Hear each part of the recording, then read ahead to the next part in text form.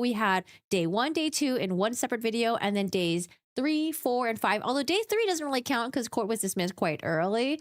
So, guys, if you guys want to watch the recap, check it out because I know some of you guys don't have time to watch 8-hour-long trial days and what was it, like 40 hours last week? Although minus day 3, though. Like I said, day 3 ended pretty early. And if you guys hear a little squeaker in the background, that's Remy. So I'll try to mute it as I go when we're listening to the trial. But we are not too far behind. It seems like court started a little bit late. Oh my gosh. And there was a recess that was happening. So I'm just going to jump right into it. Kouri's in the courtroom today wearing butter yellow. She got her hair back again. And let's get started, y'all. I hope you guys had a good weekend. Hello, hello.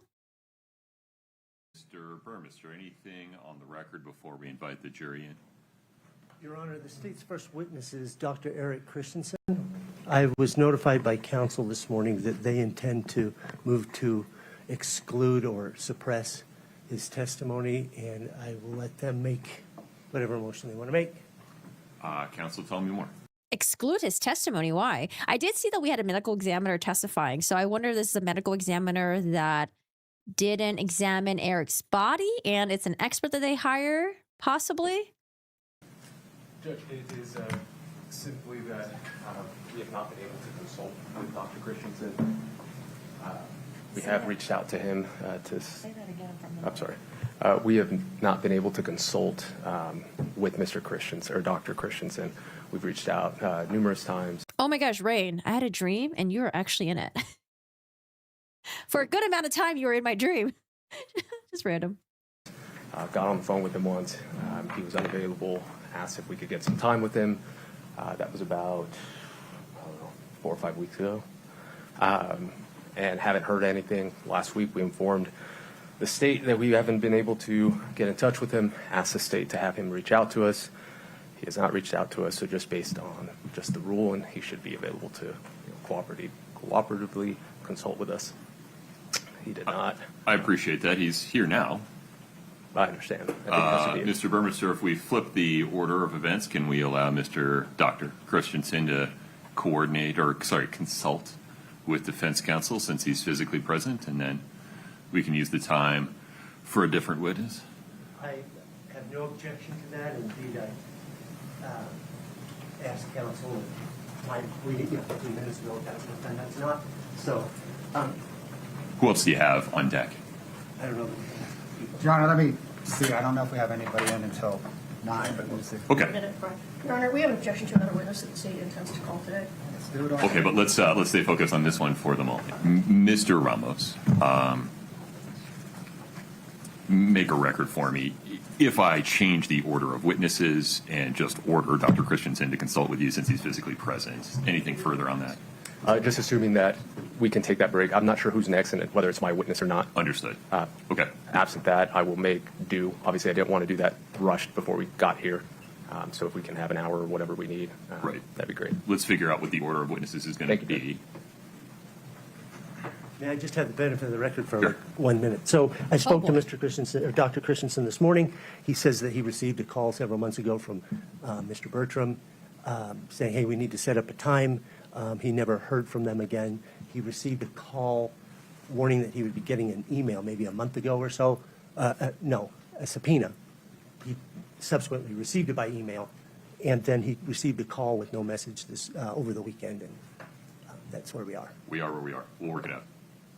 Mr. Valero, talk to me about the other witnesses that are... Hey, man, the state attorney is just trying to make sure that Dr. Christensen doesn't look bad, because it kind of sounded like Dr. Christensen was dodging the defense team.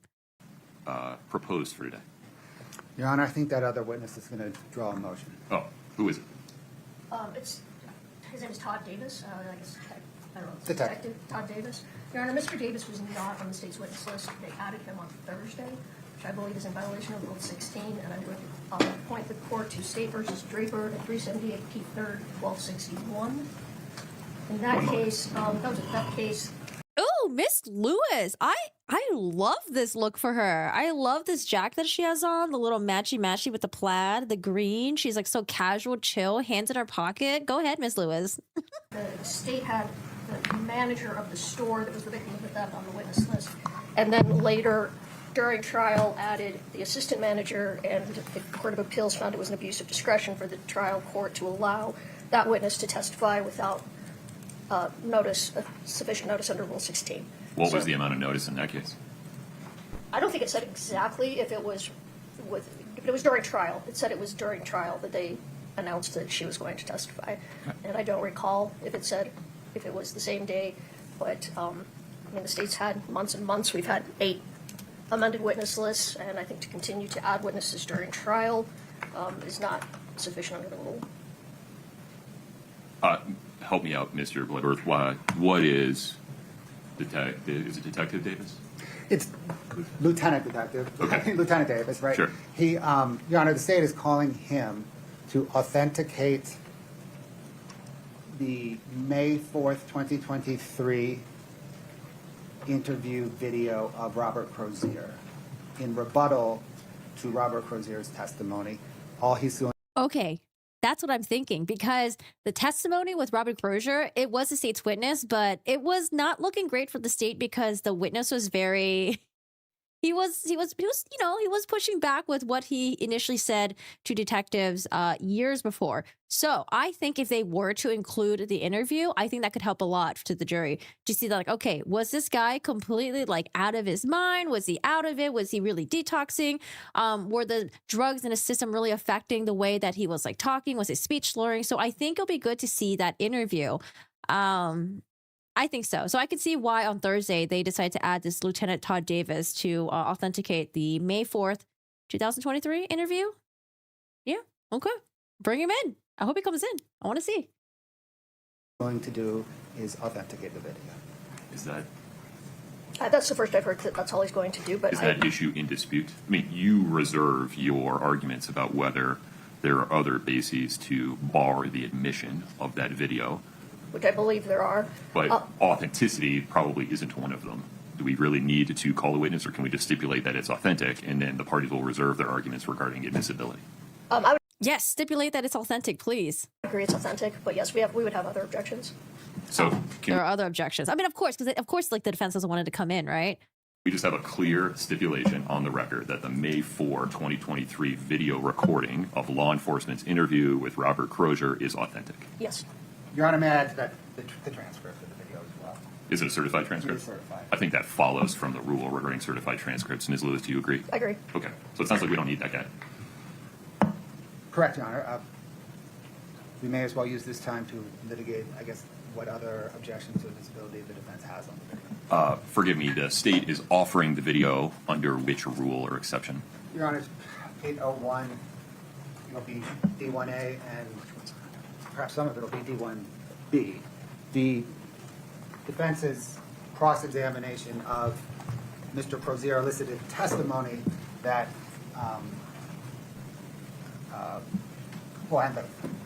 and the state's direct examination elicited testimony from Mr. Crozier that was inconsistent with his testimony in the video. The defense's cross-examination elicited testimony that he was kind of out of it because of withdrawal and pressure to say certain things. And the video, rebuts that testimony. The video itself is, I think, 13 minutes long, and from the state's view, the entire 13 minutes, pieces of those 13 minutes are direct impeachment, but the entire 13 minutes goes to whether or not he was high and out of it, and whether or not he was pressured into saying certain things. Those pieces of evidence are throughout the entire 13 minutes. The impeachment pieces, or more specifically, the D1A inconsistent pieces, those would be, I think, fairly perceived off a cold transcript. The second piece, I'm not sure I or defense or you or the jury would be able to evaluate whether he was Out of it. in a bad way from the transcript. Is the state seeking to admit both, or publish the video and admit the transcript? What's the scope here? Your Honor, publish both. We have the transcript running real time.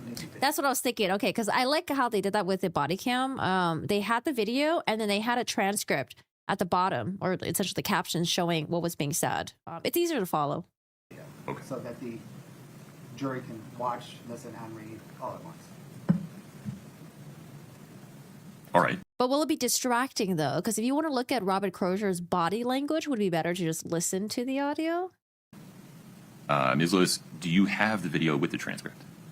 I don't have them together where it Okay. shows it under. No, I have them separately. Right. would Sitting like here to- today, are you prepared to make a record regarding this, or do you need a moment to go through the pieces of, or to make argument regarding certain pieces of the transcript versus other pieces?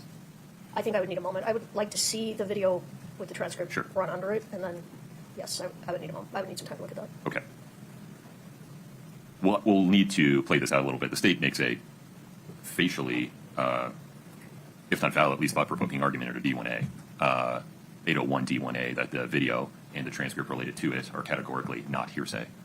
But having not seen the whole 13-minute video or read the whole transcript, and without the defense having the same opportunity, I can't make a ruling sitting here at the moment. So, can we provide the video with the running transcript to the defense? We can, Your Honor. I believe we placed it in box yesterday, but we can, if they want to, perhaps we can go into a conference room here and we can just play it off one of our machines. Sure. I mean, I would also understand if the defense said, hey, we just need an evening with it to go through it, collect our thoughts, have you make a ruling. Ms. Lewis, what's your request? Depends on what is happening here next. I may be able to watch it now. I don't know where we're headed. That's the thing, Your Honor. Those were our first two. That was our batter in the box and our on-deck batter. Okay. So we are scrambling to get the whole batter here. No, that's fine. These things happen.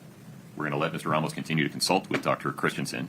Ms. Lewis, Ms. Nesser, if you would have a conversation with the state about the video with the running transcript, let me know where we end up. All right. Thank you. Okay. Before People are comparing Kouri with Jody. You can't even compare the two. Jody is like in her own league of her own. Like Jody's Jody. Jody's very different.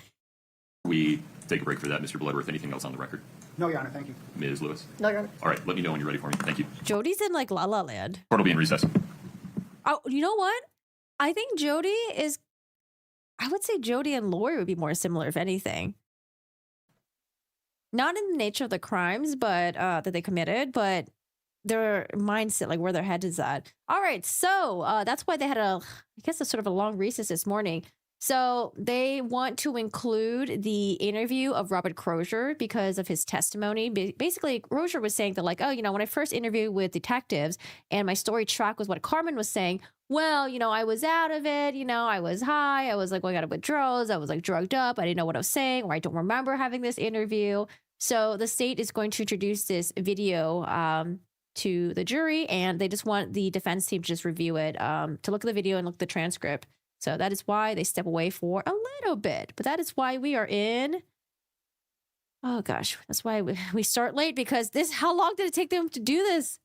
Oh, my goodness. Look how much I'm going fast forwarding. All right, we are here. Good gracious. I cannot stream this trial live. We got to jump around. Jump around. How is everyone doing, by the way? Hello. How are you? Mr. Ramos, have you had an opportunity to consult with Dr. Christensen? That's very helpful, Judge. We appreciate it. We're ready to go. Okay.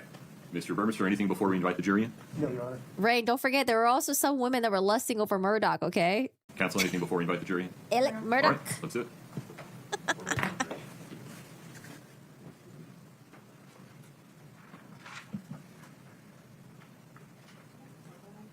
Yeah, I would say Kouri is like your boring average, female killer. He uses poison, has an affair, wanted money.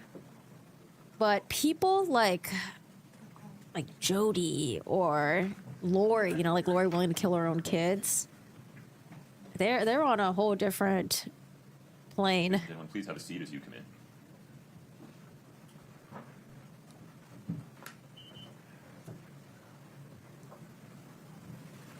Please have a seat.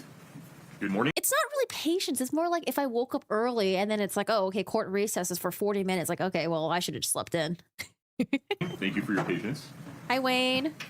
We'll now proceed with additional witnesses in the state's case in chief. Mr. Burmester, the state's next witness, please. Dr. Eric Christensen. Let's invite Dr. Christensen in. So this is the witness that the defense moved to exclude his testimony earlier. Doctor, if you would step in front of Brittany, we'll get you sworn in, please. I think he was able to speak to the defense during the recess. Do you solemnly swear the testimony you're about to give in the matter before the court to be the truth, the whole truth, and nothing but the truth, subject to the pains and penalties of perjury? Damn, she's talking real fast. She's like reading it real fast. Okay, what witness number is this though? Hey, don't eat your feet, baby. Please proceed. Thank you. Can you please state your full name and spell your last name for the record? Sure. Eric Dean Christensen, last name Christensen. Sir, are you employed? I'm currently self-employed. Did you were recently the chief medical examiner for the state of Utah? Yes, I retired in 2024. How long were you the chief medical examiner? I began working as a chief medical examiner in July of 2016. Did you then supervise Dr. Ulmer? I did. Are you familiar with the death investigation for Eric Richins? I am. And how are you familiar with it? I'm familiar with it from discussions with Dr. Ulmer over the time she was evaluating the case, as well as my subsequent review of the medical examiner's file. Did you have an occasion to talk to Kouri Richins? I did. Okay. Oh, you did? Have you testified as an expert in forensic pathology before? I have many times. Okay. I would like to first talk to you about cause and manner of death and the statutory requirement for that process. When you have a death investigation, could you please explain how, I guess, what the manner of death choices are and what's the purpose of that, and just Sure. describe that for the jury, Okay. please. So, two of the things that the medical examiner is tasked with doing under statute is determining the cause of death and the manner of death. The manner of death is a box that we check on a death certificate that is essentially a one-word synopsis of the circumstances surrounding that person's death. The options available to us, we can certify that the death is a natural death. It can be an accident, it can be a suicide, it can be a homicide, or it can be, in Utah, the death certificate reads could not be determined, what most commonly is referred to as undetermined. And in those settings, undetermined essentially means we don't have enough information to decide which of those other four options best fits. What's the purpose of that whole exercise? Again, it's something that's on the death certificate, and so it's part of the vital statistics function that the medical examiner's office provides. All of the deaths that we investigate and deaths that we certify provide information then back to the state. Sometimes that's public safety, sometimes it's Department of Health. Other people will utilize that death certificate data to evaluate the ways that people are dying within the state and attempt to intervene to minimize those types of deaths.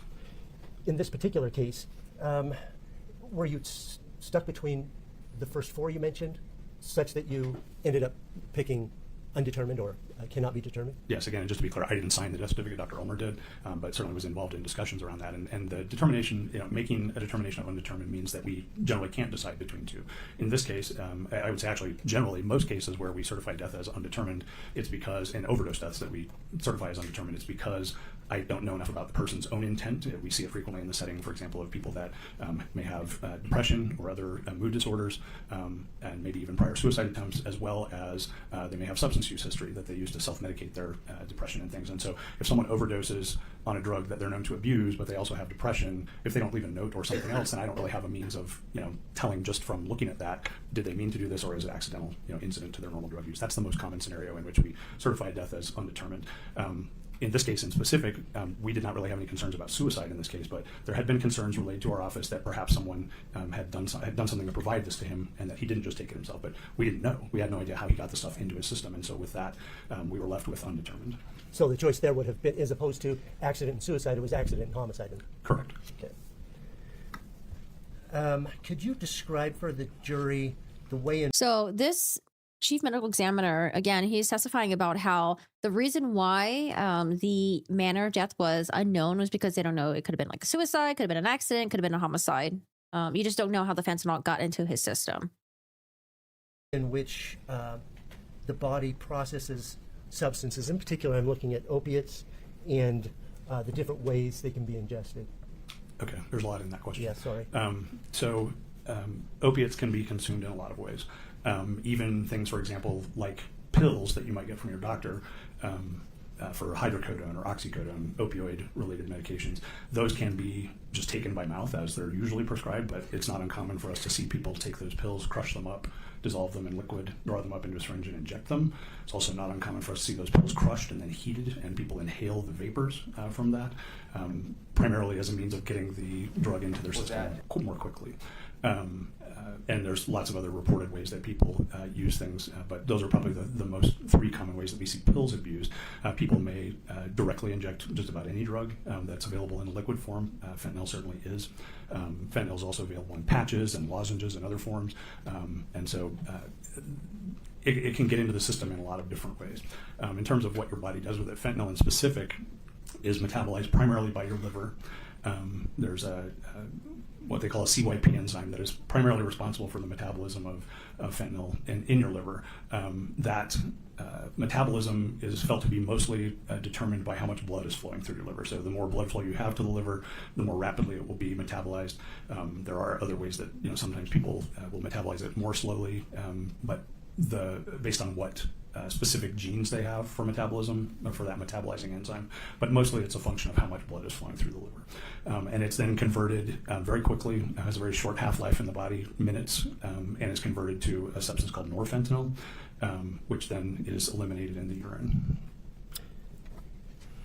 Don't know if that Once covered it, all yeah, your- that's great, thank you. Once it gets into the blood, then what's the intoxicating effect? I mean, how does that function? Sure. So fentanyl in the blood distributes throughout the body. It's absorbed either through the mucosa, the lining of the mouth, or directly into veins, whatever. It gets into the bloodstream. And then from there, it gets into the brain, it gets into other organs, where it exerts its primary effects on the brain and the central nervous system, where it causes respiratory depression and or cessation. Can also cause central nervous system depression, meaning it alters the way you think, can make you groggy or less than normally responsive and things. But its primary lethal effects are related to its effects on your breathing. And it is dose dependent, so a higher dose will do this more readily than a lower dose, but it will either slow or stop your breathing, and sometimes that has lethal consequences. The lethal consequences then are from stopping breathing? Yes. Okay. And when you stop breathing, death ensues. Does that metabolizing process continue to happen, or does that stop as well? Generally, it will stop. There are, once your circulation stops and blood is no longer flowing through the liver, you're not going to have that continued metabolism through the liver. But there are a number of changes, large number of changes that are described in the way fentanyl is present in the body after death that are related to changes in the pH of the body as you start to decompose, and other things that will influence what those levels look like. When a person, I'm going to give you a hypothetical. So we have a decedent, and in the blood you and the lab personnel determine that there is quetiapine below the threshold of their tools. There is fentanyl at 15 nanograms per milliliter. And then in the gastric fluid, there is quetiapine at about 16,000 nanograms per milliliter, and fentanyl at 20,000 nanograms per milliliter. My question then is, based on that hypothetical, is there sufficient information for you to determine whether those two drugs were taken simultaneously or sequentially, and if sequentially, which one came first? I can't tell you that. There's just not enough information? No, you can't derive that information from those values. Okay. The attorney also asked the same question to the other, the forensic pathologist, and she said the same thing too, that you don't know if quetiapine was taken before or after fentanyl, or was taken at the same time. I just wanted to follow up. You said there's drowsiness as a consequence of taking, I assume, opioids of any type. Fentanyl just happens to be stronger? Yes, fentanyl on a weight-by-weight basis, 1 milligram of fentanyl compared to 1 milligram of oxycodone or of morphine is the usual reference standard because it is the classic opiate medication. Fentanyl is just much, much more potent, 80 to 100 times more potent than morphine. So you said there's depression of the respiratory system, drowsiness. How quickly might one start to metabolize, given the fact that they take some fentanyl and it causes their death? Would they be able to metabolize at least some of it? You would expect so, yes. Okay. I mean, there are a number of overdose deaths reported in the literature where the death occurs so quickly, and these are primarily in the setting of intravenous drug use, that no metabolism is able to be recorded because they just die too quickly. But generally speaking, we see some level of metabolism.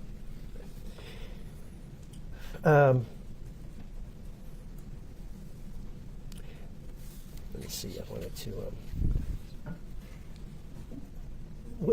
but someone takes an overdose, a fatal dose of fentanyl. It's not then instantaneous death. It depends partly. I mean, generally speaking, no. It's a function of the dose and the route of administration. So it's going to get into the system more quickly as an IV, or smoking will generally get it there pretty quickly as well. But ingestion would delay that somewhat. But different, however it gets into the body is going to determine how quickly that happens. In this case, we have the two things, I think. One is there's some fentanyl in the stomach, the 20,000 nanograms. Yes. And also a measurement of, I know I'm saying it incorrectly, acetyl fentanyl. Acetyl fentanyl, yes. Does that information help you determine how it was ingested in this case? It's suggestive that it's an oral ingestion. The presence of a large amount of fentanyl in the stomach, sort of the rough equivalent of several milligrams by volume is suggests that it was taken by that route, but there's not any way to definitely know that. There is some literature that suggests that the stomach will concentrate it, regardless of where it's from, but it is suggestive of that. And the presence of acetyl fentanyl in the stomach is also consistent with, is more consistent with this being illicit fentanyl than otherwise. Acetyl fentanyl is a variant of fentanyl that is, in our office, certainly we've only seen it in the setting of illicitly manufactured fentanyl. When a body comes in for autopsy, in this case, Mr. Richins' body. Now, he brought up the lethal dose not being an instant death. Do you guys remember the defense team when she was asking defense counsel, when she was cross-examining the forensic pathologist? There was a good point that I think that she made, which could be, I guess it could be evaluated in either way, but the good point that I think that she made was, well, Eric had a lethal dose of fentanyl, right? But because he had time to metabolize it and didn't die right away, is it possible that someone like that could have build up tolerance to it? She didn't say it like that exactly, but that's what she was initially, essentially referring to. So I think that's the reason why they mentioned so the lethal dose, it's not an instant death sometimes, right? And he's like, yeah, it's not always an instant death because, for example, if you did an IV of it or if you injected it or if you smoked it, it would be a lot faster. But if you were to ingest it yourself, then there could be a delay because your body's breaking down. It's metabolizing it. So I think that was a good point made by the state. I think it could help a little bit. Comes in. Let me know if that was confusing. I could explain that a little bit better, I think. Is it routine to check for injection sites? Yes. And in this case in particular, there was visible pulmonary edema described at the scene, foam coming out of the mouth, and that is most commonly in somebody who didn't drown or have a history of heart failure is concerning for an opiate overdose, and so we would in that case do a thorough check for those. Oh, for injection sites, and none found. Again, I did not do the exam. None are described, and none were discussed by Dr. Ulmer. Okay. And I didn't see any in the photographs. When you, in cases where you've seen an overdose death, particularly an accidental overdose death where you suspected inhalation, what's the sort of evidence that you would expect to see? I'm not sure what you mean, inhalation of the substance? Of fentanyl or smoking it? Opiates. Yeah, they all kind of look the same from that regard. You may see evidence that they've been smoking. Sometimes you see little burns on their fingers or other things from heating it up to smoke it, because they're not actually smoking it in the same way that you smoke a cigarette where you light it on fire and then you're inhaling the smoke. What actually is happening is that drug is being heated up and vaporized and you're inhaling the vapors. So in those cases, do you tend to see evidence of that heating up? That is tinfoil or torches? Certainly, yes, those things can be present at the scene. Okay. Commonly are seen at the scene.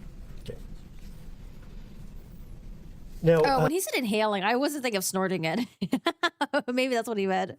I was thinking of smelling the vapors. Long Crime live chat. I have not seen the Long Crime live chat because I didn't have my iPad or I didn't have my phone with me. Usually I'll have it up before my morning stuff. But I mean, I think while there are probably people out there that truly believe that maybe Eric did it to himself, although I feel like because we're in the very beginning of trial, there's really not been too much evidence of that, yet. While there are people who probably do believe that, I do think because we're in this new age of trials being live stream, and it wouldn't surprise me if there were some bots out there that were deployed out there to make it seem like the sentiment is that, maybe people do believe Kouri, and then maybe that will somehow convince regular people like us to see like what's going on in the chat and be like, oh, you know what, maybe they are right. Maybe I'm thinking this like, maybe I'm like not seeing something clearly. So maybe, maybe she is innocent, or maybe Eric did do this himself.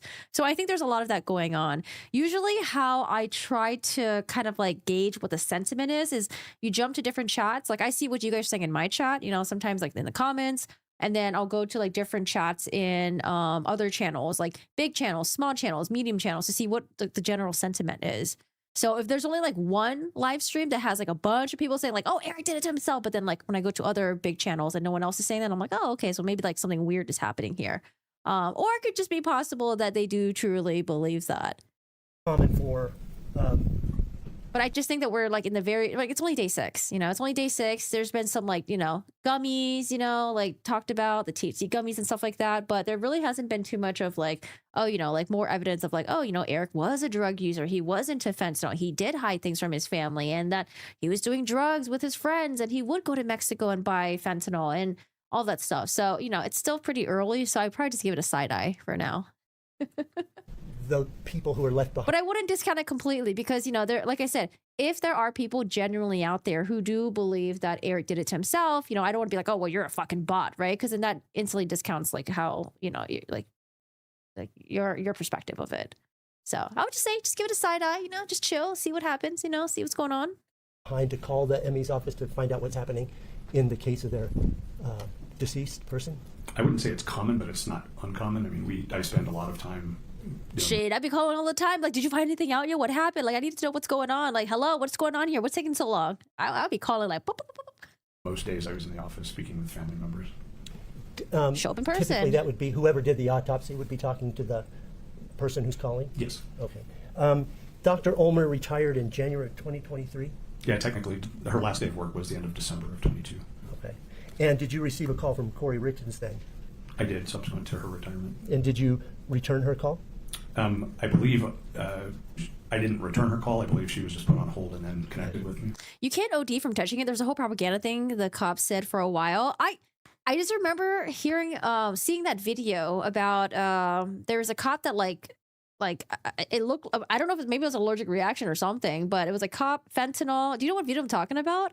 But I don't know how he came across it though. I just remember seeing like all like the screenshots of it, and they had to administer Narcan. I don't know if that was like him touching it or him breathing it, or if maybe he like walked into like a fentanyl lab or something. Okay. Yeah, that's the body cam I was talking about. Have you had an opportunity to listen to a recording of that phone call? Yes, I'm not sure where it came from either, but yeah.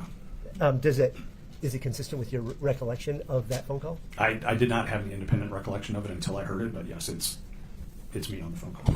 Okay. All right, phone call. And have you had a chance to look at the transcript of it? I have. Okay. Ooh, phone call and Is that transcript. accurate to your, Yes. when you listen to the Yes, tape? it appears to be. Okay. All right, phone call and transcript. State would offer States Exhibit 2-60 and 2-61T. He indicated he's reviewed it. Certainly, we could ask questions if he needs his recollection refreshed. I think we could move to admit at that point. But if the state would I just think the state's admitting it as evidence of defendant's words and statements in the relevant time frame. I misunderstood. Okay. And so, okay. We'd ask permission to publish it then if it's offered and admitted. So 2- Okay, I actually wanted to jump to a different feed because I love Law and Crime. It's just like when their banners move like that, it drives me nuts a little bit. I love you, Law and Crime. I know you're trying to get your messages, your ads in there and stuff like that, but like this banner thing, I can't. And then Court TV is annoying because look how dark this is. Look how look how scary they made Kouri Richins. She looks like fucking Coraline with like the beady black eyes.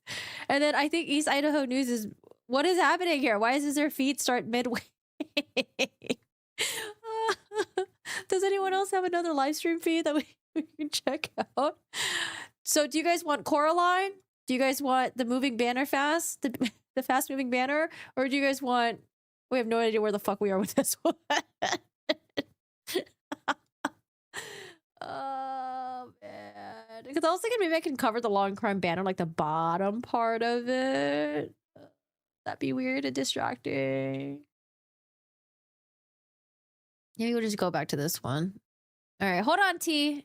Hold on, T. Let's wait until it happens. I'm gonna hide your comment. I'm gonna remove your comment. Let's just wait until it happens. Okay, just wait. We'll get there. We'll get there. All right. I might go back to Court TV. All right, Court TV it is. I promise I won't take up. Okay. So we get to hear Corey's voice, I'm assuming. Nice. You know, I'm down to hear Corey's voice. We don't really hear much of Corey's voice. There's no police interview that was released in this case. We heard the 911 call for the first time, so we haven't really heard too much of Corey's voice. All right, I'm gonna go to Court TV where everyone just looks like they're in hell. The Coraline feed, yeah.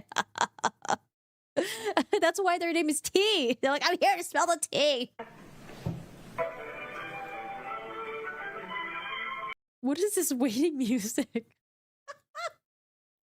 Oh my gosh, am I gonna get copyright for this? Let me boost up the audio for you guys. Is that Christensen? Hey, this is Kouri Richins. Hey, I just have some quick questions for you. I'm just trying to understand the toxicology report, and I promise I won't take up a ton of your time. Oh, you're fine. You're fine. Can you just kind of explain to me, I guess, she was saying that this kind of supplemental report, I guess, was left out of the first autopsy, and so nothing has really changed. Do you have it in front of you? I thought someone was reading this transcript. This doesn't sound like her. I'm so used to the baby voice where it sounds kind of like this. I do. Yeah, I got the file here.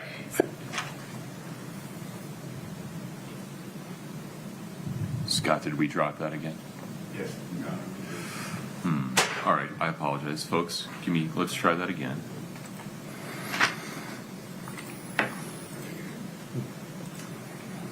That's some old school elevator music. That's the type of elevator music that you hear in horror movies, okay? Like, Scott, if you would disconnect from the system, thank you. Then did she record it herself? Yeah, I didn't know medical examiners' offices have their phone calls automatically recorded. That's kind of nice. Connect, please. All right, you can do it, Scott. I think Scott's our tech support person. This call is recorded for quality assurance. Any additional microscope?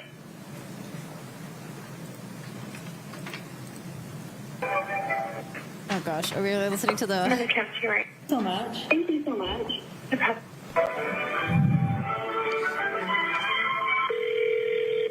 that Christensen?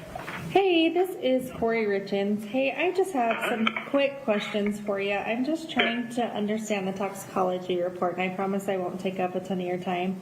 Why does she sound so robotic? Is she using AI or something? It sounds so robotic. Hey, this is Kouri Richins. I'm just trying to understand something, and I won't take too much of your time.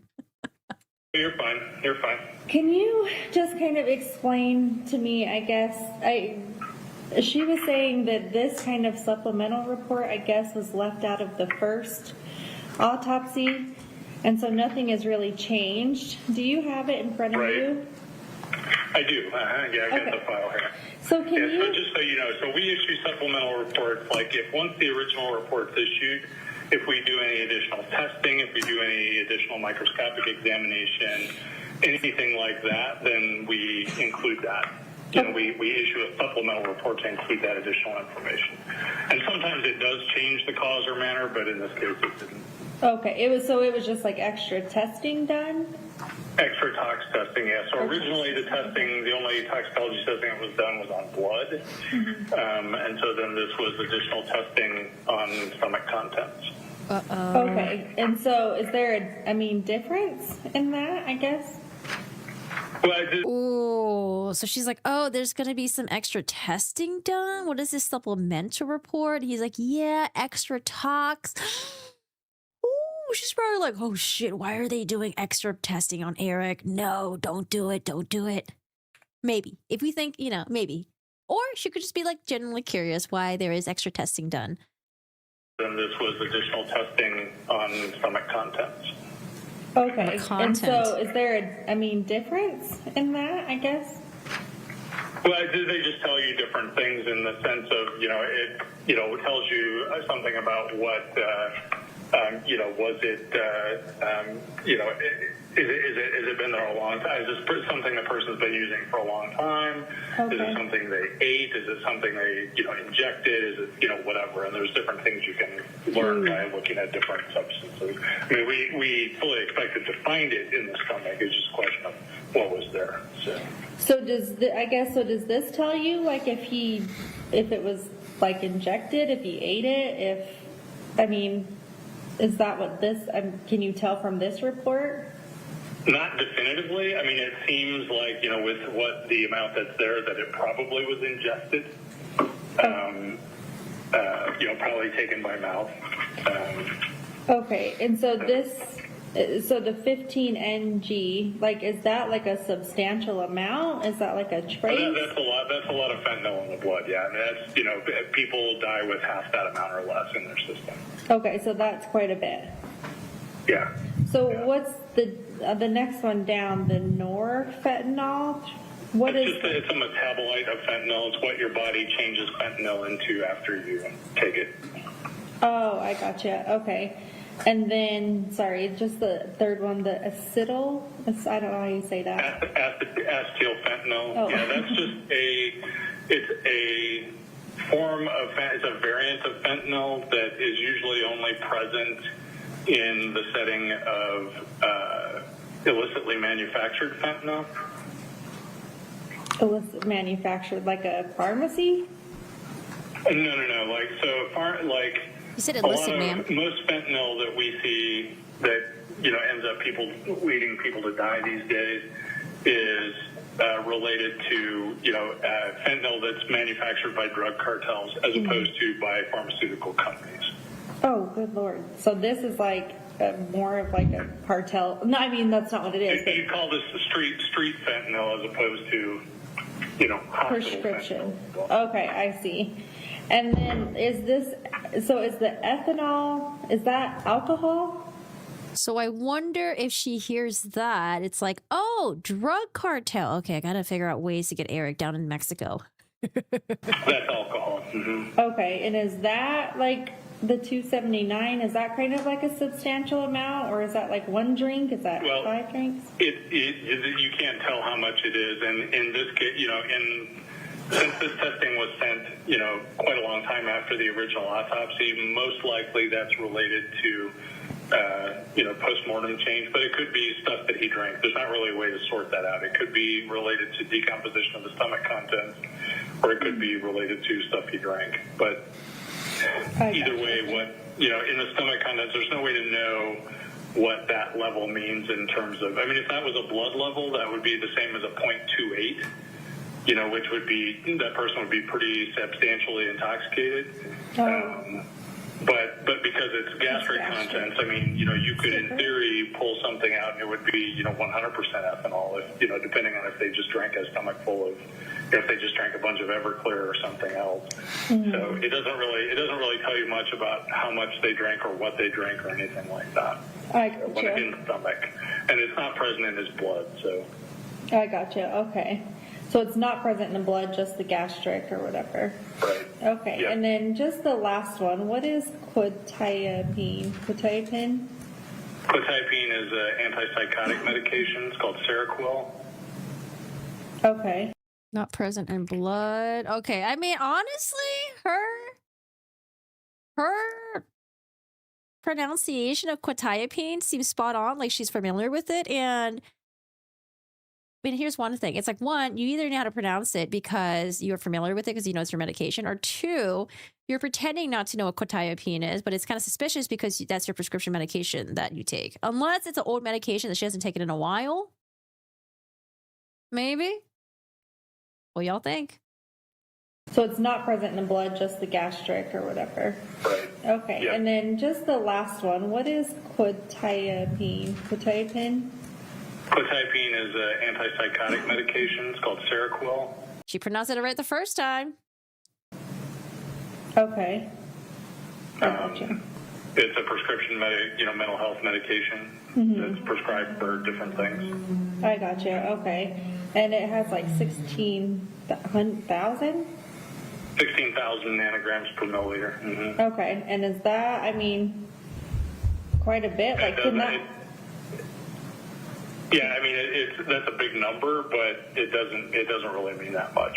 You know, so a nanogram is a millionth of a gram, and a gram is not very big. So even 16,000 of them is not a huge amount. Okay. Is there like, could those have been mixed, or is that not kind of a... What's that? Could what be mixed? Quetiapine and like the... Girl, you pronounced it right the first time. Don't pretend like you don't know what quetiapine is. Fentanyl? Or those have been mixed, or is that not kind of a... So even 16,000 of them is not a huge amount. Okay. Is there like, could those have been mixed, or is that not kind of a... What's that? Could what be mixed? Quetiapine and like the fentanyl? Or is that like a normal, I guess, drug thing? I don't know.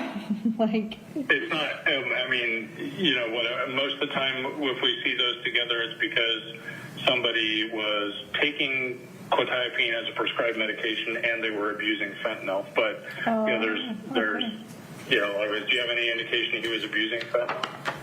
No, that's why all of this is just like, what the heck is this and going on? So I guess that's why I'm confused just about all of this, honestly. So I don't know.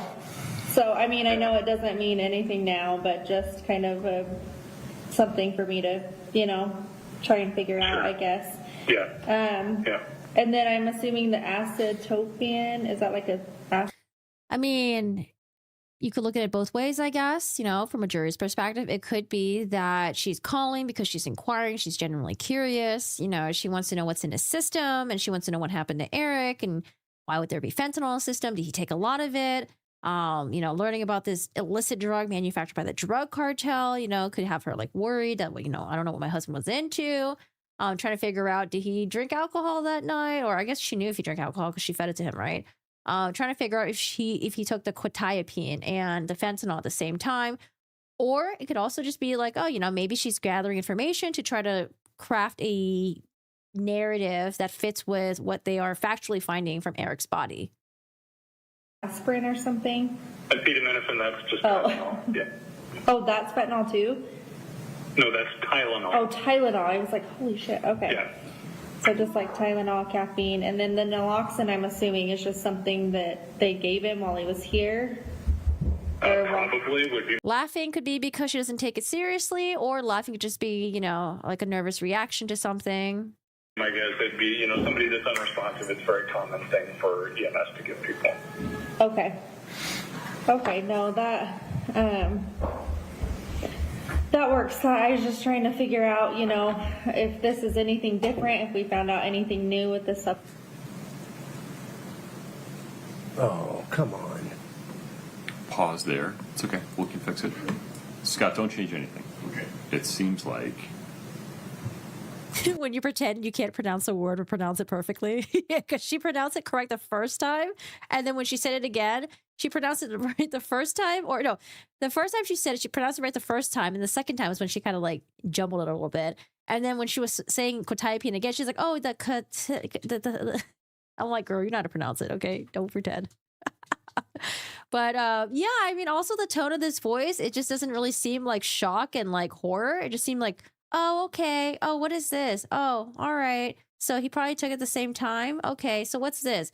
Whereas, like, I don't know, if this is like your first time kind of like really digesting the supplemental report, you'd be like, oh my God, like you'd be in like shock and horror. Like, what? Like, are you serious? Like, there was that much in his system? Oh, I can't believe it. Illicit? Are you sure? Are you sure that it's illicit? Like, my husband would never do anything like this. Like, I just can't imagine, right? Like, so that's what I would be expecting. If you generally had someone that did not do drugs and they just passed away and they died of this, in a horror manner, and you're just completely shocked. But, we'll see. We'll keep listening. If I do this, press play again.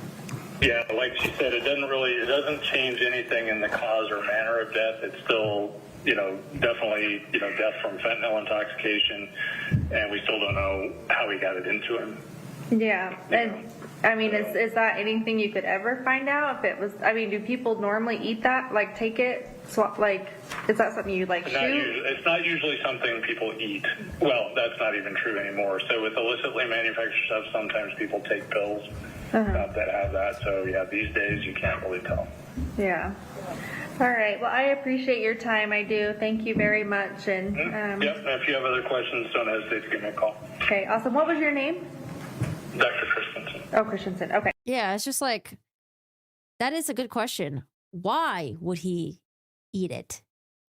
Why eat it? Why not inject it? Why eat it? Can you smoke fentanyl? Like, why just eat that much of it? Unless, it was a suicide thing. But again, there's no suicide note. I don't think they had any other indications that it could have been a suicide. Okay, perfect. Thank you so much. I appreciate it. Okay. Okay, bye-bye. Yep. And I mean, I think she was trying to rely on, like, well, he took THC gummies and THC gummies were tainted. Okay, well, they were all over the house. That would mean that if the gummies were tainted, when they searched the house weeks later and they found those gummies, those bags would be tainted. At least one of them, right? There would be bags of gummies somewhere that's tainted somewhere in the house, either next to Eric's bed where he, passed out and died, or, if he did just go to the cupboard, grab some gummies really quick, a handful of them, and just like chuck them in his throat, they would find, I don't know, just a lot of just doesn't make sense. I'd like to follow up on a couple things there. You mentioned to her about if the gastric contents were blood, it would be 0.28 Yes. blood alcohol, but it's, in fact, not in the blood. It's in the gastric, and so there's no way of conveniently figuring out how much it is, much less its source. That's correct. Are you okay? Do you need a glass of water? I've got water. I'm good. Okay. You mentioned in that call, at first you said we typically don't see. My question is, though, is it not in blood because they didn't find any alcohol in the blood, or would it have been too hard to figure out how much alcohol was in his blood since he's already been deceased for quite some time? Get eaten, but you can't say that anymore. Could you expound upon that? How, in cases where there's pills, is it common to see them eaten? A few things about that. So over time, I'd say the last 20 years, we saw a rather dramatic change in the deaths we saw related to fentanyl. Until the early 20-teens, pretty much all fentanyl deaths were related to prescription fentanyl being, until the early 20-teens, pretty much all fentanyl deaths were related to prescription fentanyl being used incorrectly, most commonly by healthcare providers and other people who would, have access to it and would abuse it.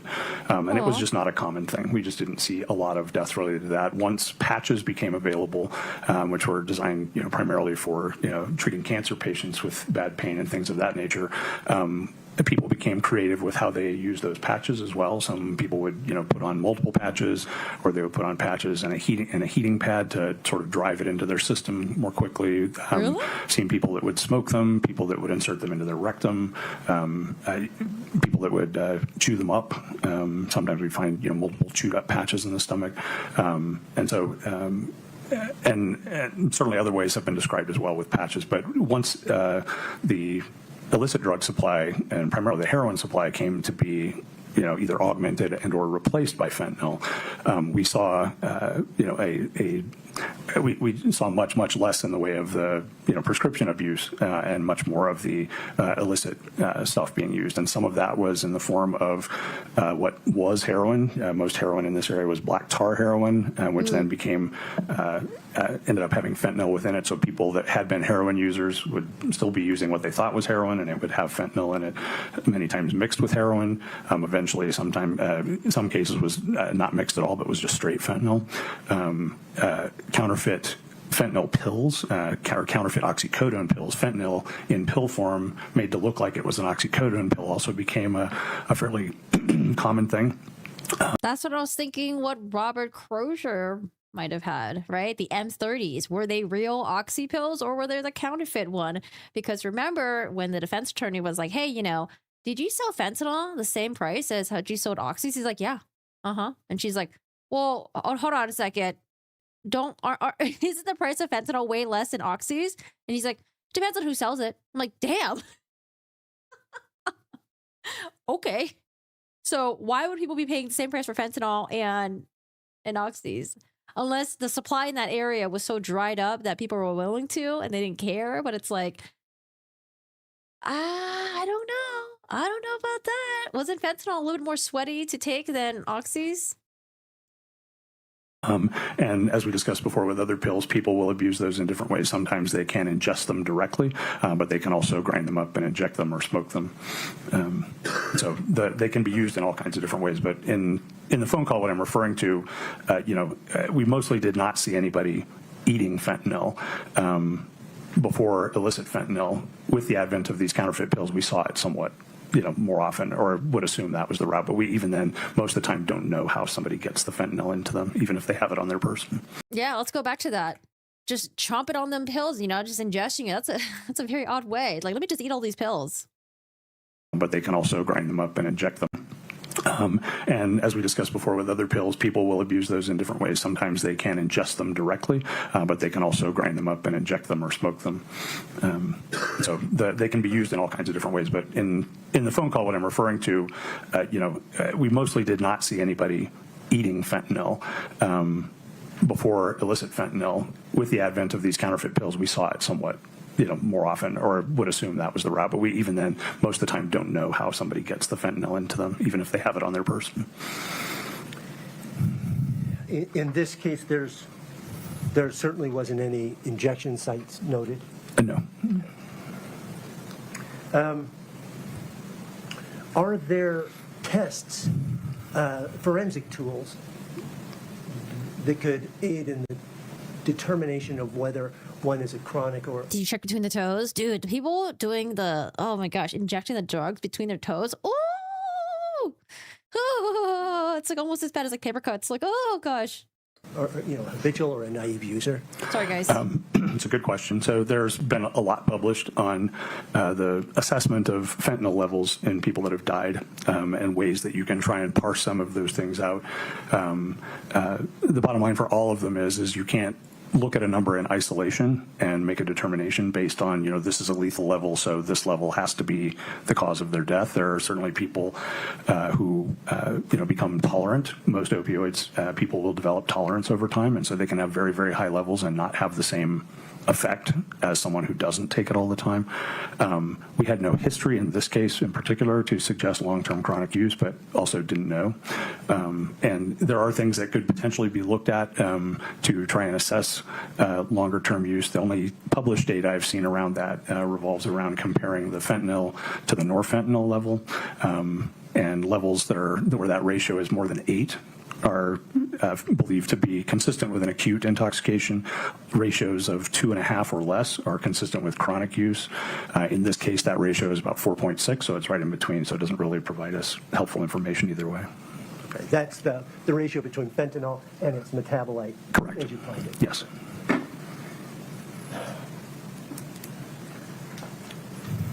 Have you ever heard of pseudo-allergic reaction to opioids? Yes. Could you tell the jury a little bit about that? Sure. most allergic reactions are because the body has developed an immune response to some specific protein substance, whether it's nuts or grasses or whatever, pollens of different types, and your body reacts to that and triggers a reaction through your immune system that elicits what we typically think of as allergy symptoms that can range everywhere from, stuffy head all the way up to anaphylaxis and death. In the setting of opiates do not elicit a true allergic response, but there are many people that take opiates who have an allergic-like reaction, but it's because the drugs themselves are directly triggering those cells that cause those symptoms as opposed to going through the immune system route. Yeah, I wonder if in combination of let's say the policeman that touched the fentanyl and then was had that reaction, I wonder if it was just he also had severe reaction, allergic reaction to it, and on top of being exposed to fentanyl maybe the first time, and it just compounded, and that's what happened. I don't know. I was thinking about that body cam footage. It was pretty crazy. And so some people I actually wasn't paying attention. Is the bruise on Kouri's forehead or is it a giant pimple? Let me look at Kouri's face again. When I don't know, you guys kept pointing it out. I didn't notice it. will that chronically take opiates and opioids for pain will pre-medicate or medicate around the same time with things like Benadryl and other things to minimize those symptoms because they know they have that reaction. Certainly most people that take them do not have that reaction, but some do. And that's if one didn't know and one took some opiate, could they have hives and those sorts of allergic-like responses? Yes.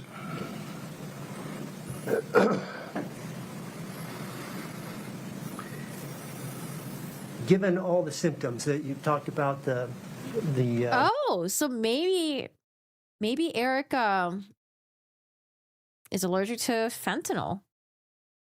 I think I don't know if Eric was the one that told people he had hives, or if Kouri said he had hives and he took the EpiPen.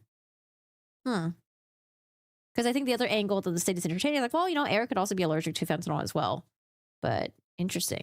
I didn't know there were people that are allergic to fentanyl. It's I want to use fentanyl, but because I'm allergic, I'll take some Benadryl to counteract it. Interesting. The lungs, the edema, and the data from NMS labs. Do you have any concern about the cause of death in this particular case? No. And the 15 nanograms, as you explained to Kouri Richins, was a lot. Yes, it's well within the range of levels that we see in people that die from fentanyl. Do you remember when that phone call took place? Do I remember what? When that phone call took place? Oh, yes, I don't off the top of my head. Okay. Does your office take notes when you receive? Yes, I want to know the date of when that phone call took place. But I think probably maybe 2 months after, maybe a month or two after. Calls and reply to calls, etc.? Yes. Okay. That changed a little bit over the time I was there. It used to be we'd get a little scrap of paper with a note written on it, return this call, and we turned that into a digital log before I retired, but yes. Would it help to look at one of those notes to refresh your recollection as to when the call took place? Sure. May I approach the witness? Of course. I'm sorry. You're good. Thank you. You recognize that? I wish counsel would go back and kind of clear up his statement when he was talking about mostly did not see people eating fentanyl, because I think I got a little confused. So he mostly did not see people eating fentanyl before illicit fentanyl came out? Or it seemed like that's where he was going, but the second half of his message, or second half of his sentence, was a little rushed and jumbled, and I didn't know what he was saying then. Answer? Yes, this is from the log. Just said that. Or maybe the state counsel didn't like the second part of his answer, so he didn't want to clarify because he wasn't sure it would help them. An incoming call came to me from Kouri Richins, and she had questions, and this is my notes. And so, what day did that phone call? On January 12th of 2023, a couple weeks after Dr. Ulmer's retirement. Thank you. Oh. That's all I have. Way later. Could I get some more water? Of course. So about less than a year later.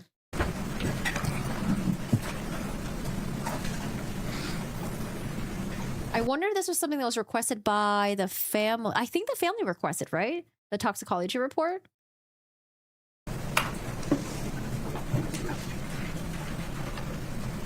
I thought he was saying he doesn't usually see people ingesting street fentanyl. That's where I was that's where I thought he was going. But then he said something in the second half that was like, blah, blah, blah, blah. I was like, wait, what?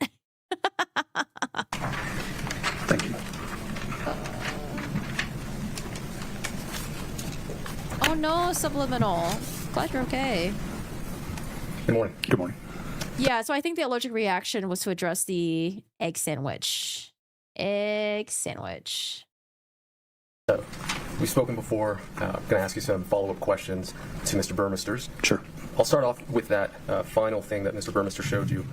You indicated that you would take calls from different individuals, correct? That's correct. And did you receive other calls in this case from law enforcement? I believe I did, yes. Mm-hmm. Okay. Would it refresh your recollection, or do you recall a call around the same time in this case? I don't recall the timing of it. Okay. I'm going to approach you with the same case notes. And it's that first one. Yes, uh-huh. Okay. And did you in fact receive a call before Ms. Richins? Yes, the day before. And was that law enforcement? It was. And was that also regarding the supplemental report? Yes. Okay. And either your recollection or what's in your notes, do you recall if most of the questions were the same that Ms. Richins asked you on the 12th? I don't have any specific recollection, but my general recollection was that we discussed the supplemental tox findings. Perfect. I'll take that back. All right, so we're in cross-examination. Mr. Ramos. Now, the questions that we just heard Ms. Richins ask you, very similar to what we're asking today, correct? Yes. I'd like to talk to you about the allergen discussion you just had. You indicated that perhaps an individual could have a reaction like hives. Yes. If someone is allergic, in this case to an opioid, as you indicated, does that allergy disappear?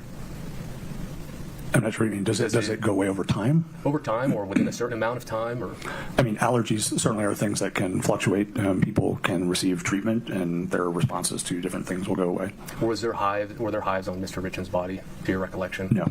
Okay. We're talking about Can the hives dissipate after a few hours, though? illicit fentanyl and counterfeit pills. Yes. Containing traces of fentanyl? Milligram amounts. Okay. Now, the tablets or pills that would contain these traces, what kind of pills would those be, generally? Objection. The discussion, if we're talking Oxycontin, is that what you were saying? I've not said it. I've just said pills. Okay. Well, there's no pills that they have that you can make. Would you provide a little more foundation for your question so we know what we're talking about? Absolutely. Your testimony just now was that, in your experience, you started to see that fentanyl overdoses were coming in through your office, correct? Correct. Mm-hmm. And in those overdoses, you gathered information, and because you would see that there was a presence of acetyl, I say that right? Acetyl fentanyl? Acetyl fentanyl. Acetyl is also fine. Okay, acetyl fentanyl. that was more likely a result of illicit fentanyl, correct? So it is a form of fentanyl that in some cases there were a variety over time of different fentanyl variants that were developed primarily in response to controlled substance legislation. If fentanyl is outlawed, then we'll add an acetyl group to that molecule, and then it's no longer controlled. And so we can distribute that as a non-controlled substance. And then that one gets controlled. And so then, there were dozens of variants of fentanyl that were developed over time. Acetyl fentanyl was one of the more common ones that we saw early in this wave of progression, but was one that we saw not infrequently. Now, with that, what was the acetyl fentanyl contained in, usually in your experience? I don't recall ever having seen acetyl fentanyl in a substance form in any of our specific cases. Because it was always inside whatever pill or however it was administered, correct? I don't even know if it was pill administered. I don't know. Or injection? I don't know how. We would see it in people, but I don't recall ever seeing that correlate with a specific pill that we had tested that was shown to contain that. I know generally the crime lab identified acetyl fentanyl in some pills, but I don't recall a specific instance in my casework where those two were correlated. Describe counterfeit pills. Counterfeit pills are essentially illicitly manufactured pills, and sometimes very sophisticatedly, where people will buy the same kind of a pill press that a drug manufacturer uses, and they put their stuff into it and pressed pills that look very, very similar to legitimate prescription pills. The most common counterfeit pills that we've seen have been fake 30 milligram oxycodone pills that, when tested, contained only fentanyl. And there are also some benzodiazepine pills, things like Valium and Xanax and other things where those, what look like Xanax pills, have also contained fentanyl. And you just indicated two different things, that in some instances it was purely fentanyl. Those pills contained only fentanyl, correct? Correct. And then there were other times where perhaps they were still traces, or there were still the other benzos, for example? Those would be different pills. I don't know. Sure. I'm not aware of any where it was both fentanyl and benzos, are, made to look like benzos that didn't have. We've seen counterfeit benzodiazepine pills and counterfeit oxycodone pills. Both. How many pills? How many pills are in a bottle? Because didn't they say that Kouri purchased like 30 to 40 pills? Wouldn't they just give her the bottle? Take off the label. The label's easy to take off. It's like a sticker, right? Take off the sticker and just give her the bottle. Why repackage it in like little baggies? If they were indeed prescribed oxys. Both of which contained only fentanyl. Correct. Now, in this case, you were provided, or your office rather, was provided with a hydrocodone bottle, correct? Correct. Now, that bottle you keep in your office, correct? We do, until the case is done. Eventually it's discarded, but yes.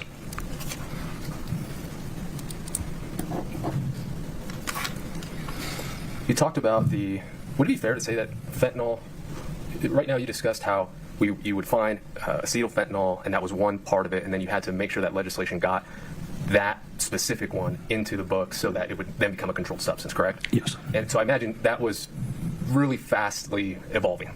Yes, I mean, I was a member of the state's Controlled Substances Advisory Committee that would provide recommendations to the legislature to include in the Controlled Substances Act.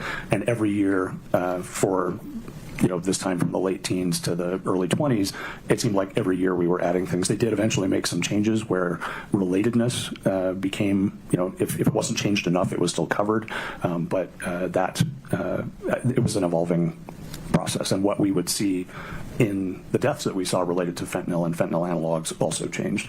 And with that, also peer review literature as to the effects of fentanyl, correct? I would assume so. That would make.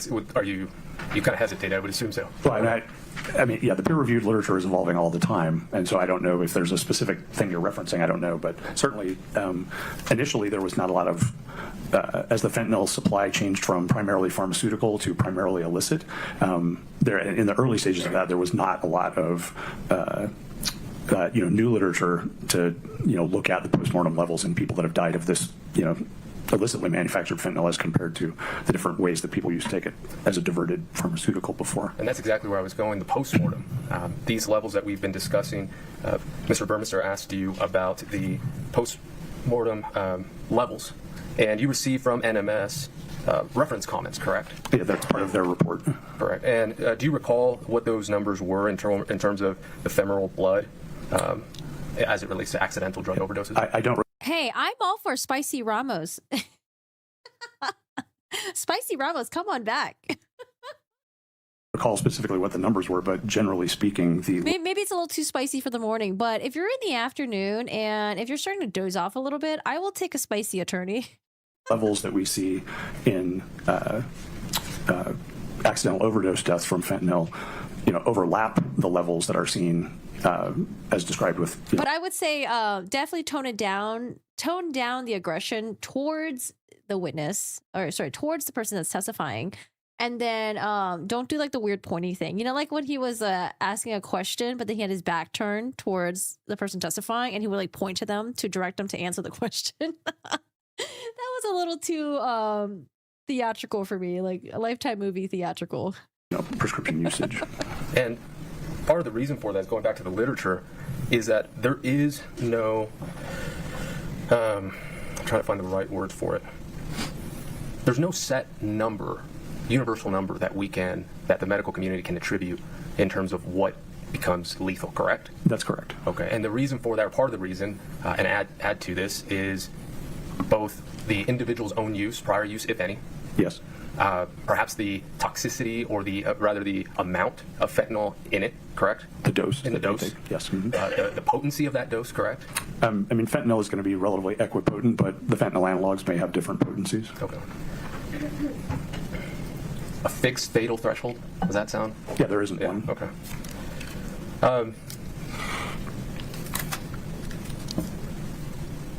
You were discussing the ratio of fentanyl with norfentanyl with Mr. Burmester. Do you recall that? Yes.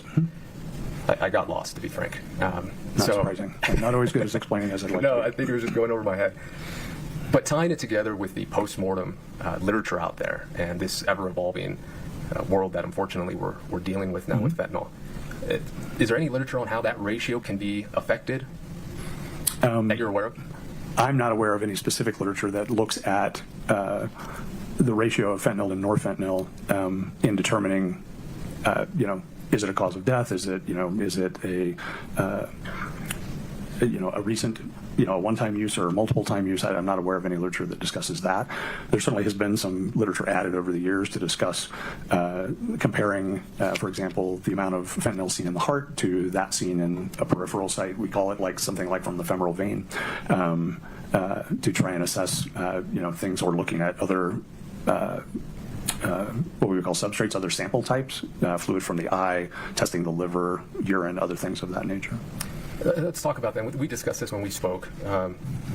Could you talked about things that looking back, you could have done? Yes. Mm-hmm. Could you explain to the jury some of those? Sure. There is, I guess they say hindsight is always 20/20, but you can certainly.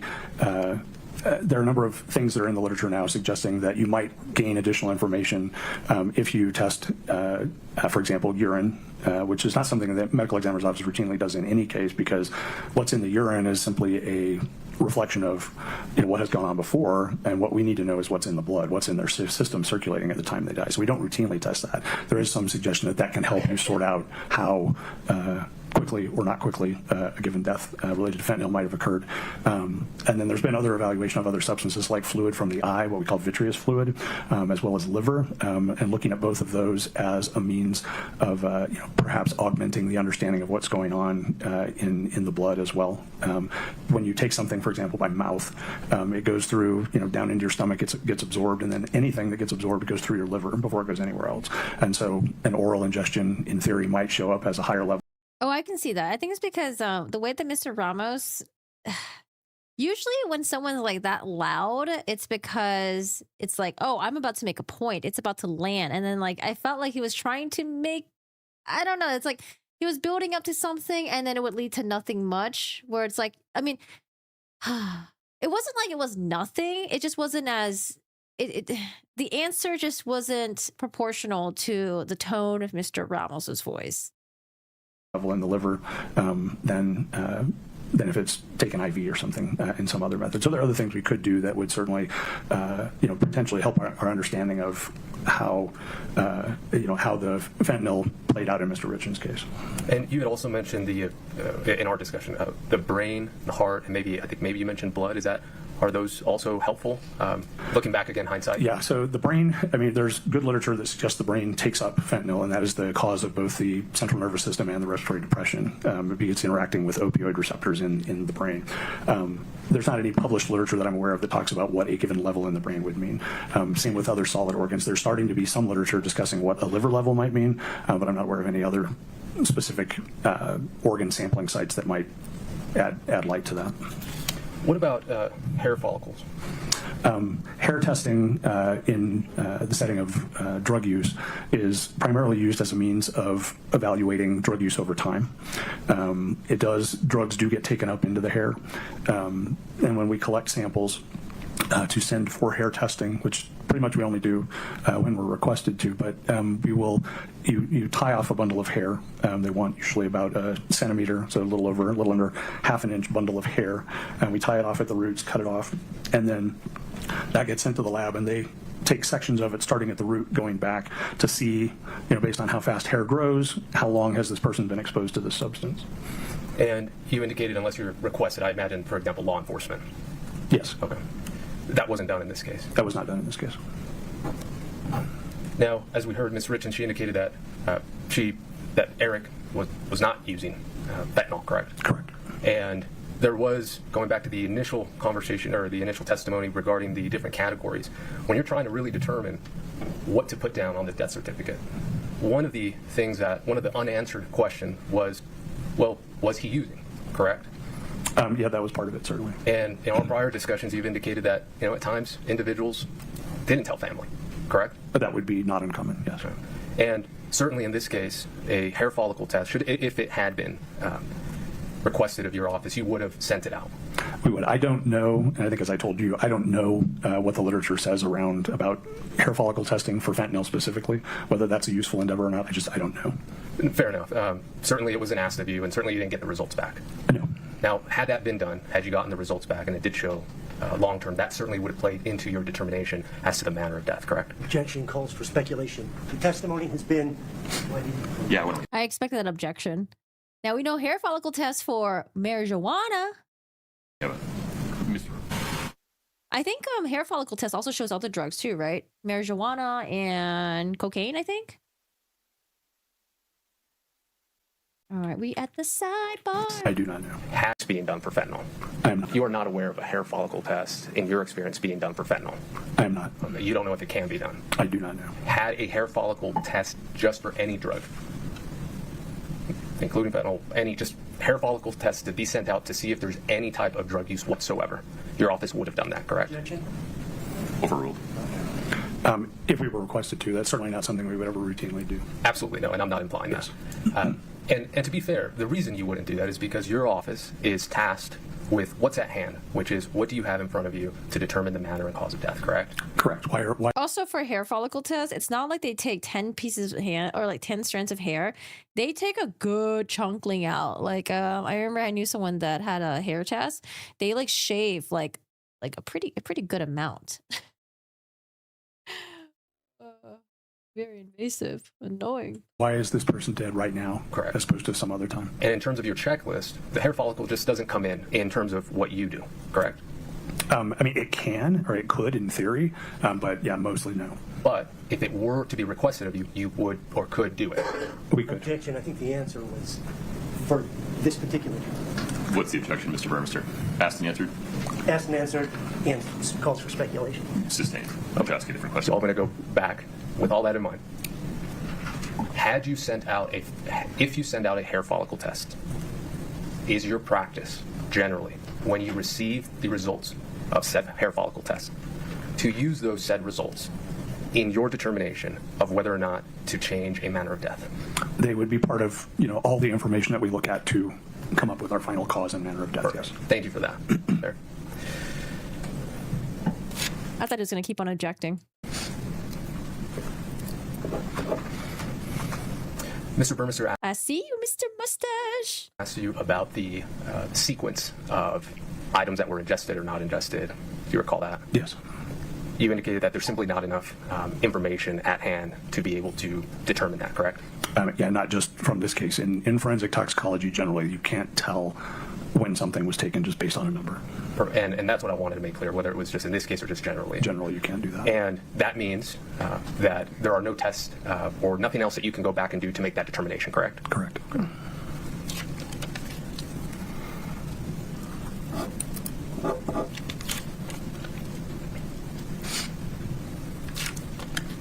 Bear with me, I'm almost done.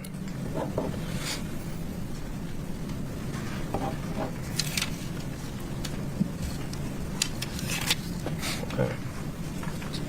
Now,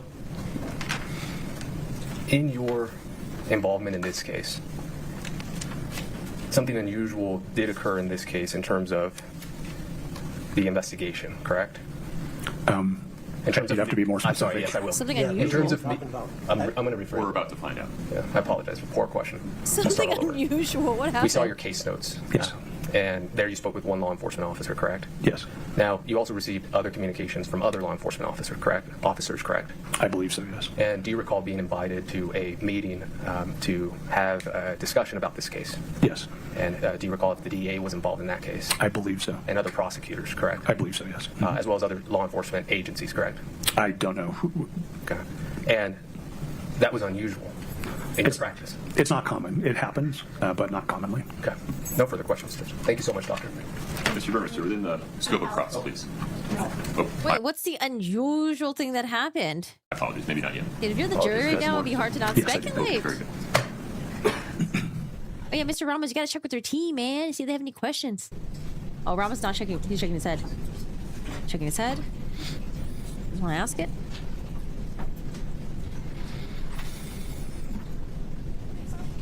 We're good, Judge. Thank you, Doctor. Thank you. Mr. Burmester.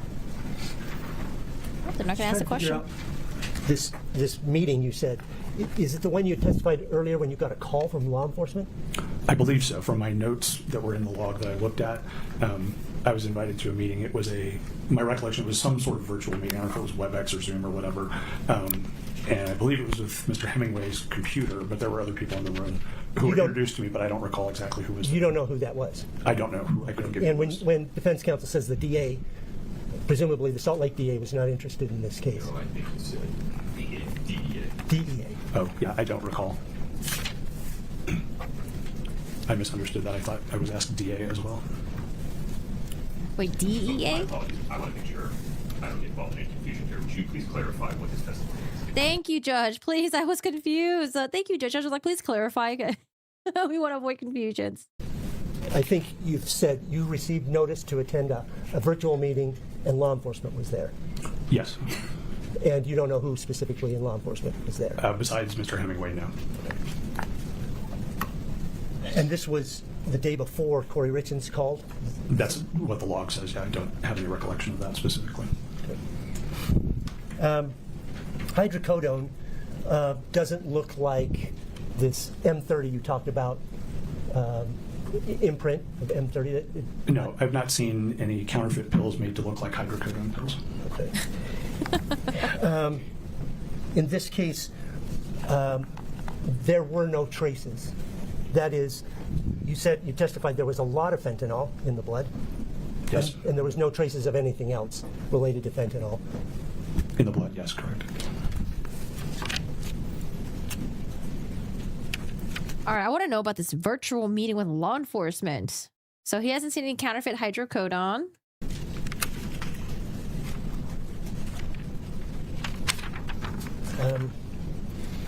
These other things you talked about, urine, vitreous, liver, brain, heart, blood, none of those, based on your understanding of the literature, et cetera, would give you a definitive forensic proof of long-term use or not long-term use. Definitively, no. I have no more questions. Mr. Ellis, anything further for Dr. Christensen? Yes, Judge. 1 second. I can't tell long-term use with... Mr. Ellis, anything? Not long-term use. Forensic proof of long-term use or not long-term use. Okay. Definitively, no. Mr. Right. Recross?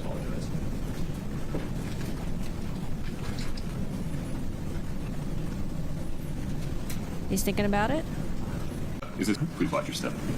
Okay. Recess? I think, I don't want to speak for him, defense has had a chance to review it, but we'll still have an objection. Ms. Lewis, please. Yes. Your Honor, we still object under on two grounds. One is still hearsay. There's not only just the statements of Mr. Crozier and Oh, this is Mr. Crozier's interview. Okay, I want to see Mr. Crozier's interview. I think, depending on what we see, it could rehabilitate the state calling him as a witness. Detective Davis and Detective, I think Hamilton maybe was the other one there. It was Ben Carino. That's okay. That's fine. I'm certain it was Ben Carino. You can think all you want. It was Ben Carino. All right. We have law enforcement side, and then we have the Mr. Crozier side. Right, but then we also have law enforcement making statements to Mr. Crozier, statements from Nicole Cummings and Carmen Lauber, so there's those hearsay statements in there also. And the other thing is, it says that it can be admissible under 801D if, when the person is subject to cross-examination. I know Mr. Crozier was subject to cross-examination, but he's no longer subject to cross-examination. It seems as if this video should have been introduced prior, because then we would have had the opportunity to show portions of the video and cross-examine him on the video. That opportunity is now lost. Why? Well, he's been released from his subpoena. We don't know if he's been out talking about the case. I suppose You could ask him about that, but he's not unavailable. Well, that's correct. We could have him bring it back in. That's true. And I just want to make sure I understand the procedural history here. Defense had the video, right? Yes. To the extent it had wanted to cross-examine him regarding the video when he was on the stand, you had the opportunity, and there may have been good reasons to not do it at the time. Well, the main reason was he had no memory of it, so that made it difficult. Well, that's exactly the condition that triggers 801D1A. Well, 801D1A is if there is inconsistencies in it. Or has forgotten. Yeah, I'll take your word for it. I don't have it in front of me. I mean, I think that, Ma'am, there's a computer right here. You can look it up real quick. No, don't take the judge's word for it. Isn't that what you guys fight about all the time? The interpretations of certain things, judge versus attorney versus 801D. Let me find it. 801. Okay, 801 D1A. Okay. Exclusion from hearsay. Statements that are not hearsay. Statement that meets the following condition is not hearsay. 1A, a declarant's witness prior statement. The declarant testifies and is subject to cross-examination about a prior statement, and the statement A is inconsistent with the declarant's testimony as was given under the penalty of perjury at a trial, hearing, or other proceedings in a deposition. Wait, did I get it right? 801 D1A. Where's the part where it says, maybe it's B? I thought it was B. Is consistent with the declarant's testimony is offered to rebut an express or implied charge that the declarant recently fabricated it or acted in a recent improper influence or motive in so testifying. I thought it was B. Was it not B? that is the basis to have a discussion regarding admission of the video, his side of it, right? Under 801D1A, is that he was testified numerous 801D1A. It's so long. times under oath in open court that he couldn't remember the interview, even to the extent of saying that piece of transcript does not refresh my recollection. Correct. So I can instruct the jury to not consider anything other than Mr. Crozier's statements for the truth of the matter, that they can. I don't know, man. Like, I feel like when the judge gives an instruction, but we've already heard it, it's hard to unhear. Like, yes, you can be like, hey, you know, when you're making your decision about Kouri, you can't factor in these other statements that you are going to hear. Because I feel like it's hard to unhear that, you know, or it's hard to ignore it, or it's hard to discard it. It's just hard. Only consider the law enforcement have for context, as to provide context for why Mr. Crozier is responding. Other than that, any other hearsay concerns? No, no other concerns. Any other concerns? No. You had two reasons, you said. Yeah, I gave them the hearsay of the other people. And, okay. The subject to cross-examination All right. on the video. Okay. Mr. Bloodworth, anything further on that? No, Your Honor. How would you propose? Wouldn't the better way to do this to avoid the law enforcement statements to be considered would just be like, I don't know, are they allowed to do this? To have the attorney say, like, law enforcement is going to ask Mr. Crozier about what he sold to Carmen. And then don't play the law enforcement statement and only play Crozier's reply to it, right? Or is that not allowed? I don't know. I think it's tough to ignore what the law enforcement's going to say. Suppose we do this, Mr. Bloodworth, play the video with the scrolling transcript for the jury nowish? Yes, Your Honor. Maybe in 5 minutes-ish. Sure. Stay, drank a lot of coffee. No, you and I both. Let me. No, it is up to the jury to determine the credibility of each witness. But when you have these hearsay statements that come in and you're told to ignore it and you're not supposed to consider it, I feel like it's just hard. Like, for example, when the significant other of Hayden Jeffs, when she testified and she overheard her significant other say, you know, fuck that, you know, fuck fentanyl, fuck your client. Like, that's hard to just discount, ignore, because if you hear fentanyl is a reoccurring theme that we are going to be listening for to see if, okay, did Kouri try to get fentanyl from all these other people? So that for me, it's like really hard to unhear. I don't know. I wouldn't be surprised if I mean, it didn't really seem like the defense objected to it, but I would have an issue with it. Oh, also, I thought there were supposed to be arguments about mistrial. Hold on a second. Let me see if there's any on the court docket, any new documents about that. Make a ruling here and see if either side needs clarification. Yes. Mr. Bloodworth, as I understand it, the stakes. Ooh, Lauren's making dinner for all of us. Yay, Lauren, what's for dinner? We're inviting ourselves over. Thank you. The state seeks to admit and publish to the jury a 13-ish minute audiovisual recording of Mr. Crozier's interview with law enforcement in May of 2023. The recording is accompanied by the transcript that plays below the video in real time. Is that correct? That is correct, Your Honor, and it is labeled 8-64, D as in dog. Okay.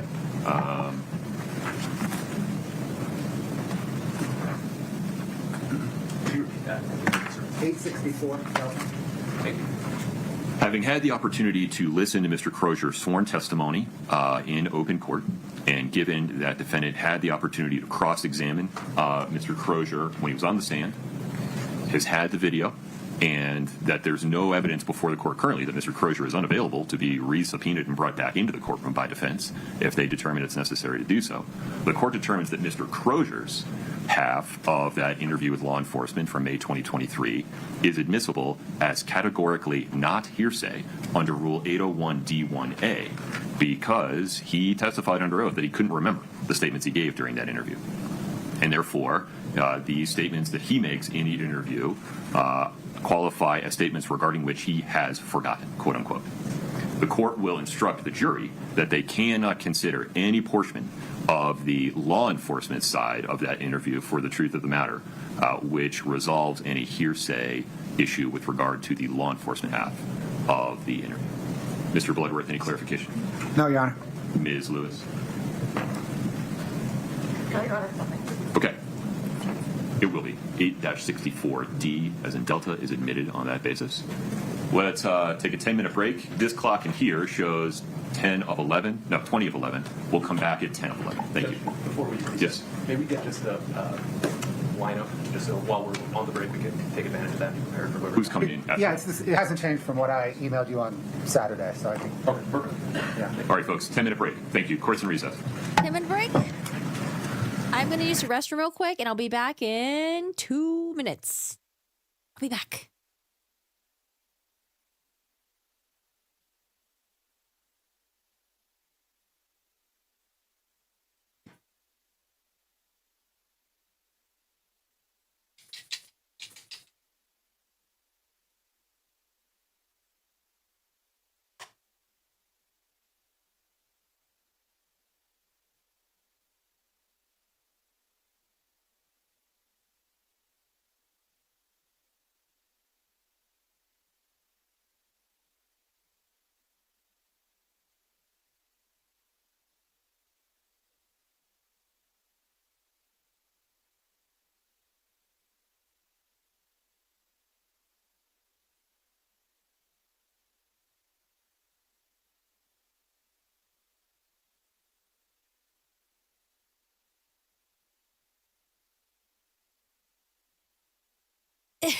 Remy's in chair jail. Can you tell? I strapped him to the chair. Hold on, let me get his toy real quick. You guys want to say hi to Remy? Let me bring him over.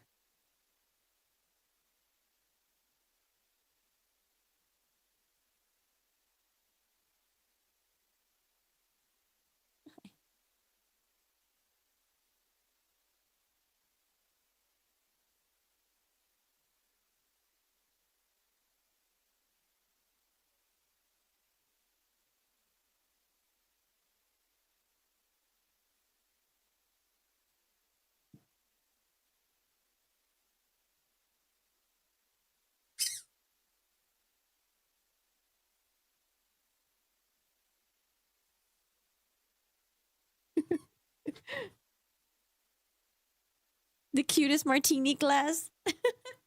Me too. We took off his bandage and the staples are still there. It looks good. So much better, much better. but he had a hole where his juju was, and it looks so bad. I was telling you guys, it looked like Jared Leto when he in Requiem for a Dream, when he like had his like infection site. It was like a giant hole, and it was like all fucked up looking. It looked like that, except it wasn't blue and infected. It was just like white, pus, red, gnarly, like, oh, and it was just a giant hole that I could like stick. I literally could just stick my thumb in there. Sorry. Oh, graphic. But the pictures are so bad. All right, Mr. Robert Crozier's interview. We're on the record. Mr. Bloodworth, I understand, will be admitting State's Exhibit 8-64D, a recording of a May 2023 interview with Robert Crozier. Is that correct? That is correct, Your Honor. The state moves to admit and publish.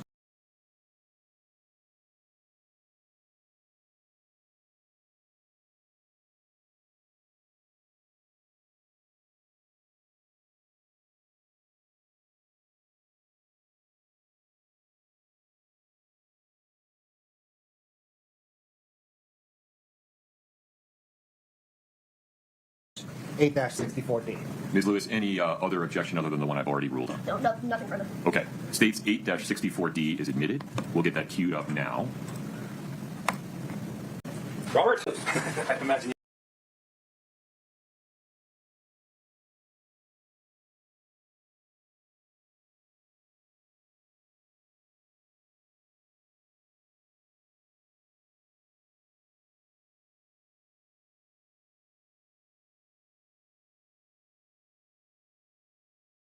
Hi, sorry. Remy's playing with the squeaker in the background. Give me 1 second. Robert Crozier. Oh, God, he's knocking over my camera, too. It's the cone. The cone is a little too crazy. Sorry, guys. Hello, hello. No, call it all the muted moments. Alrighty, so I was saying that the judge did say that it was D1A. So the declarant testifies and is subject to cross-examination about a prior statement if the statement was inconsistent with the declarant's testimony. So I guess it's because what he told law enforcement in May 2023 is different than what he testified to last week. Although he said it was because he doesn't remember. But, I mean, his story that he doesn't remember happens to track with what Carmen was saying. I don't know. He doesn't look all... Like, I'm imagining someone that's all, like, zombied up. Like, we'll see. You are. We'll get to why we're here in just a minute real quick. But let me just get a little basic information from you, okay? How about...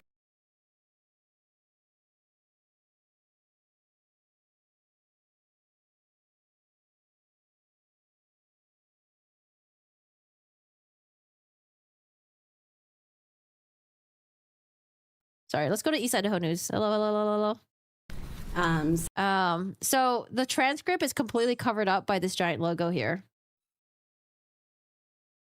Give me a second. Let's go to interview with no logo covering it.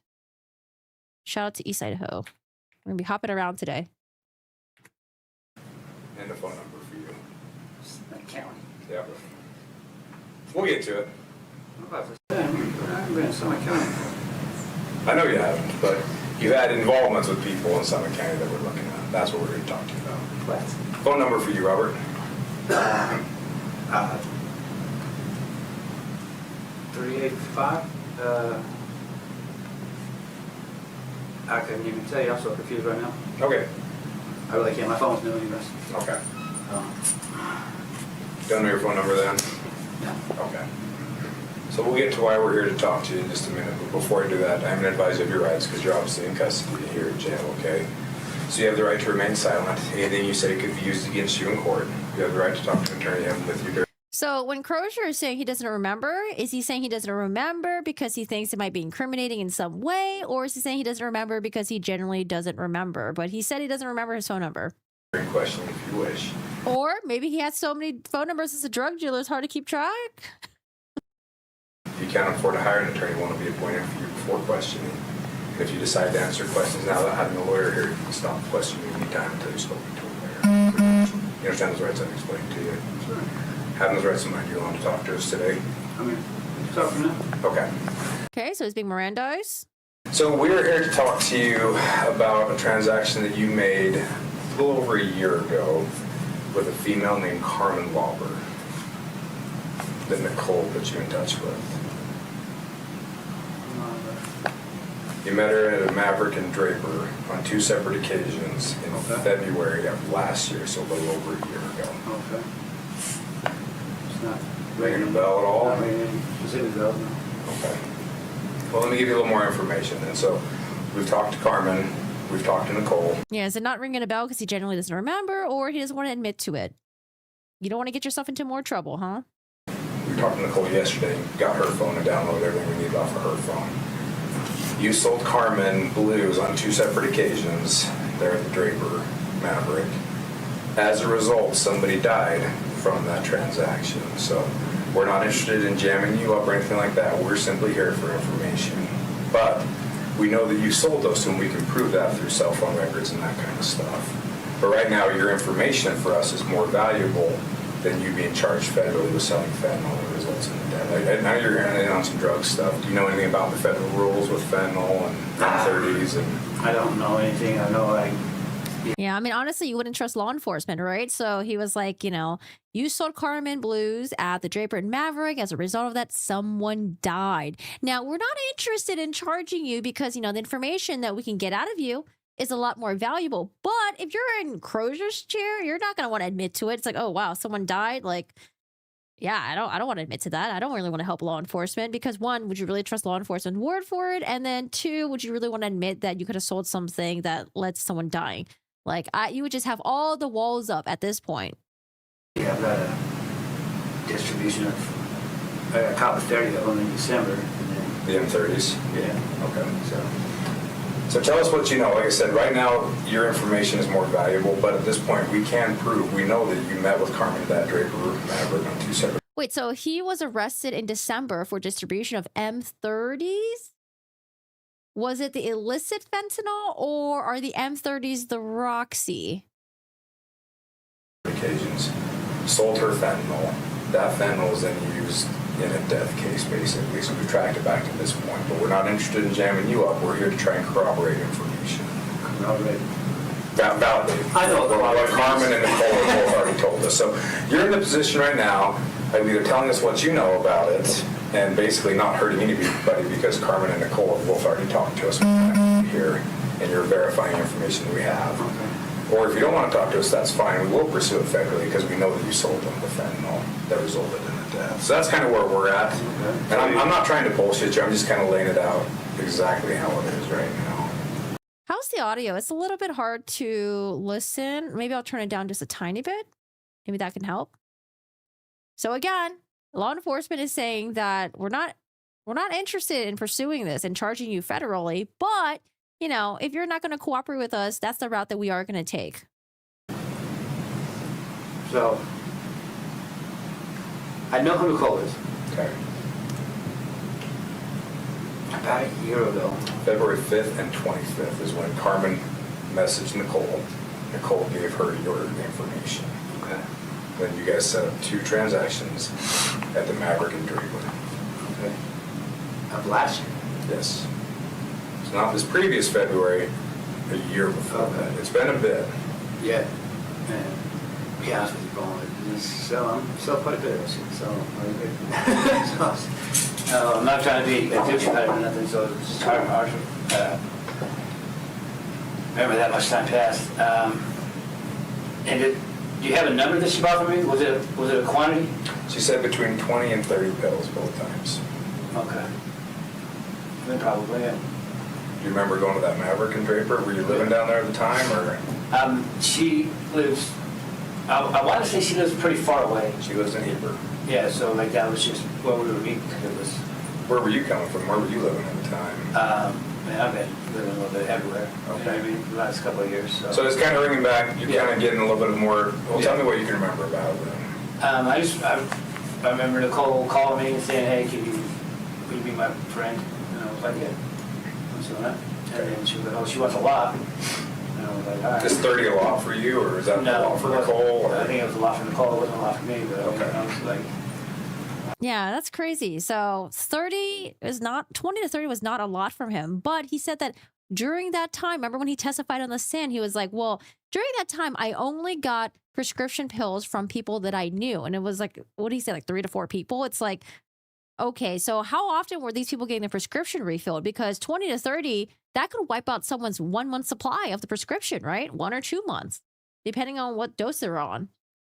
That's why I just don't believe him. That's why I just don't believe him. All right, I didn't know anybody died. You know what I mean? Yeah, and we didn't expect that you knew that. And like I said, that's why at this point, your information is more, we're not interested in jamming you up or the distribution of it or anything like that. We're doing our investigation. You're kind of just on the edges of it a little bit as kind of an involved player, as being a hook basically for it. We're not interested in jamming you up or anything like that, but we are interested in the information you have to provide to us that validates what people have already told us. Okay, as far as I know, I met her just 2 times. I think I talked to her a couple more times after, but just to see, you know what I mean? Hey, you know, because when somebody's spending, you know what I mean? You know, $500-600 is that what 30 would run about $500 or $600? Yeah, something like that. Yeah. Okay. And did you hit her up afterwards to see if she wanted more, or did she hit you up afterwards? I think I asked her one other time, and then she just didn't. She's like, "Hey, you looking for any more?" or something. Yeah, something like that. And she just didn't respond to me. You know what I mean? Do you remember how you contacted her? Was it through text messaging, messenger? I want to say it was through text messages, but I haven't had that. I haven't had that girl's number in the longest time. What phone would it have been on? My phone. Fuck. Maybe a 333-6156 number. So now he remembers the phone number, because before he didn't recall what phone number he had before. I don't know if it's the same number, it might be different, right? But it's like now that he's being threatened with being charged federally, it's like, oh, well, let me see. Yeah, I don't really remember. 333-6156. Also, this seems like a fake number. 333. You still have that phone? Now you remember the number? The phone you have now is a newer one then? Yeah. Okay. Have you contacted that Carmen at all with that phone or anything? Do you know where that old phone would have been that would have had those text messages on it? No, I lost that phone a while ago. Okay. But what did you think the phone number was, you said? 385-333-615. I thought you didn't remember. So with these transactions, when Carmen hit you up, what did she tell you? She just told me that she had a friend that wanted, you know, did she ask for blue specifically or fentanyl specifically, or did she ask for oxys, or what did she ask for? No. I wonder if there were other people that died of, I don't know, this fentanyl overdosing that he could have supplied them. Maybe he doesn't want to admit to those either. I don't know. I think she might have asked me for blue. I can't remember. But you sold her M30s, right? Yeah, I told her what she knew what she was buying. Okay, so it wasn't like she's asking for oxys or something like that, and she got the M30s. Right, no. Okay, so she knew that there was fentanyl in those pills. Okay. You remember where you got those pills from? Dude. Oh, man. See, now I think the jury can just totally, unless they believe that he's completely out of it and he was taken advantage of by law enforcement, I think the jury seeing this video can completely discredit most of his testimony. He just said, I'm going to go back. I have it in normal speed, by the way. Anytime we do phone calls, interviews, and stuff like that, I try to have normal speed because I want to listen to their cadence. Blue specifically or fentanyl specifically, or did she ask for oxys, or what did she ask for? No. I think she might have asked me for blue. I can't remember. But you sold her M30s, right? Yeah, I told her what she knew what she was buying. Okay, so it wasn't like she's asking for oxys or something like that, and she got the M30s. Right, no. Okay, so she knew that there was fentanyl in those pills. Okay. Do you remember where you got those pills from? I don't specifically. Okay. What else can you tell us about that? That's all we're here to talk to you about, was that transaction, those 2 transactions, I guess, a little over a year ago. We don't care about anything else, but what else can you remember about those? She was with the older guy. Do you remember what kind of car they showed up in? No. Well, I said one time it was like a truck. Like a white truck or something. Okay. When you say she was with an older guy, do you remember about ballpark and how old he would have been? I don't know, 50s probably. You thought maybe one time in a truck, but you couldn't remember the other one? No, 'cause they were in a car the other time. I don't remember what car. Okay. Like the first time she was in the truck, though, for sure. Oh, is Nick in his 50s? Or does he just look old for his age? When you guys were to show up at the Maverick, where would you go? Would you go around back the Maverick, or just right there at Just the right in pumps? front. Yeah. Just a quick hand-to-hand. Yeah, it's, hey, how you doing? You know what I mean? And you just said about $600 or so is what you charge for those. Something like that. Okay. Do you remember, so I think she would have ordered more the second time. Do you remember the quantity on I the two? don't remember the exact. But you remember meeting her twice? Yeah. Okay. Hey, Moon. I really remember meeting her twice because you had told me I met her twice. I would have said once. But do you remember now they're kind of Yeah. jogging your memory? Yeah. Okay. Do you think of anything else about those meetings with her or anything? No, like those are the only 2 times I talked to her. Okay. How do you know Nicole? This dude named Cam. I was staying with him, Roy, for a while. And then she stayed there for a little while, and then she took off, and then Cam took fucking widow, and we all ended up taking up one by her. So, Okay. So Nicole just hit you up and said, hey, would you want to meet with my friend? yeah. You're like, yeah, that's cool. And you were in the Yeah. apartment. Did she call you or text you? Do you remember? I believe she called me. All the time or just that one time? Or I think she was like saying, like, she would text me like, hey, what's up? And then one of us called the other one. like, hey, I'm Nicole's friend or whatever? Yeah. Okay. All right. How long was your... Like, hey, I'm Nicole's friend or whatever? Yeah. Okay. All right. How long was your... I think she was like saying, like, she would text me like, hey, what's up? And then one of us called the other one. Well, would you press pause? We'll fix that. Yeah. My apologies.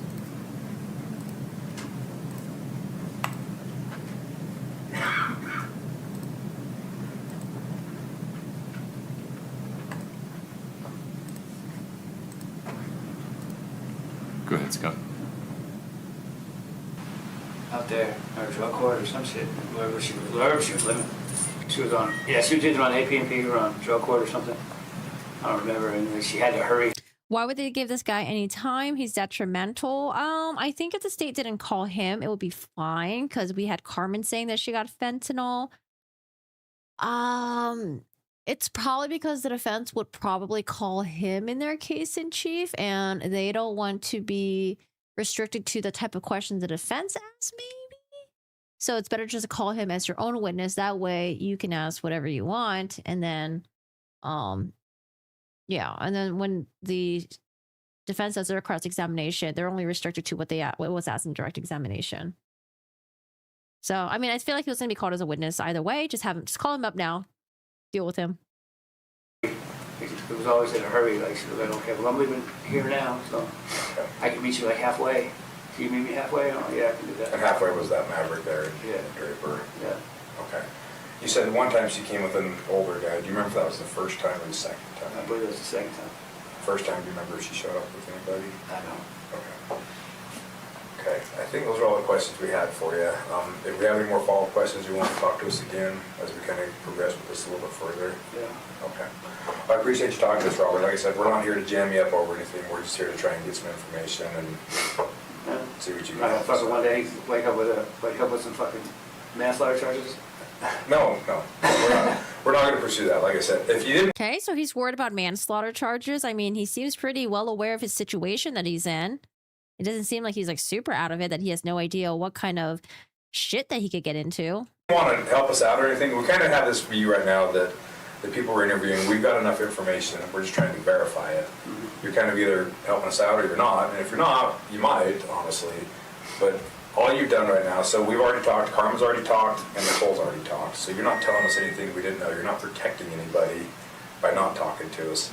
All you'd be doing is basically rolling the dice with your future if you didn't want to talk to us, is essentially, because when the deaths are involved, the prosecutors do get a little spun up over it.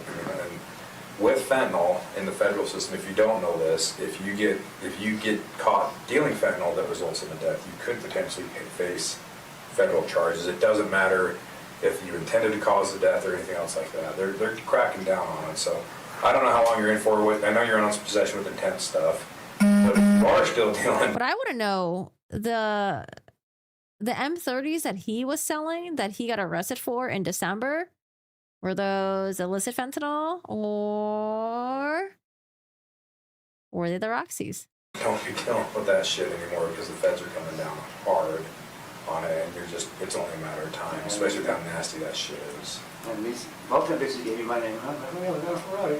Nice. Well, we already verified it. Most of these bitches gave you my name. I mean, yeah, but they already verified it through phone records. Mm-hmm.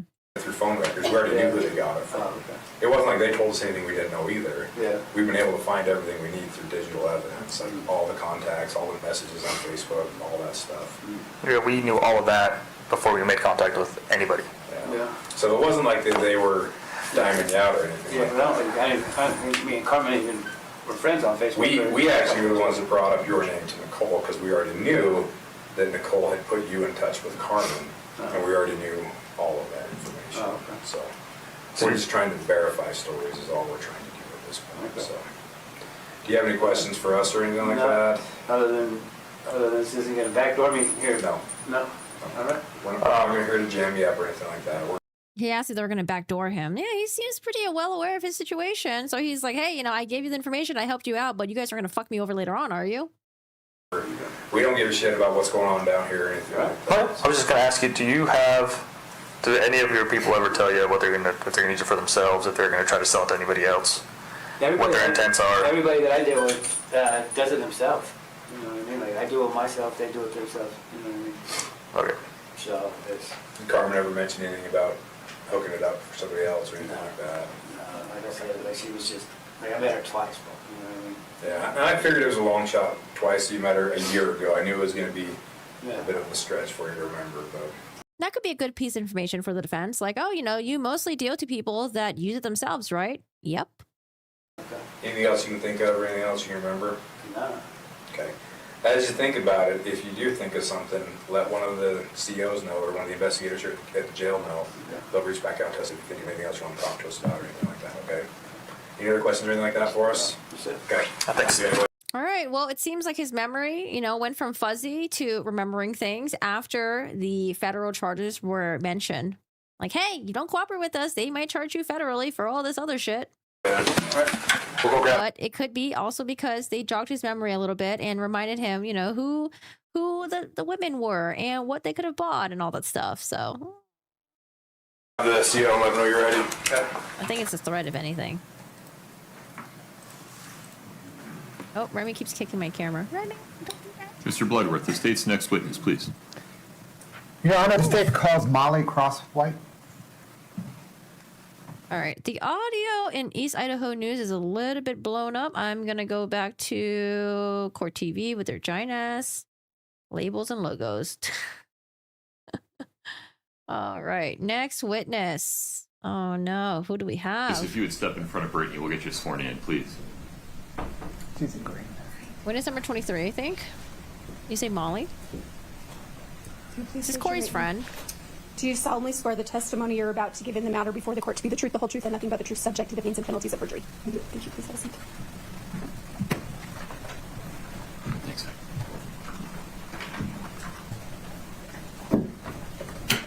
Please proceed. Thank you, Your Honor. Good morning, ma'am. What, ma'am, is your name? My name's Molly Crosswite. And is the last name spelled Crosswhite? Yes. Do you know who Kouri Richins is? Not personally, but through this trial, yes. Okay. Did you purchase a home from Kouri Richins? I did. Oh, no. Wait. Purchase home from Kouri. Is she the one that has an active lawsuit against Kouri, or had an active lawsuit, or had a lawsuit? Purchase home from Kouri. Oh, man. Because Kouri was being sued by someone for maybe selling a bad home. Man, I wonder if Kouri Richins is like the Harry from Matilda. What's the last name again? Wormwood. I wonder if Kouri is like the Harry Wormwood, but with flipping houses. Did anyone here watch Matilda? Do you remember the scene where he had this like was it like a electric screwdriver or something, when he was like rolling back the mileage on the cars and like gluing bumpers on and stuff, like all this type of like crazy ass shit. When did you purchase that? Hi, Jen. It was January 26, 2022 is when we closed on that property. Did you have a tree in your username or in your avatar? I remember Jen with the tree. Or maybe use tree modes pretty often. Hi, Jen. What's going on? Scott, can I get 8-12, please? Your Honor, permission to publish. This has been admitted already. All right. Does Crozier, I spelled his last name wrong. Whoops. Drug dealers seem out of it in the police interview. 47% said no. 26%, tied. 26% tied with yes and not sure. It's up. No objection. Ms. Crosswite, do you recognize that house?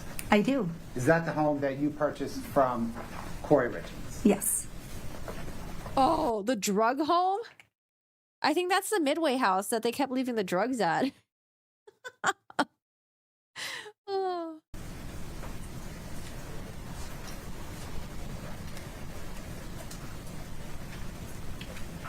Did you ever move into that home? No. Did you rent that home? I did. When did your renters occupy that home? They moved into the property March 30th of that year. Their lease began March 1st, but they did not move here till the 30th. You said you closed on that home, I'm sorry, the 26th or 27th? I think it was January 26th. January 26th, 2022. Yes. Thank you with the dates. And Love was you. that home occupied between the date of the closing and the end of March when your renters moved in? It was not.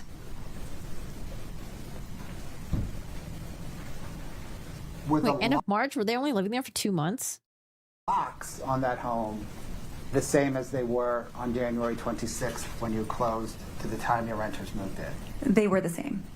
And did Kouri Richins rehab that home for you? Prior to us purchasing it, it's our understanding she had done a renovation. And did she have the keys to that home throughout that renovation process? I would assume so.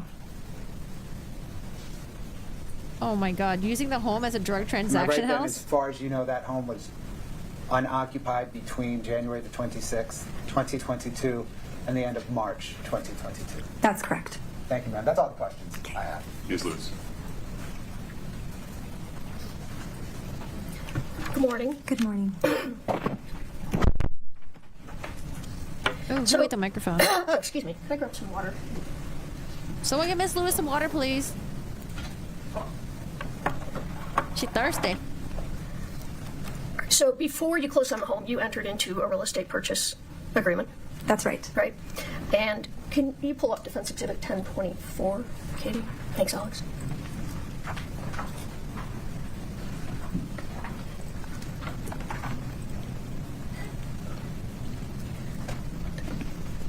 Ms. Crosswite, do you recognize that as the real estate purchase contract that you entered A family member probably brings clothes to her. into? Friends, Yes. if she has any. And do you know the date that you entered into that?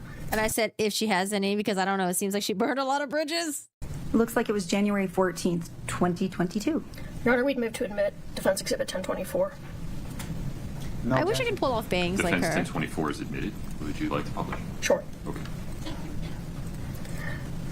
And then, Ms. Crosswhite, you closed on the home January 26th, was your testimony. Yes. Between January 14th and January 26th, did you do a walkthrough of the home? Yes. And what was in the home at the time that you did the walkthrough? The home had been staged when they were marketing it for sale.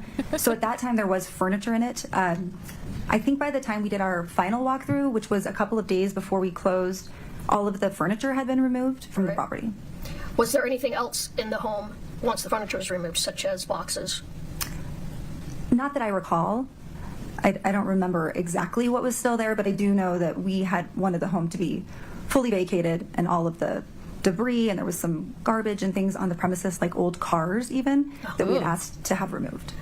So do you recall if there were any boxes or cups or any items left in the closet of the home? I don't remember. Had there been, would you have asked that that be removed when you did the walkthrough a couple of days before closing?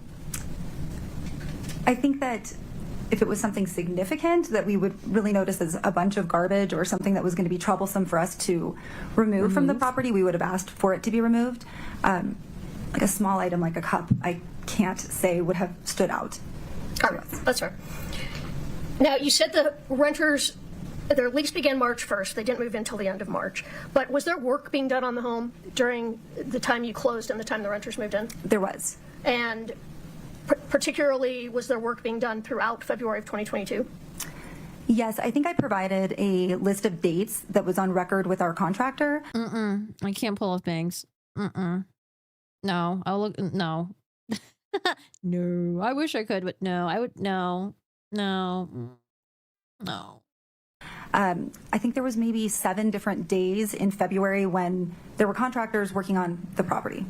Okay. Would some of those dates have been February 10th, 11th?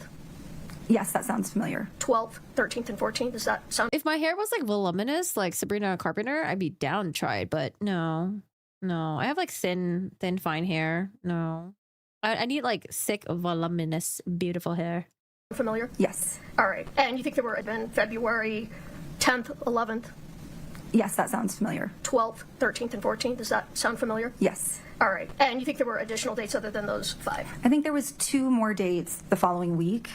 Maybe the 19th and 20th, if that's... I'd have to look back at the records, but according to my contractor's records, there was 2 more dates in addition to those 5 that you named. Okay. And when they were working on the house, do you know if they were there all day, most of the day? I don't know how long they were there. We were having things like insulation added into the attic and mortar added to the pot rock because there was animals coming into the home and things like that. We need to get it ready for the tenants. Okay. When you closed on the home, did you take possession of the keys? I mean, contractors and the people that work for the contractors, I mean, the ones that I worked with, they had like they would either clock out at like 3:30, 4:30. They were there like all day, every day, 24/7, trying to make sure that the house is perfect. They have hours they set. So it's possible that, if drugs were left at the house, it could have been when the contractors weren't there. I think that the key that was provided for us to access the home when we toured the property and made our offer remained at the property. I can't remember if it was hidden underneath, like somewhere at the front door. And we left that same key there for our contractors to use while they were working on the property. All right. Did they keep the home locked? I don't know. Did you ask that they kept the home locked? I would expect for them to. I mean, that's the point of a key. Right. And the key wasn't in a visible spot, true? No. I remember us having it hidden somewhere near the front door, maybe under a pot or under where anybody would think to hide a key. Probably not a great place to hide a key. And it was your expectation the home would be locked throughout that time? Yes. Is that fair? All right. After you closed on the home, did you have any further conversations with Ms. Richins? No, I never had any conversations with her directly. She was represented by another real estate agent. Did you have conversations after you closed on the home with that agent? I doubt it. I can't. I thought she was. I thought Kouri Richins was a real estate agent. Remember, but I would be surprised if I did. Would you have been? Would you have told them the work that was going on in the home and who was in and out of the home? Would they have been aware of that? I think that prior to us closing on the property, we definitely communicated our plans. It was part of our negotiations because we discovered quite a bit of work needed to be done in addition to the renovation that Ms. Richins had done. So I definitely had communicated, hey, we're not going to be able to rent this out the way that it is. We need, I think it was a $10,000 credit so that we were able to, complete the renovations in a way to make the home habitable. Okay. And is there any reason they would have known Ms. Richins or her agent that you were talking to when, in fact, renters were moving into the home? I don't know if we shared that or not. I know that we definitely communicated we could not rent it out right away. Okay. And we had to take care of quite a bit before we felt comfortable having people move in. All right. Could I have one moment?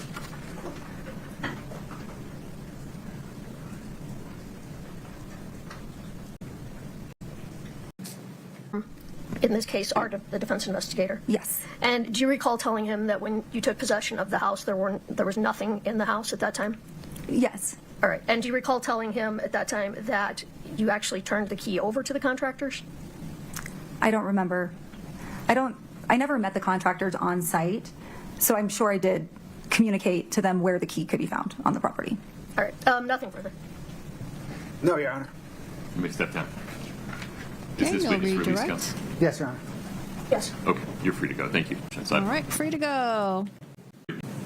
Given the matter before the court to be the truth. Next witness. 8:40. Oh, we were running semi-smoothly today. Had a little bit of a hiccup in the beginning, but so much better today. right, Good who's morning. this? Good morning. If you could please state your name and spell your last name. Allison Wright. W-R-I-G-H-T. Ma'am, where do you work?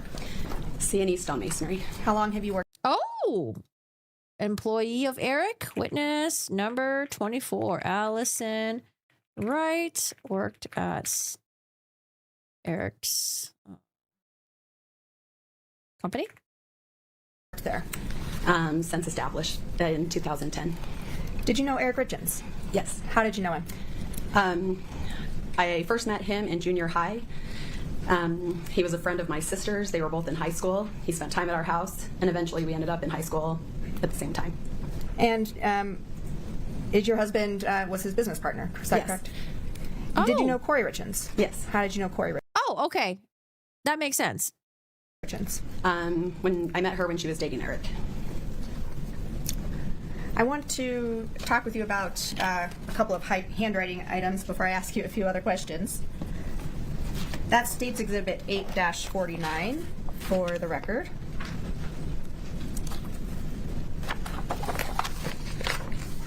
Sorry, I've got too many things on my podium here.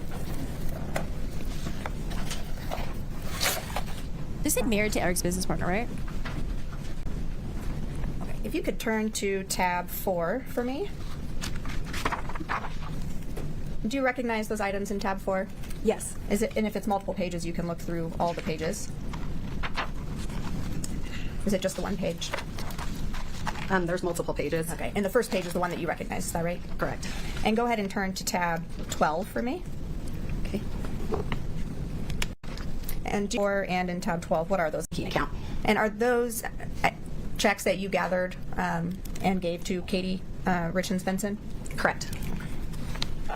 Oh, why? And you gathered those from C&E's accounting books and things like that, their bank records? Correct. The check on tab 4 was collected on an online banking, and the other ones were printed checks from our files.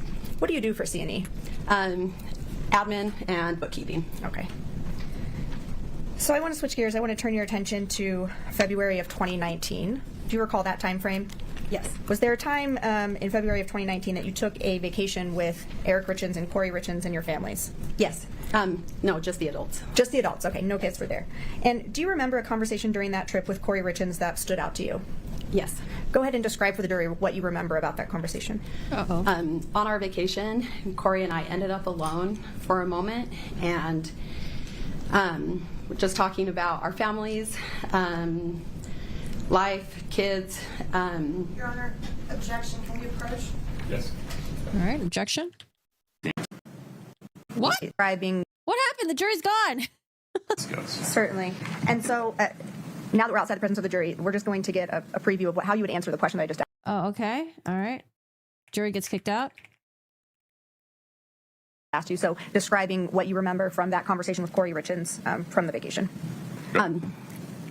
While we were sitting there, we were discussing life, and Kouri then explained how things weren't super great in her marriage, how she felt trapped. She explained to me that there was a prenuptial agreement that was put in place, and I had never heard of that. She continued to say how... Was Kouri drunk? Was she inebriated? Why was she spilling so much? I think the trapped was mostly due to financial, is Eric would, because of the terms of the financial agreement, Eric would end up benefiting financially and continue to live as they currently were. Eric would end up benefiting financially? Well, that's because he built up his company from ground up. Where she would be in a different circumstance. I mean, she would still get probably like spousal support, child support, spousal support. She explained how she feared that the kids would be drawn to Eric's life and felt like she was unhappy in there, but feared what it would look like if she ended the marriage. And is it okay if I ask a follow-up question? Of course. Did that conversation kind of give you context or inform you about Kouri, kind of what she was doing with her business at that time? Yeah, things started to make sense. Like, I was impressed that she went and got a master's degree. Kouri's motivated, hardworking. I always admired that. And she was very motivated, it felt like, to become financially independent. It's good. Your Honor, this conversation, can we get a foundation of exactly when in 2019 this conversation took place? Sometime in that year? Vacation, February 2019. February, mid-February. She wants the exact day. I think the trip started on the 17th, and I'm not sure what day. Do you want to have this discussion with witness I presser? do. Outside that, if she could step down and step out. Do you want any more for recollection before we have the conversation? No. Okay. Do you mind just waiting out in the lobby for us for a minute? Thank you. They just want to know where her testimony is going. They want to make sure that she's not going to say anything that the jury should not be able to hear. So, okay, I'm going to go talk to her. 3 years prior, more than 3 years prior to Mr. Rain, Mrs. All right, Your Honor, defense may it cross. please the court. According to Mrs. Wright, this conversation took place in February of 2019. Oh, just kidding, not cross. She's not here. 3 years prior, more than 3 years prior to Mr. Richins' death. In the interim, in between 2019 and 2022, the Richins attended marriage counseling and worked on their marriage and a bunch of water under the bridge. To allow a conversation on a vacation in a situation where two women are... Is it a bunch of water under the bridge if Kouri was having an affair? She was having an affair. It's not like things worked out and they were like completely fine. La-di-di-da. Kouri had a fucking affair. Just chatting about the condition of their marriage. 3 years. There's certainly no allegation here that Kouri Richins was planning to murder her husband 3 years in advance. Outrageously prejudicial due to the temporal distance in the statement that is being made. No relevance because it's 3 years prior. Why isn't it relevant to show that Ms. Richins was aware of the outcome financially that would flow to her from a divorce based upon the prenuptial agreement? She's aware of that when she signs the prenuptial agreement. They've entered the agreement that she signed. This is, well, I mean, I think you've answered my question. It is relevant to show she's aware of it. No, sir. The conversation in 2019 certainly isn't relevant. They have introduced a prenuptial agreement that she signed. It's clear that she knew. I apologize for interrupting you. It's not clear because it doesn't, I have no evidence that she read it. I don't have any evidence that she understood it. Here, I have a witness saying she understood it, was aware of it, was fearful of it, was taking steps to mitigate. Okay. If that's going to come in over my objection, certainly respect your ruling. We've made our record, but I would ask that all the rest of that conversation be stricken as too far away. About being trapped in her marriage, about being unhappy, everything about that is utterly irrelevant and outrageously prejudicial. And we would ask that it be stricken and only be allowed to say that she discussed her prenuptial agreement and that's it. And we also would like a continuing objection to any questions of this witness about any conversation in 2019. And we respect your ruling on that. Okay. So defendant's objection to this series of questions of Ms. Wright is overruled. The testimony that was put on the record through the voir dire requested by defendant is relevant because it shows defendant's genuine subjective awareness of what she believed were the financial consequences that would flow to her if she and her husband divorced. It provides additional probative value because it shows that she was concerned about having less money than her husband if they divorced by virtue of the prenuptial agreement. She was taking steps to mitigate that potential financial effects. She was concerned about how her children might associate more with her husband by virtue of the lifestyle that he would be able to maintain in a post-divorce financial environment. That is all probative to the issues in this case, and it is not substantially outweighed by the danger of unfair prejudice. Your Honor, can I also get a ruling just to avoid having to take another break when the jury comes back? Obviously, I have a right to go into her credibility and bias at this point, no matter what's being asked on direct, correct? That's a very broad statement. You can certainly go into potential sources of bias. Thank you. That's all I need. Okay. Okay. Folks, let's take a 10-minute break. We'll come back at 10 of 12. Thank you. Okay, we're back. We're back, y'all. February. When did that vacation take place? February of 2019. And what was that conversation? Describe for the jury what happened during that conversation. Kouri and I were finally in a position where our husbands were no longer with us. We were just discussing life. We both have kids, our marriages, and Kouri opened up and shared that things were difficult at home. A word I remember is that she felt trapped. At this time, I learned that their marriage had a prenuptial agreement, and she explained that she felt like she was frustrated in the relationship, but also it would be difficult to leave. Eric would end up financially secure and her the opposite. She feared what would happen in divorce.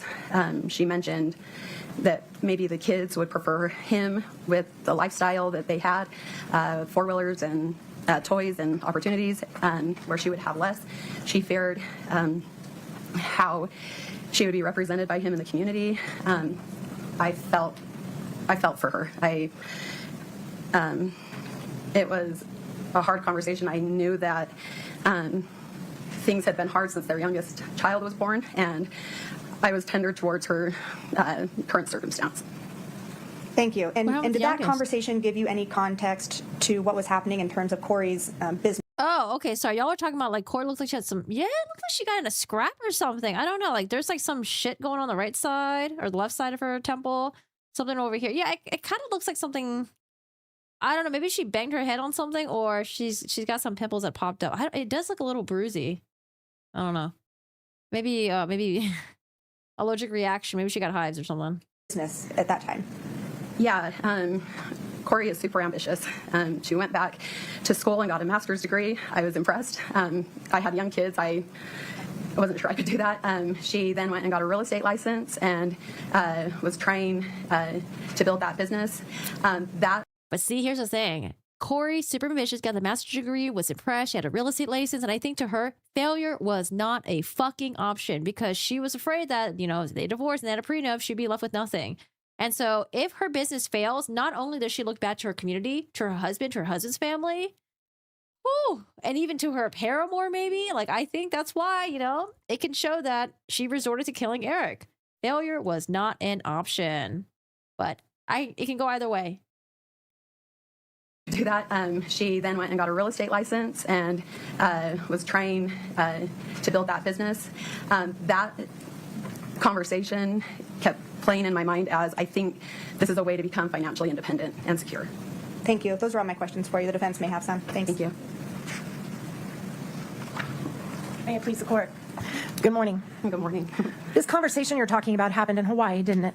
No. Where was it? Costa Rica. I'm sorry, Costa Rica. Girl, and how many times are you gonna get things wrong? Like, dude, what's in your notes?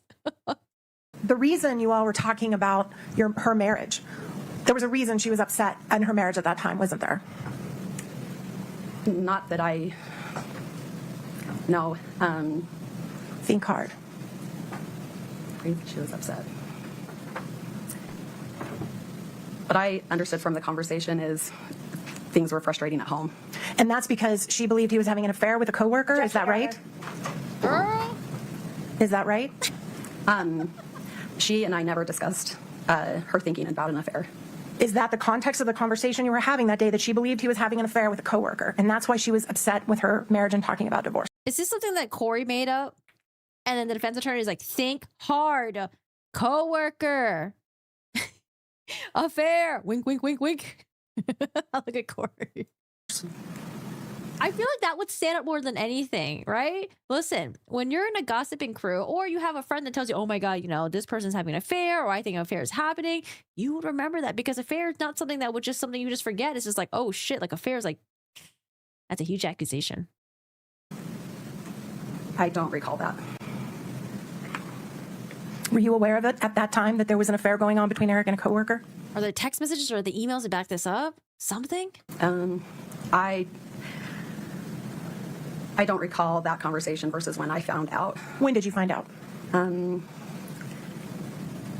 Or wait, I'm sorry, will you repeat that question? When did you find out that Eric was having an affair with a woman that worked with him? These are facts, not in evidence. Assumes facts, not in evidence. Foundation. You got to lay foundation for this. I'm not sure this witness knows anything about it when he asked. You just testified that when you found out, you weren't sure if it was during this conversation. So when did you find out? That's not accurate. You have to ask it open-ended. Okay. When did you find out? Was it any time near this conversation? Will you repeat that question with more detail? When did you find out that Eric was supposedly having an affair with another woman in context to this conversation? Before, after, during? I'm having a difficult time understanding because help me understand affair. Because, like, I think there was a friendship with a lady, but I don't know exactly what was going on. Understood. That's fair. So let me rephrase it. Did you become aware that Eric had intimate feelings towards a woman that he was working with? Your Honor, assumes fact, not evidence, She's argument, and asking question. whether this person ever became aware of it. Overruled. It's a yes or no question. Is right. Can we start there? Can you repeat the question? Did you become aware that Eric, at around this time, 2019, had intimate feelings towards another woman that he worked with that was causing problems in their marriage? I don't remember when I became aware of it. Ballpark.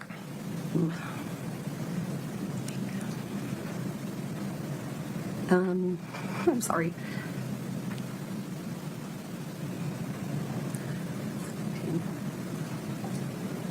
I think I'd heard of it like twice, and I don't remember. But you're not allowed to like speculate. She doesn't know. I'm sorry, I don't remember. When you were having this conversation with Kouri, did you know at that time? I don't believe I did. All right, these vacations, you had vacations with Eric and Kouri on more than one occasion, didn't you guys? Yes. And then at some point, those totally stopped, didn't they? Yes. And what happened that made you guys stop going on vacations together? COVID was the next year. Besides COVID?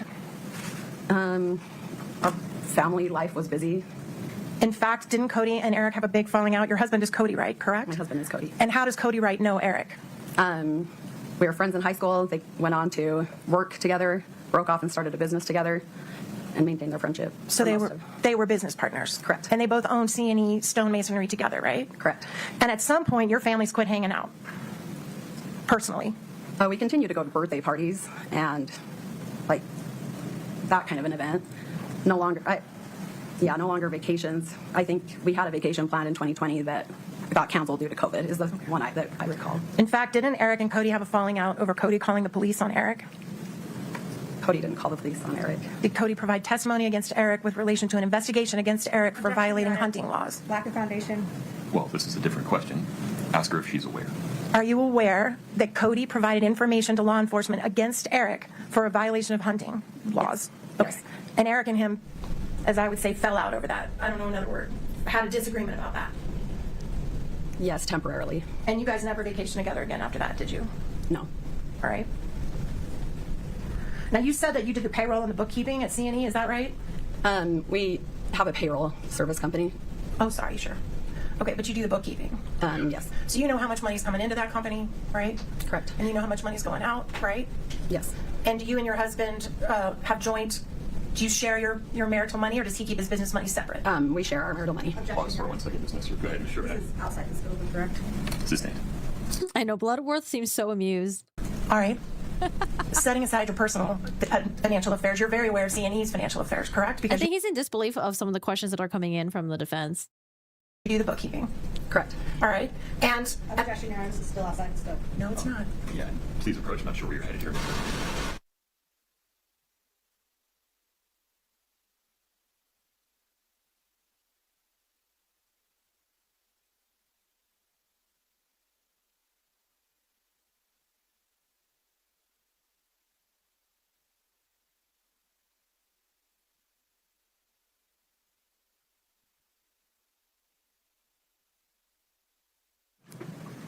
Your next question, please, Ms. Nestor.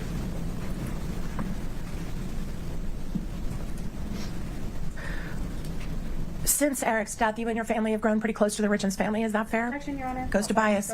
Goes to bias. Overruled. If you would please restate the question. Since Eric's death, you and Cody have become very close to the Richins family. Is that fair? I would say the relationship didn't change. So you were very close to them before? Yes. All right. And it's true that since Eric's death, your husband has even accompanied them to court hearings and sat beside them. Is that right? Yes. Have you? Yes. And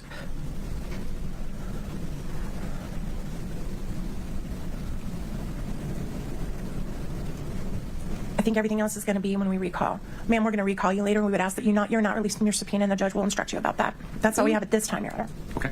Anything Here's a sister. All right, what do we get from that? within the scope of cross, Ms. Sherman? If I could just have a minute. Of course.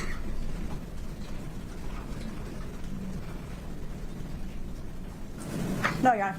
Okay. Ms. Wright, you're free to go today. You're still subject to the subpoena that you were served with. You may be called back. Between now and then, please do not speak to anybody about your testimony, including your husband. Okay? And please don't watch any coverage of this case. Don't read, listen, watch anything about it. Do you agree to do All right, those can they things? go on lunch break? Objections related to Mr. Down. Have a seat. Thank you. We're on the record. Mr. Blair. Your Honor, we're going to quickly next call Detective O'Driscoll just for a phone download. We'll have perhaps more time later. Okay. But then it's Mr. Coach Demos, and I understand the defense has some objections. They're going to call O'Driscoll? Okay. Related to Mr. Coach Demos. Mr. Ramos, tell me more. Thank you, Judge. We've been provided with some exhibits that appear to rely, correct me if I'm wrong, on some CDR data, call detail records from Verizon and T-Mobile, I believe, and AT&T. Those items, we were not provided notice of their use under 901.11, and so we would just make an objection under that. Forgive me. They were provided some reasonable time after being received by the state. Yeah, no, the information was provided to us. We've had that for a while. Just notice of their use under that business record exception. Give me that citation one more time. Yeah.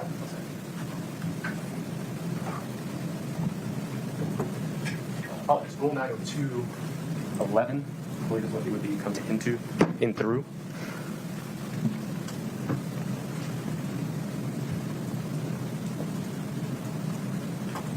And specifically, I'm referring to the written notice.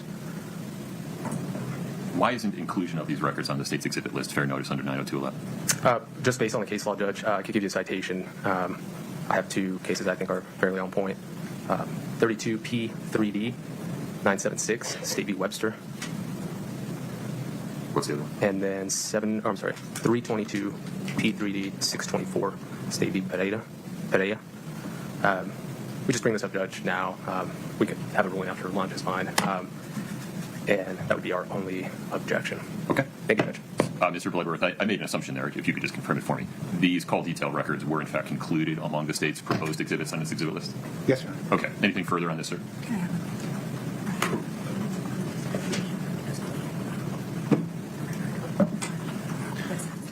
Yeah, right, Your Honor. Just to clarify that, they've been disclosed, and the disclosure included the certification from the whoever returned the subpoena. Right. The declaration. I understand your point to be slightly different than the self-authenticating piece. Got it. Correct. Okay. Pause there for a minute. I'll take a look at those two cases, Mr. Ramos. We can pick this up at 12:40. After Ms. Crosswite testified, and after we took that break, one of the jurors passed out the following note. I'll read it. I don't think this is an issue, but just letting you know. Quote, Judge, I have met witness Molly Crosswite professionally. She has done one transaction for a home where I work. Any concerns, Mr. Blevert? No, Your Honor. Wait, was Molly Crosswite a surprise witness? Because I think they typically ask, hey, raise your hand if you know anyone on this witness list. No? Don't they do that?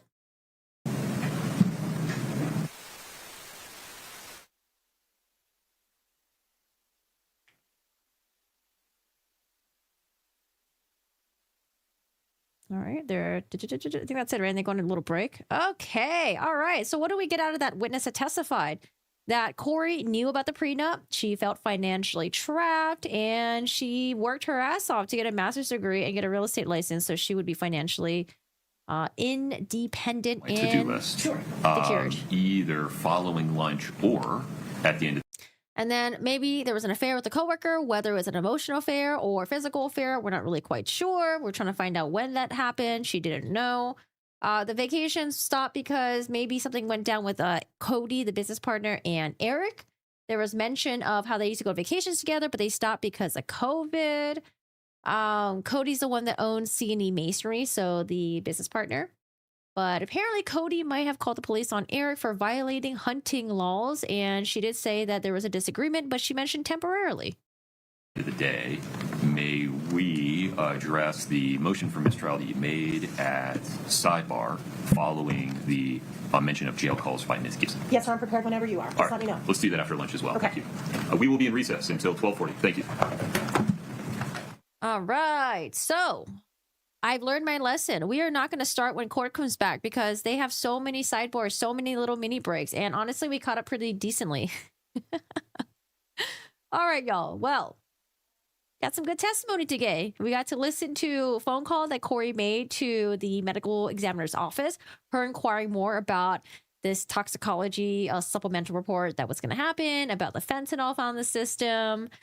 We got to see the police interview that they did with Crozier to see whether or not you could believe his testimony from last week. And then we got to hear from Molly Crosswite. She was the one that purchased the home from Kouri. That's the home where the drug transactions were happening in terms of leaving the drugs at the house, and then Kouri would go pick it up. And then we got to hear from Allison Wright, which I just recapped earlier, business partner. She's married to Eric's business partner. She's worked with the company since they established in 2010. She's known Eric since junior high. And again, she testified about how they all went to vacation together, but when they were alone, Kouri felt trapped, and she talked about the prenup. She was frustrated. It'd be hard to leave Eric because Eric would be more financially secured. She feared that the kids would prefer him because he had, have more money, probably better lifestyle, buy kids the toys and all that. So Kouri, put a fire under her ass to get a master's degree and to get a real estate license. But, I think that could also be seen as failure was not an option. And that's the reason why she stole from so many people, because she wanted to keep her business afloat. She wanted to come off as someone that was successful, knew what she was doing. But in reality, it was failing. Her husband had a very successful business and she was failing, and she resorted to killing him, I guess. Then there was some mention about an affair with a coworker, emotionally or physically, or to some of you guys, doesn't fucking matter. An affair is an affair. There was also mentions of Cody and the business partner, the relationship possibly falling apart and not being close anymore, not going on family vacations. So there's that. All right, guys, we are going to go on a lunch break. I will be back. Let's see. I did say I'll be back at 1 p.m., but maybe I'll say, I don't know. I don't really have faith in the court. I might do 1:10.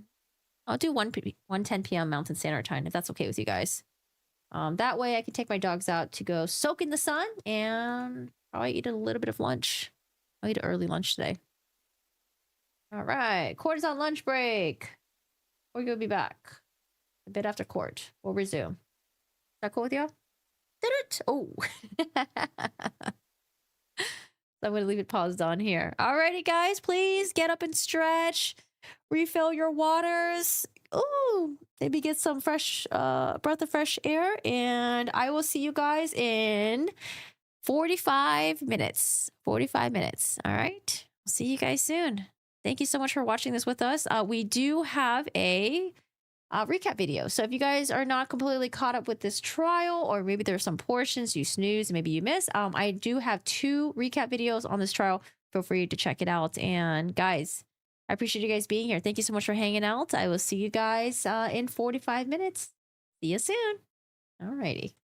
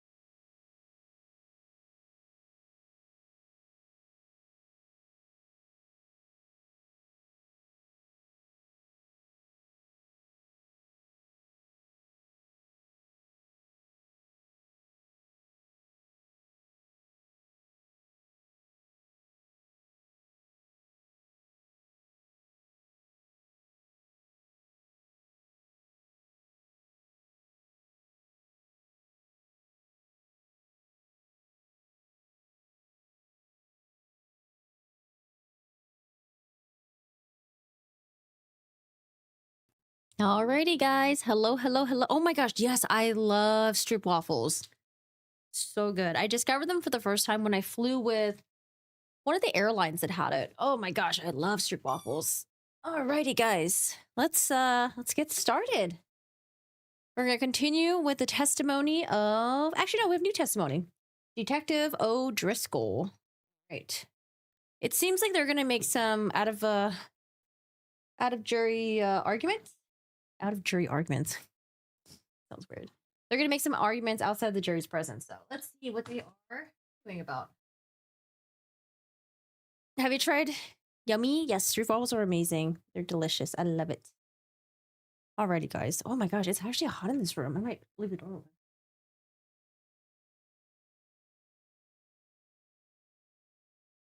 Oh, I think it's hot in California. Was it hot outside? I don't remember. All right, let's catch up with the live feed. Is mostly phones. Oh, that's not O'Driscoll. Oh, digital forensic. Yes, I'm excited for digital forensics. Finally. Alrighty, guys, let's get back.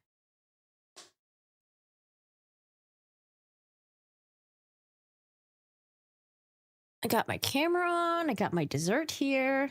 I'm having this Thai dessert that I got yesterday from this Thai restaurant. Yummy. All right, unpin. Most is going to testify regarding. Is that correct, Mr. Believer? Mr. Okay. How's everyone? Okay. We're back on the record in 231-500-139. Mr. Ramos, may we talk about the defendant's objection regarding the call detail records that I understand Mr. Kontradimos is going to testify regarding? Is that correct, Mr. Believer? Mr. Bennett?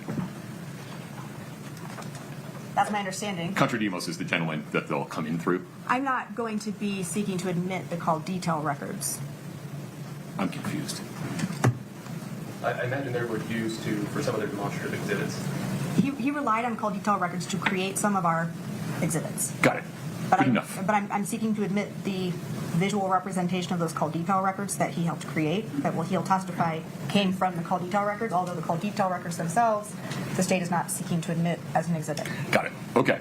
I've looked at the Webster case. It certainly talks about notice with respect to Rule 807, which has a notice provision, and case law talking about how that notice provision works. The Webster case doesn't mention 902 at all. I'm not sure I was following your argument, Mr. Ramos.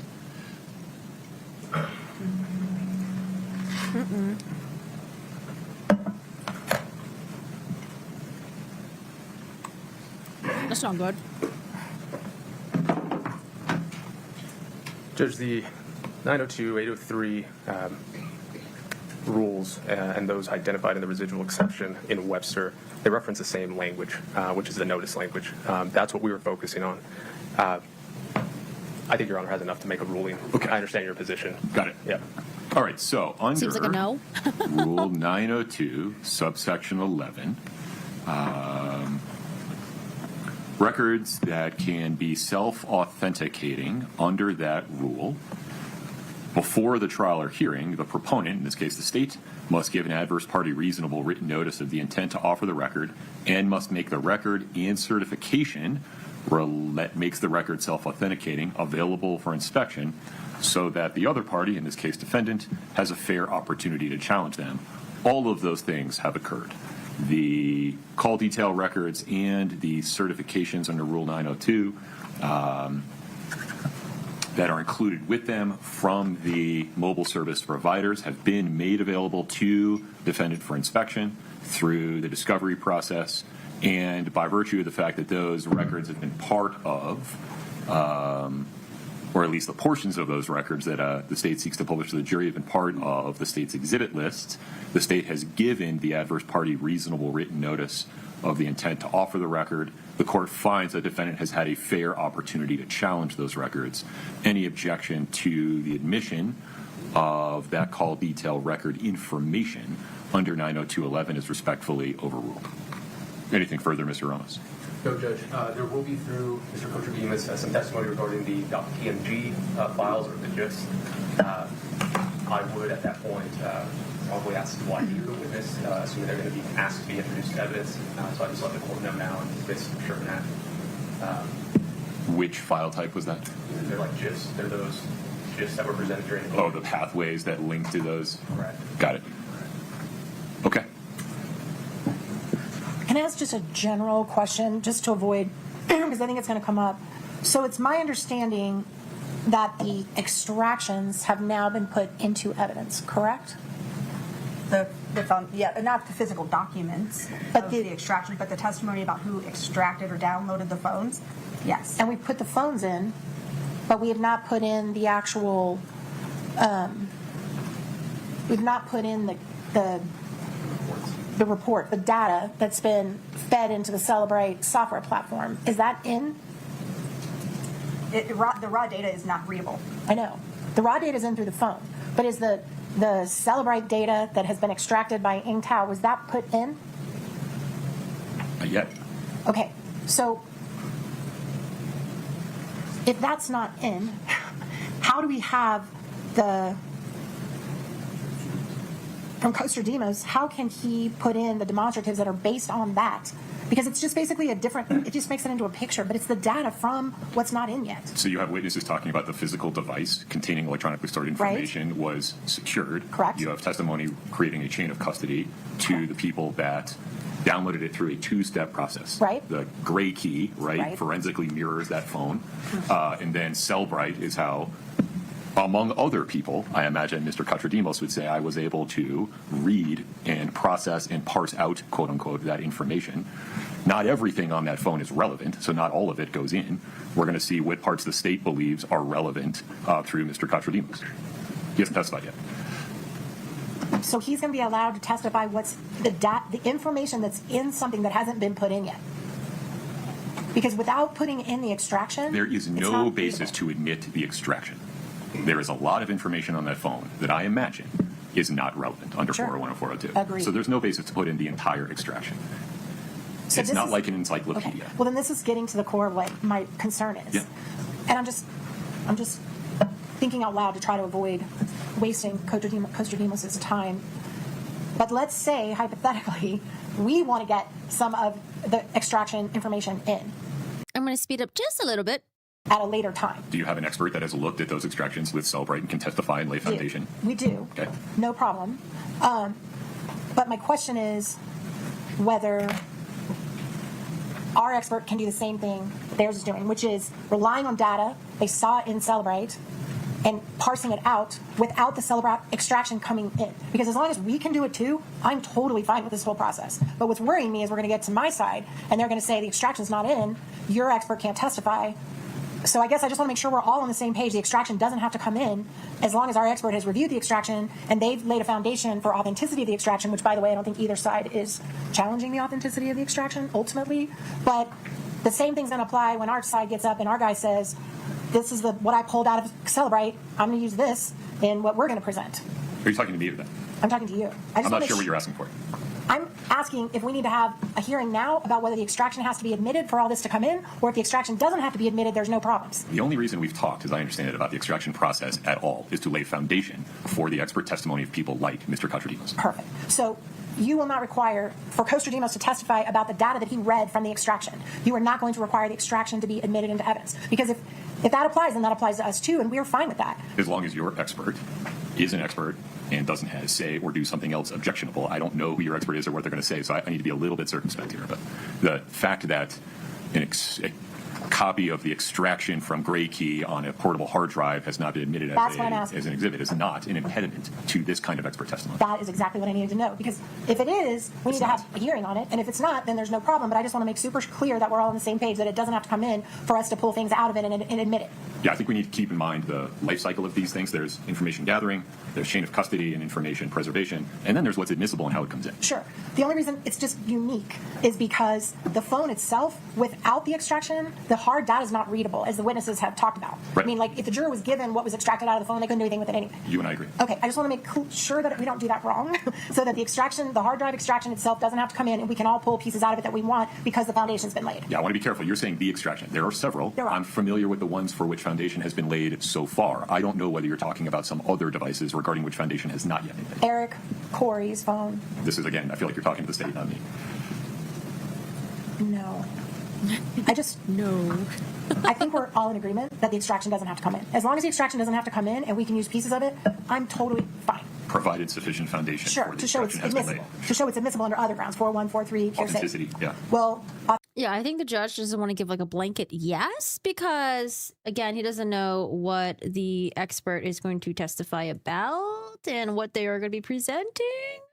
Authenticity is an issue, right? If you're talking about a device that we haven't talked about yet, you're going to have to lay some foundation. No, assume for purposes of this conversation, it's only... And Ms. Nestor is saying that, well, if the exhibits are not coming in through this witness, when my witness testifies, I want to make sure that he's going to be able to refer to these exhibits. And I don't want you guys to say like, oh, well, they weren't entered in when the state had their expert, so we can't have them in now. Devices that have been admitted. So for the purposes of this conversation and putting aside other 702 related objections that the state may make when your expert witness is testifying, what's good for the goose is good for the gander with respect to the extractions. Perfect. The what now? Perfect. That's all I needed. Thank you very much for taking the time. I do think that's really complicated and strange because of the way that the extraction is a different data set than the actual guts of the phone, which is unreadable. So that's why I just wanted to clarify that. So thank you very much. Okay. Oh my gosh, he reminds me of Judge Kranick so much. What's good for the goose is good for the gander. What's a gander? What's appropriate for one case is also appropriate in the other case in question. Who made up this term? Gander.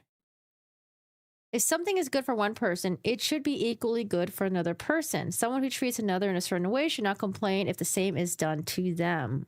Okay. The gander is a female goose? What does gander mean? Oh gosh, what is this?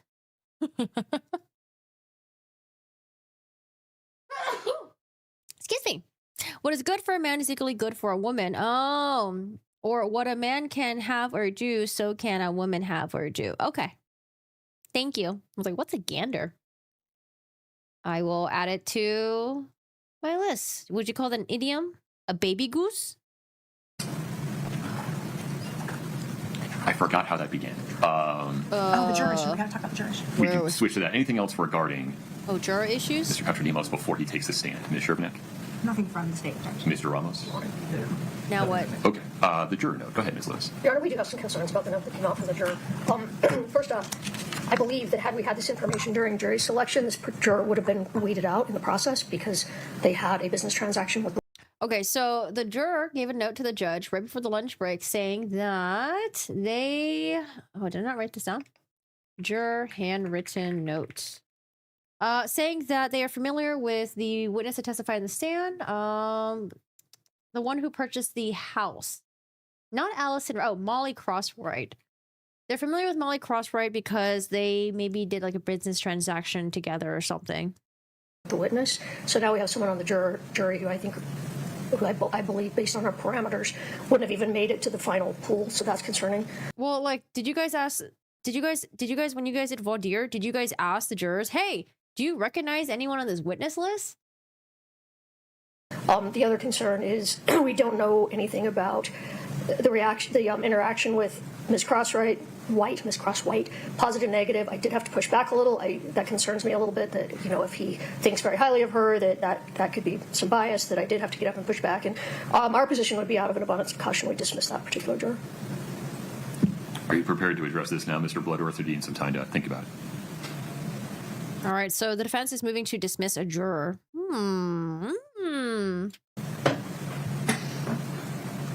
Your Honor, we can address this now.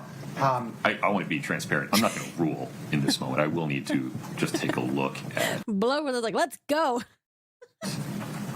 what legal standards, if any, there are regarding this. But if there's anything you want to put on the record now. Can I just add? I'm sorry, Brad. It is our understanding that Ms. Crosswhite went by a different name, so I'm not implying this juror intentionally withheld information. He may have known her by a different name. Understood. Oh, okay. Well, I mean, wouldn't you include both names, though? Maiden name and new last name? Go ahead, Mr. Bloodworth. Your Honor, I don't know that the jury note provides the court with sufficient information to make a determination at this point. It seems to the state that a little bit of voir dire would probably benefit the court. But based on what the information the note contains, I don't see cause to strike or dismiss this juror. All right.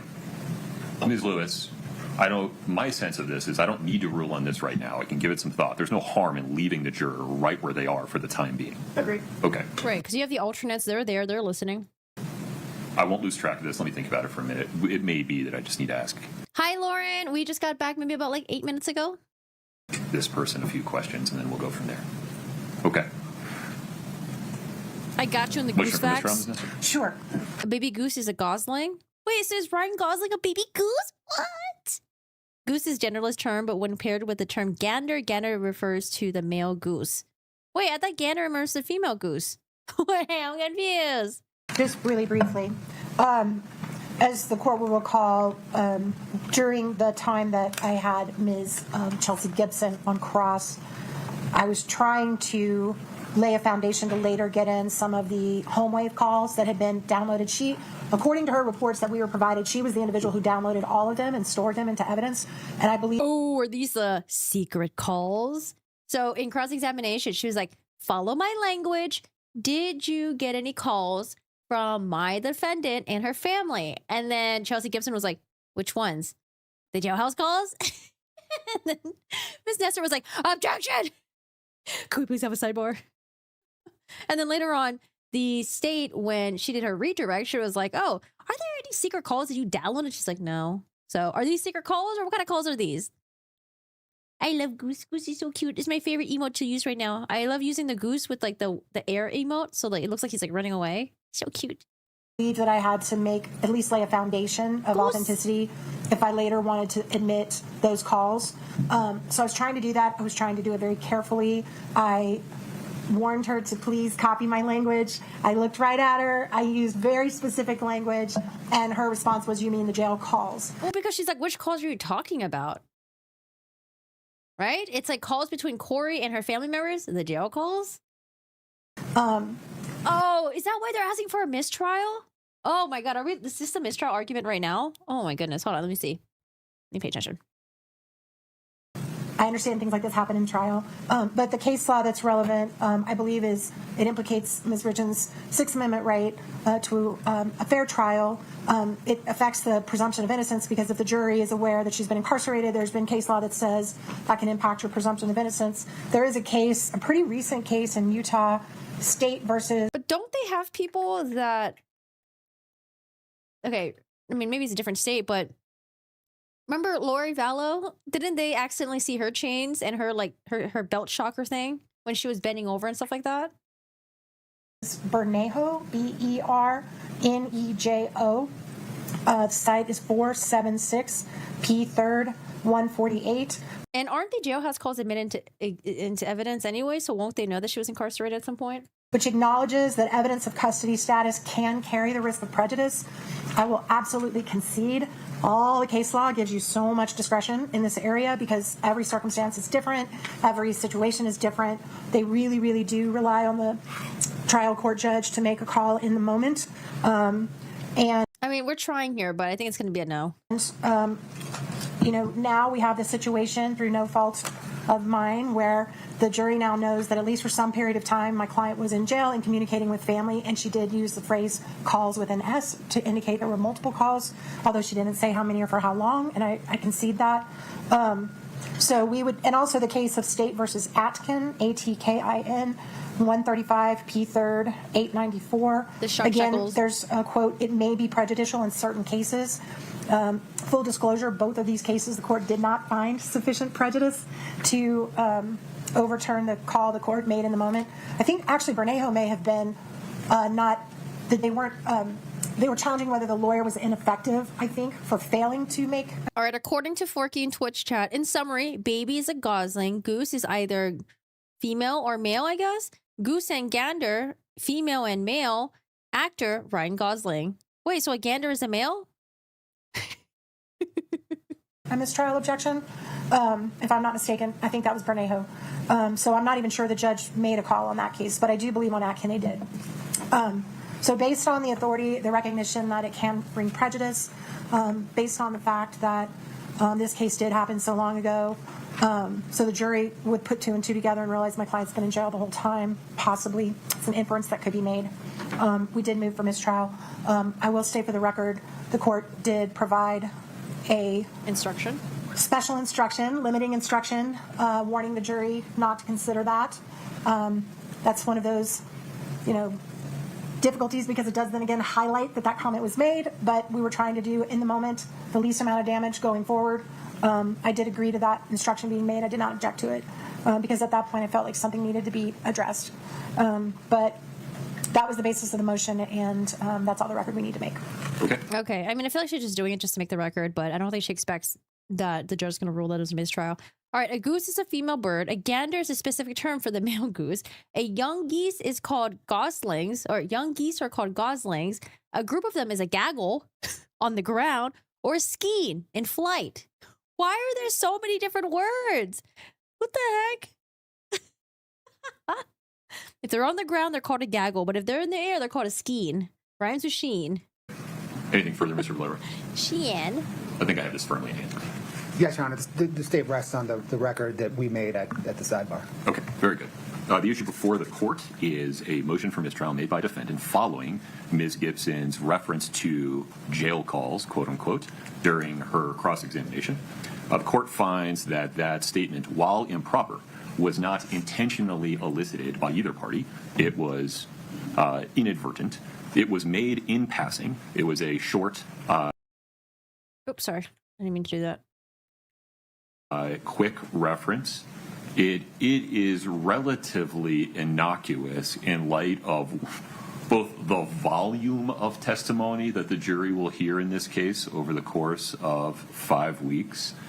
It is relatively innocuous in light of the fact that this is a homicide trial, and so it would not come as a surprise to jurors that the defendant in a homicide trial may have been in custody at some point in the case. And moreover, the court gave a curative instruction that specifically instructed the jury not to consider that comment and not to speculate about whether defendant was or is in custody at any time in this case. Based upon those findings, the court finds that a mistrial is not required. Defendant's motion is respectfully denied. Anything further on that, Mr. Bloodworth? No, Your Honor. A skein. No, Your Honor. Okay. It's not Ms. a Sherman, sheen. anything else before we invite A the jury? skein? No, Doctor. Ms. Lewis? Ms. Hanson? Okay. We're ready for the jury. Yeah. Gotta shoot your shot and then just make it for the record. All right, next witness on the stand. We have witness number 25. Please have a seat. Ms. Sherman, active state's next witness, please. Detective Jeff O'Driscoll, please.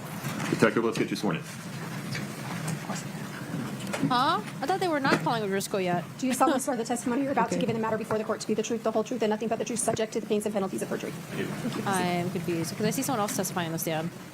Does he come up for a second and then disappears? Oh, is he going to come in to authenticate? You could state your name and spell your last name, please. Detective Jeff O'Driscoll, O''. Sorry, I speculate so much because you can tell I'm really impatient. If I shut the fuck up, I will get the answer, Corgi. DRISCOLL.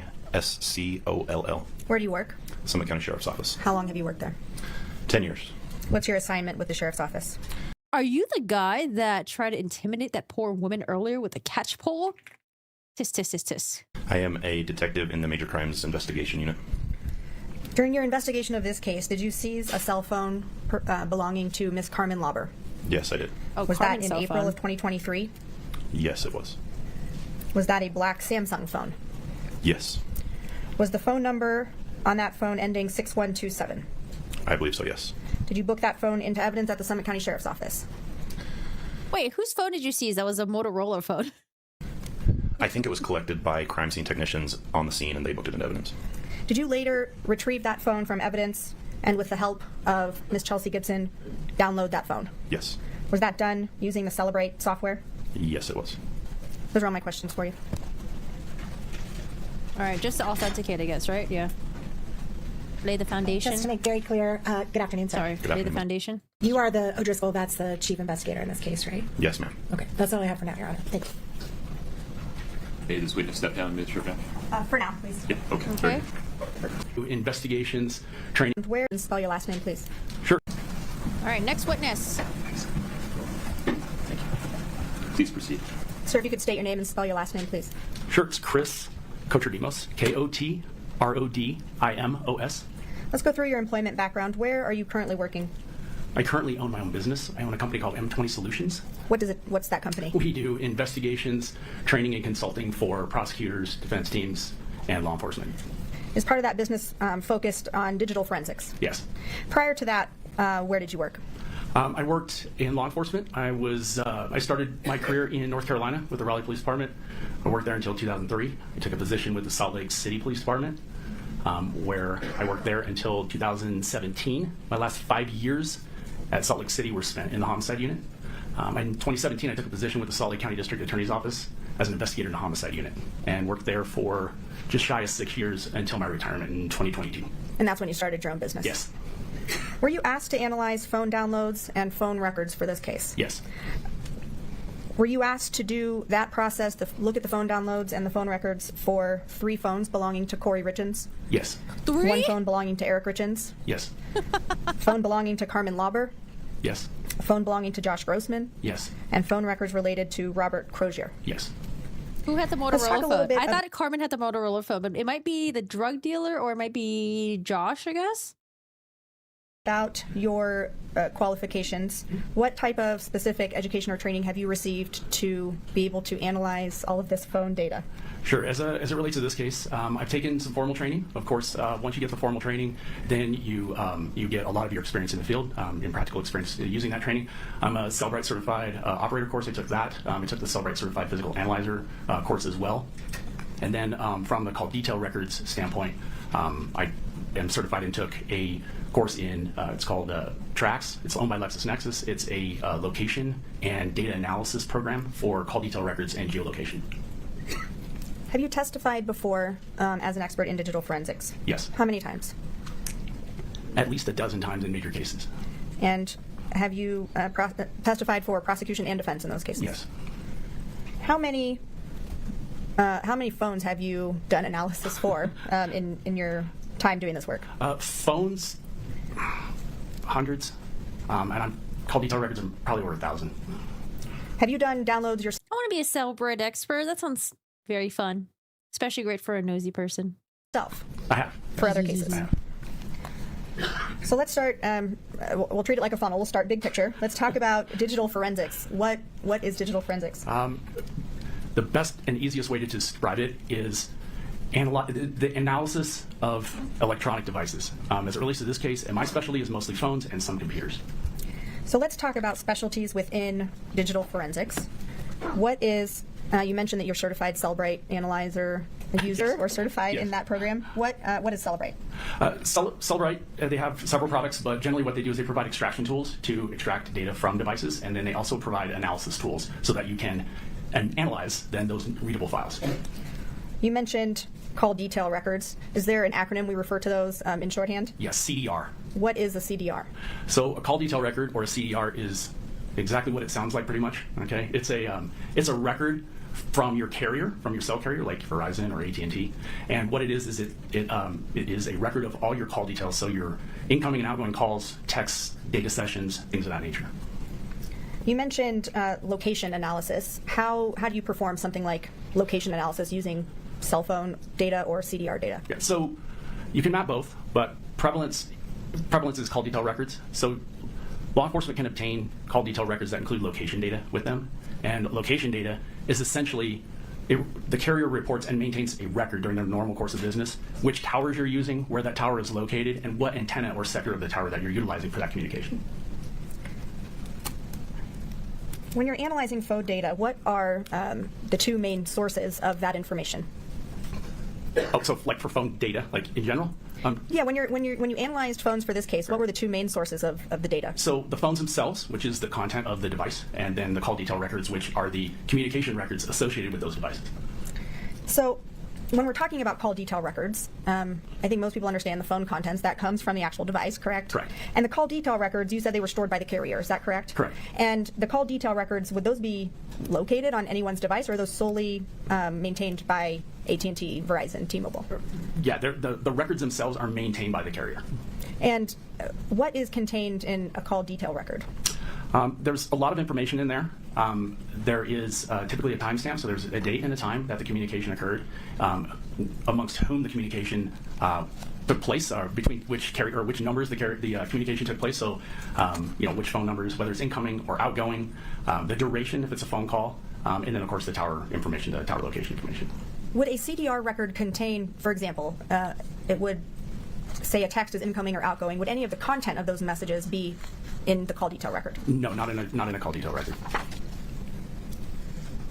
How do you start, or how do you analyze the contents of a phone? What do you use to do that? So in this case, I used Cellbrite Physical Analyzer. And how do you use Cellbrite Physical Analyzer? What does that provide you to allow you to analyze the contents? So Cellbrite Physical Analyzer is a software package, and what it does is it allows you to analyze readable files from the extraction. So the phone is downloaded, a readable file is created, you load that readable file into Analyzer, and then you can analyze those results.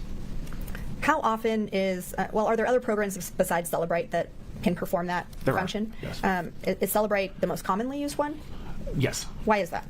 It's very popular because it's got a very user-friendly interface. It's widely known, it's widely regarded. Analysts and people that do extractions and downloads have learned that they can rely on the results of those. They're pretty good, and so it's commonplace in this industry, particularly in law enforcement. So now you testified that you've done downloads yourself of some phones. Yes. Can the person doing the download, extracting that raw data from a phone, can they change the contents of the phone when downloading it? No. Can they manipulate it in any way when it's going from the raw data into the Cellbrite reader format? No, I don't know of a way to do that. Why might a cell phone be downloaded or extracted more than once? Usually it's different products are being applied to the phone. There are software updates, but more importantly, there's different products that might be available to obtain more data versus the other, particularly. When you receive the download report from the phone in the readable format, what is contained in that report? In the report is going to be all the system files. So there's going to be, most importantly, is the calls, texts, the web history. Paranormal activity. Are we summoning demons in here? You better be careful. Paimon coming for you. There can be biometrics. There can be like activity, movement of the device, biometric information, web searches. There's pretty much everything that is contained in a phone that a user might utilize, or it would be available in that download. Can a download report show if there have been things deleted off of the phone? Yes. How does it show that? Yeah. In Physical Analyzer, if the extraction software recovers something from a database that has been set for destruct or for deletion, it can find that and then repopulate it into the phone as to where, actually into the report for where it belongs. And when it does that, in the program, it signifies that with like a small red X in a column next to it to let you know that it had been previously deleted from the device as an active user, or by the active, the active file. But the software has been able to go in, find it in the database, and repopulate it. So if a user deletes an item, it might still be stored on the phone that can be pulled by that report. Correct. They may not be able to see it and think it's gone, but it may still be within a database that can be retrieved and repopulated. Now, is that possible for all items that a user deletes? No. Why not? Some of those deletions are system files, and so they're maintained in the background. The average user would not, or probably be able to delete system files. They literally run the phone. So if I'm a common user of a phone and I delete a photo, how long would it be kind of in the background of that phone and able to be downloaded by this report before it's gone forever? Well, it kind of varies, and it varies by, there's a lot of variation there. But typically, when an item like an image is deleted, the image itself, that process, the original, like if it was sent to you or whatever, and you deleted it, it would be gone from your view in the phone, but it would be in a deletion file. And so that deletion file eventually has to make room for more deletions, so that it pushes deleted files out to make room for more deletions, so that it can refill it. It only has so much room, so it has to purge that at some point. And that time can vary. More deletions are going to make that process typically happen more rapidly than less. So if items have been deleted by a user and that phone gets downloaded in maybe that sweet spot where it's still somewhere in the background of the phone, right, that could be in the report. It could be. But if you miss that window and then the item is gone for good and can't be found in one of those extraction reports. Pretty much. Once it's deleted from the system file, there's a process called a vacuum. Once it's vacuumed out and those files are reduced, it's essentially, you're probably not going to find it. Now, if a user deletes a text from a phone, from their own phone, does that affect how the text message would show up on the receiving end? No. Shifting over to the CDR, the call detail records, you kind of described what that is and that it's stored by the cell phone carrier. How long is that data stored by the different major cell phone carriers? They're all different, so they maintain their records for varying amounts of time. Verizon typically will keep call detail records for 18 months to 24 months, but they will only keep the associated location data for about a year, whereas AT&T and T-Mobile will keep that information for a much longer time.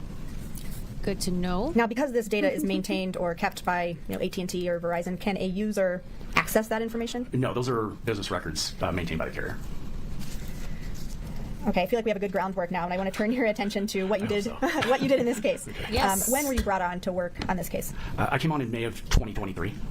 And in general, what were you asked to do for your part in this case? Analyze phone downloads and analyze call detail records for pertinent information related to the case. And so you analyzed phone downloads for this case, and you talked about the process for doing that. Did you perform any of the downloads for the phones in this case yourself? The downloads, no. And in viewing the download reports for the phones you analyzed, did you learn who the phone belonged to? Yes. How do you do that?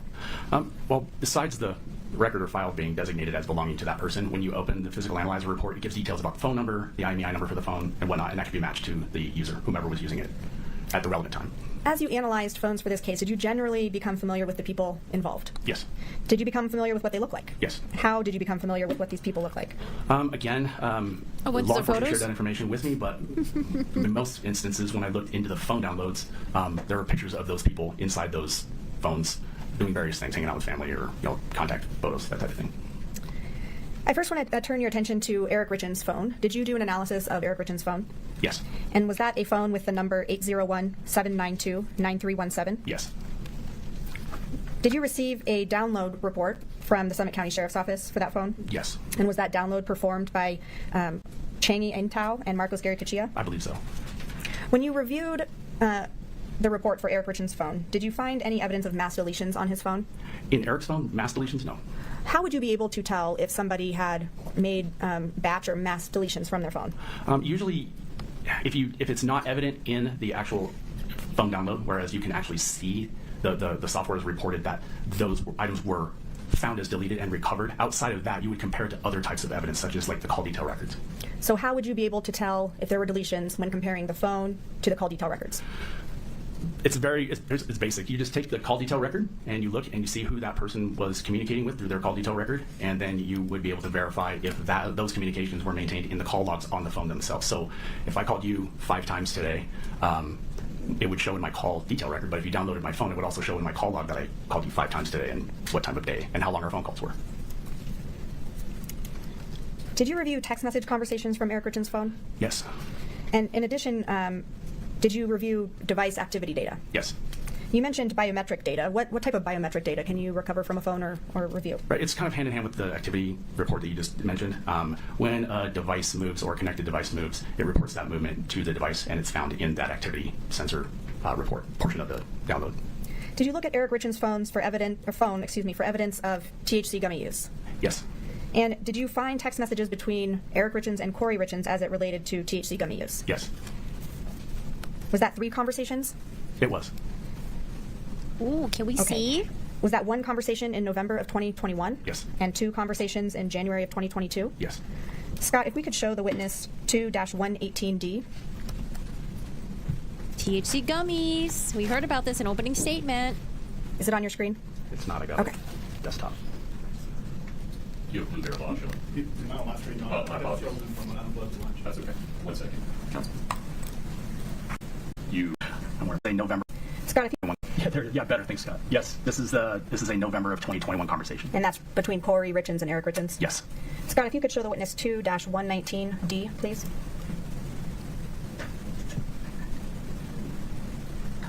Is this a conversation between Eric Richins and Kouri Richins in January of 2022? It is. Thank you. And Scott, if you could show the witness 2-124D. And is this another conversation from January of 2022 from Eric Richins to Kouri Richins? No, I think the story with walking around the house with all the cell phone steps, I think was to take the dog out to go potty. because the defense attorney asked a question. It's like, oh, well, you're the one who checked the steps, right? Okay. Did you know that Kouri Richins had a dog? It's like, is that where we're going? Dog needed to go potty. And she was like, oh, you didn't measure the distance from the bedroom to the porch, did you? It's like, or was it the front door? I forgot what it was. It is. Did you also analyze Eric Richins' phone for information about illicit drug use? Yes. But I don't know. I don't remember Kouri saying that she took the dog to go potty that night. I think she said that she got up, she went back to bed, and then Eric was cold to the touch. Did you guys see my first video that I made on the recap where I pointed out in the body cam footage, Kouri told law enforcement that Eric was sleeping on his side. And then afterwards, she told law enforcement that Eric was sleeping on his back like usual. And then afterwards, she told him that he was sleeping on his side. So it's like, oh, Kouri, get your story straight, Kouri. Yikes. But yeah, I pointed out in my recap video, the first one, where they were going through the body cam footage. Did you find anything in Eric Richins' phone about illicit drug use? No, outside THC, I didn't find anything. Any communications on Eric Richins' phone about buying drugs? No. Interesting. Now I want to talk about Kouri Richins' phones. Did you analyze 3 phones that belonged to Kouri Richins for this case? I did, yes. Scott, if you could put up 3-37D, please. Can we see these? Do you recognize this? I do. What is it? This is an exhibit that represents the 3 phones that you just mentioned that were being used by Ms. Richins that are relevant to this case. Did you help create this exhibit? I did. I'm going to move to admit 337D. Okay. 337D. States 3-37D. Okay. I have a pink pointer, but I'm going to try to use this. All right. What do you think, Scott? Okay. Let's start at the top. All right. What phone is at the top of this exhibit? Okay, so the phone at the top of the exhibit on the left-hand side is Ms. Richins' white iPhone, and the 2 numbers that are there next to the 1 and the 2, those represent the phone numbers that were being used on that device during the time of September 2020 to April of 2022. Where are the kids right now? I think I heard that they were with Eric's family. Based on the jailhouse calls that were transcribed between Kouri and the family members, they were trying to find ways to... dude, they were plotting so much shit in those jail calls. I hope they show everything. I hope they do. But I think Eric's family has the kids, and... they were trying to turn something in to make the family members look bad so they wouldn't be... I guess, like, qualified to take care of the kids. I don't know. There was like a lot of plotting happening in the background. So I'm assuming the family still has them. What do those dates represent? That's the duration of the time that phone was being utilized. So you mentioned for Kouri Richins' white iPhone that there were 2 numbers on that phone. What number were you able to determine was maybe the primary or most used number for that phone? Right, so the number ending in 1987 is going to be the primary number. That is the carrier subscriber number through Verizon that phone was utilizing. And then the 1152 number is a VoIP number that was being used on that device as well. So you said VoIP number, but tell the jury, how do you get 2 phone numbers on one phone? You just use an app. Oh, Google Voice? Is that what she had? A VoIP number that was being used on that device. The number through Verizon that phone was utilizing. And then the 1152 number is a VoIP number that was being used on that device as well. So you said VoIP number, but tell the jury, how do you get 2 phone numbers on one phone? You just use an app. Okay. How is, in this case, the number 1152, how is that different than what you called the... Was she using Google Voice to communicate with her paramour? Hey, don't eat your feet, Cheryl. Where are you? Don't eat your feet. Subscriber number, the 1987. How is it different? Right, so that number, a VoIP number, it uses the internet to make calls, make and receive calls, make and receive texts. What's up? You can use that number like you would your normal carrier number. The difference is it uses data, and so it typically doesn't show up on your call detail records when you use it. Did you view a download from Kouri Richins' white iPhone? I did. And that came from the Summit County Sheriff's Office? It did. And that download was performed by Cheney Engtao and another download by Marcos Gary Cuchilla? I believe so, yes. Did that download contain text messages, call logs, web searches, things like that? Yes. In addition to that, were you also able to view what we were calling activity data or device sensor data for that phone? Yes. When you did the analysis for that white iPhone, was there evidence of deletions? Yes. Was there evidence of text message deletions? Yes. Evidence of call log deletions? Yes. Describe what time frame you were able to recognize those deletions happening. The time frame essentially for that device is mid-March So specifically as it relates to some of the other items I looked at related to this case, we're looking basically January 1st through middle of March 2022. What was missing from that phone for January 2022, February 2022, and March 2022? Hundreds of text messages at least. They were also missing most of the web history artifacts in that device. Call histories as well? Call logs, etc. Sketchy. So turning your attention to... Sketchy. If she was buying drugs at the behest of her husband, I guess she would delete it because she doesn't want to associate with the drug dealer, maybe. But Karn was the one who was buying all the drugs, though. Hundreds.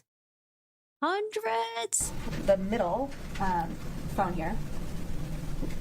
What are the dates for the use of that phone?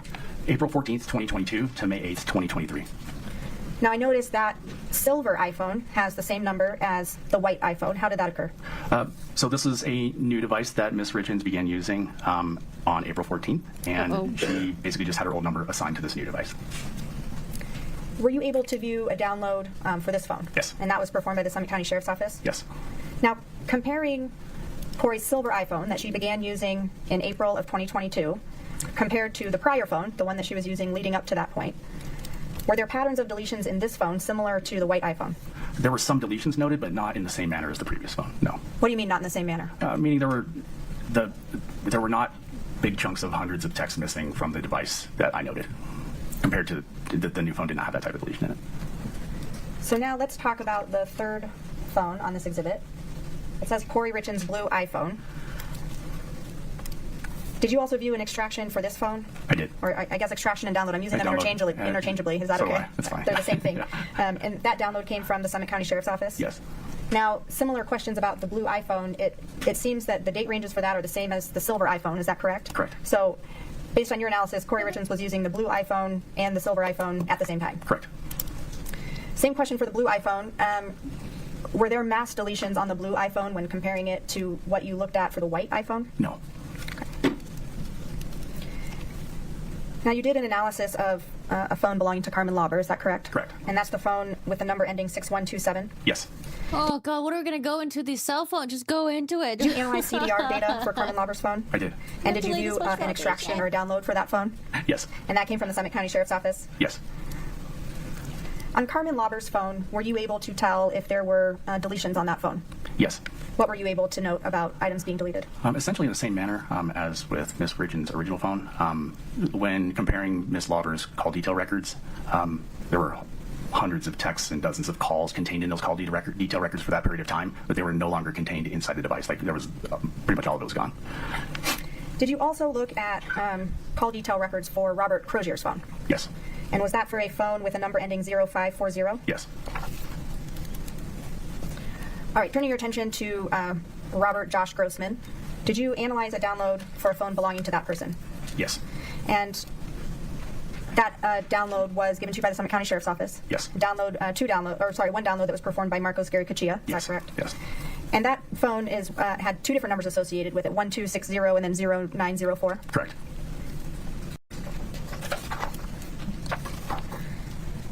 When looking at all of these different phone downloads, did you analyze communications between Eric Richins and Kouri Richins? Yes. Scott, if you could show Mr. Kotradimas Exhibit 2-3D, please. Oh, yes. Can we finally get into there? Just zoom in a little bit so he can recognize it. Is this a message between Kouri Richins and Eric Richins from December of 2020? Yes, it is. Scott, if you could show the witness Exhibit 2-5D.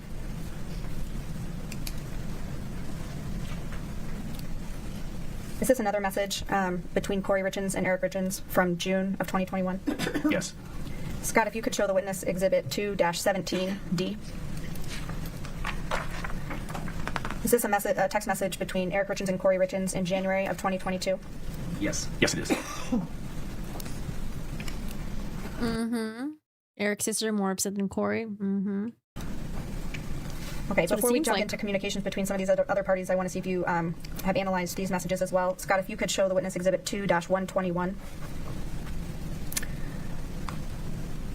Do you recognize this message as a text message thread that you analyzed from Kouri Richins' phone from December of 2022? Yes. Scott, if you could show the witness 2-112. Similar question. Do you recognize this as a text message from Kouri Richins' phone that you analyzed from February of 2023? Yes.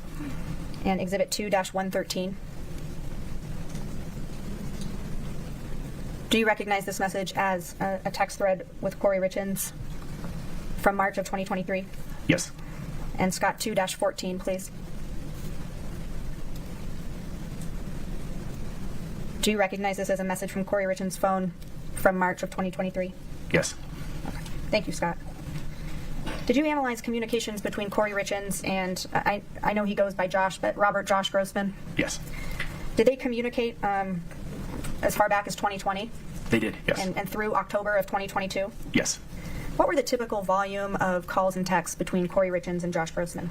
Particularly from November of 21, which was essentially when the 1152 number showed up on his phone, daily, with a few exceptions. Now, Scott, if you could put up 337D again, please, for the jury as well. One moment. Now, you mentioned that the 1152 number showed up on Josh Grossman's phone. What number did Kouri Richins and Josh Grossman, from Kouri Richins' side, what number did she use to communicate with Josh Grossman? By text, 1152. Were you able to tell if she communicated with other people using that phone number, or was it mostly Mr. Grossman? Mr. Grossman. Did you find information on Kouri Richins' phone about these communications, or was that mostly from Mr. Grossman's phone? I found none on Ms. Richins, and everything I found was on Mr. Grossman's. Oh. In analyzing You didn't Kouri delete Richins' anything? communications with Josh Grossman, did you locate documents that pertain to this case? Yes. Scott, if you could show the witness Exhibit 3-1. And then if you could, I believe there's a second page, if you could show the subsequent pages. Do you recognize this? I do. What is it? This is Generally speaking, is it a document you found? Yeah, it's a vacation reservation made, or that was located inside Ms. Richins' device. Ooh. I'm going to move to admit 3-1. Can you zoom out for a second, Scott? Go back to page 1 for me. It's a 2-page document, is that right? I don't know if there's a third page. There's a third page. $4,000 vacation. Let's go. 4 pages. Mr. Roman.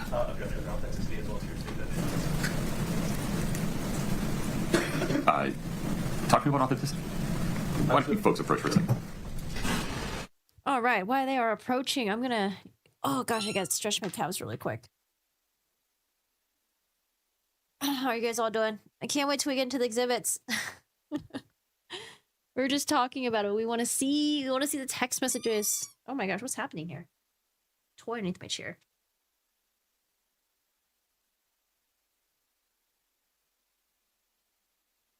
Peeky here. Oh man. It's killing my back. All right, sidebar.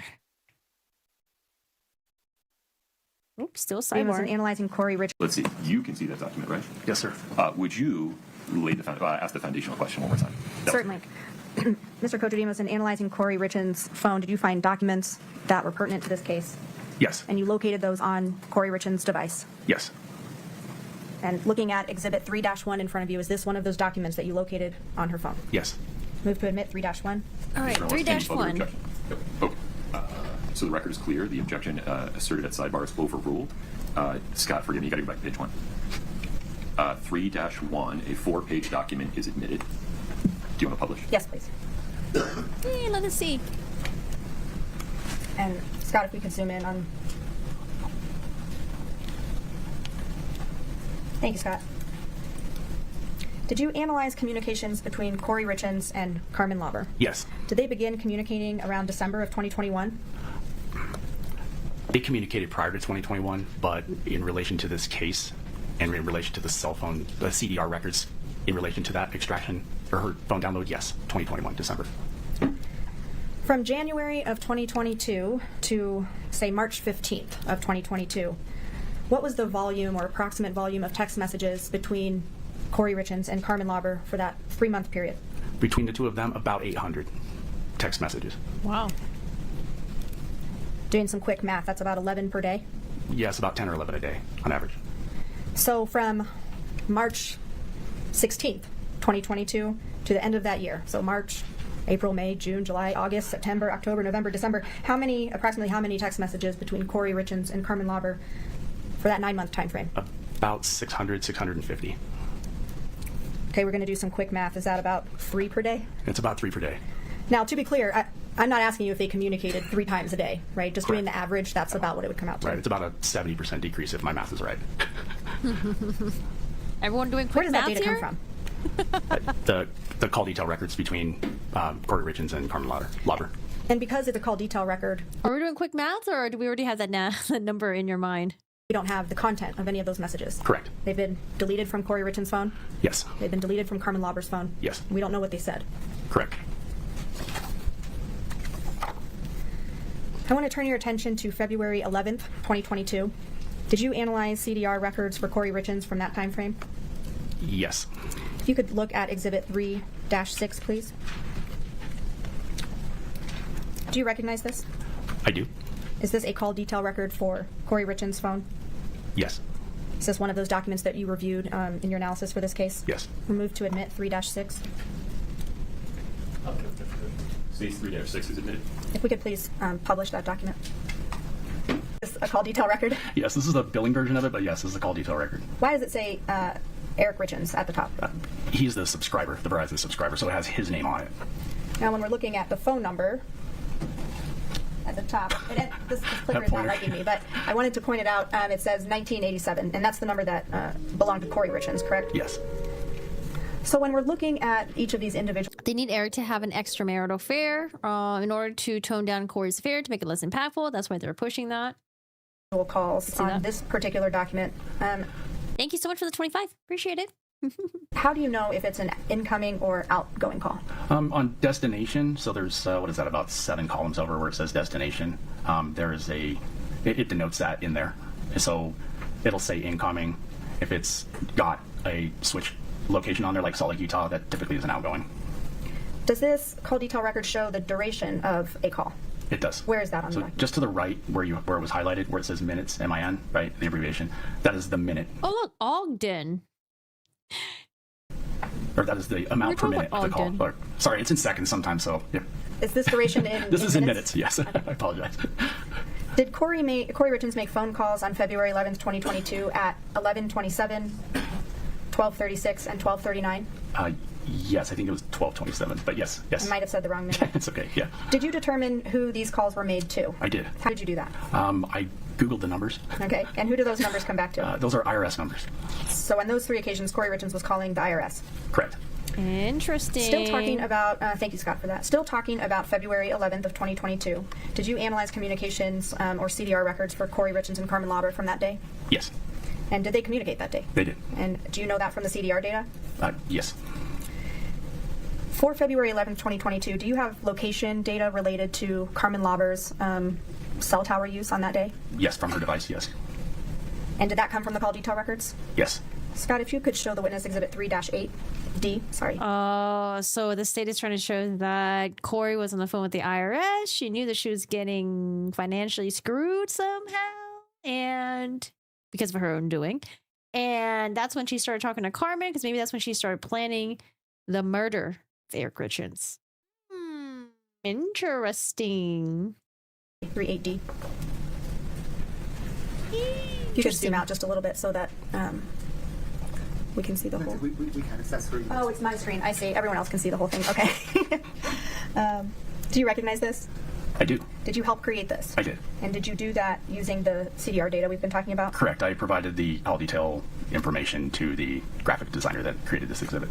Does exhibit 3-8D accurately depict the raw data that you analyzed? Yes. Move to admit 3-8D. Please admit. States 3-8 Delta is admitted. If we could please publish.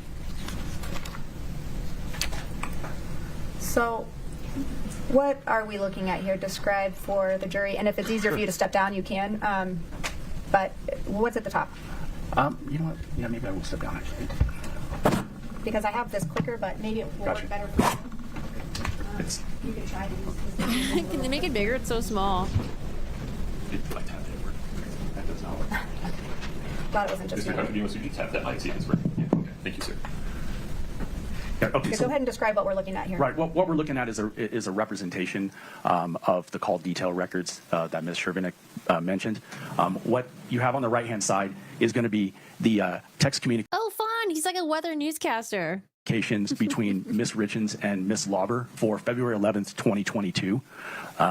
There's just a photo so you know whose device we're referring to. So this is before Valentine's Day, the attempted aggravated murder via the egg sandwich. A photo of Ms. Richins, a photo of Ms. Lauber.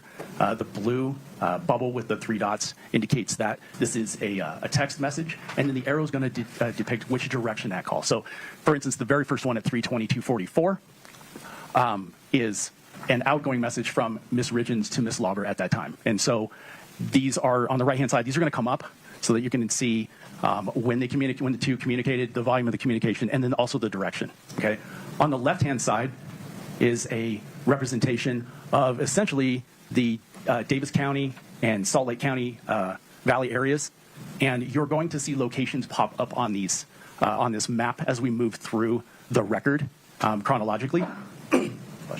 Fun. What those, for instance, there you go. Thanks, Scott. So this is a tower location.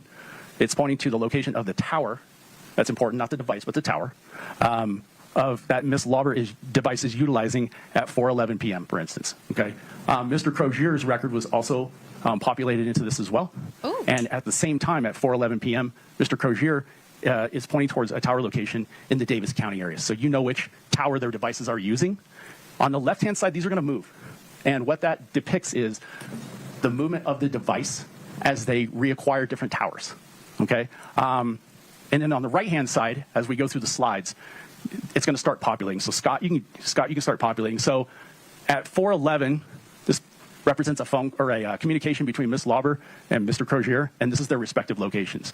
You can see on the right-hand side through the 4 o'clock and the 5 o'clock hour, beginning in the 5 o'clock hour, Ms. Richins and Ms. Lauber continue to communicate via text. At 5:05, Ms. Lauber is still in the Heber Valley area, and that picture that you just saw was a photo from that time frame that was recovered from Ms. Lauber's cell phone device. All right, so you can see at 5:05, Ms. Lauber is now, her device is now hitting on a tower in the Provo Canyon area, out near the reservoir, and Mr. Crozier's device is using a tower at 5:20 p.m. up in the Davis County area. And on the right-hand side, you're going to see Ms. Richins and Ms. Lauber continue to communicate with one another, and Ms. Lauber's device is traveling down Provo Canyon and into the Utah County area. That device is now heading into roughly the Utah County area. It's utilizing towers in those locations, and eventually it's going to move north. And you can see Mr. Crozier's device has now jumped significantly. I want to explain this to you, the jury, because this is important. Mr. Crozier's carrier is T-Mobile. Okay, so his carrier does not provide location data for these records for text. It's only calls. So the only time Mr. Crozier's location is going to appear.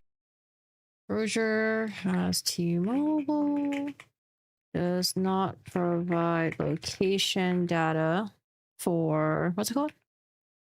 His carrier does not provide location data for these records for text. It's only calls. So the only time Mr. Crozier's location is going to appear the change is when his device is utilizing a tower for a call.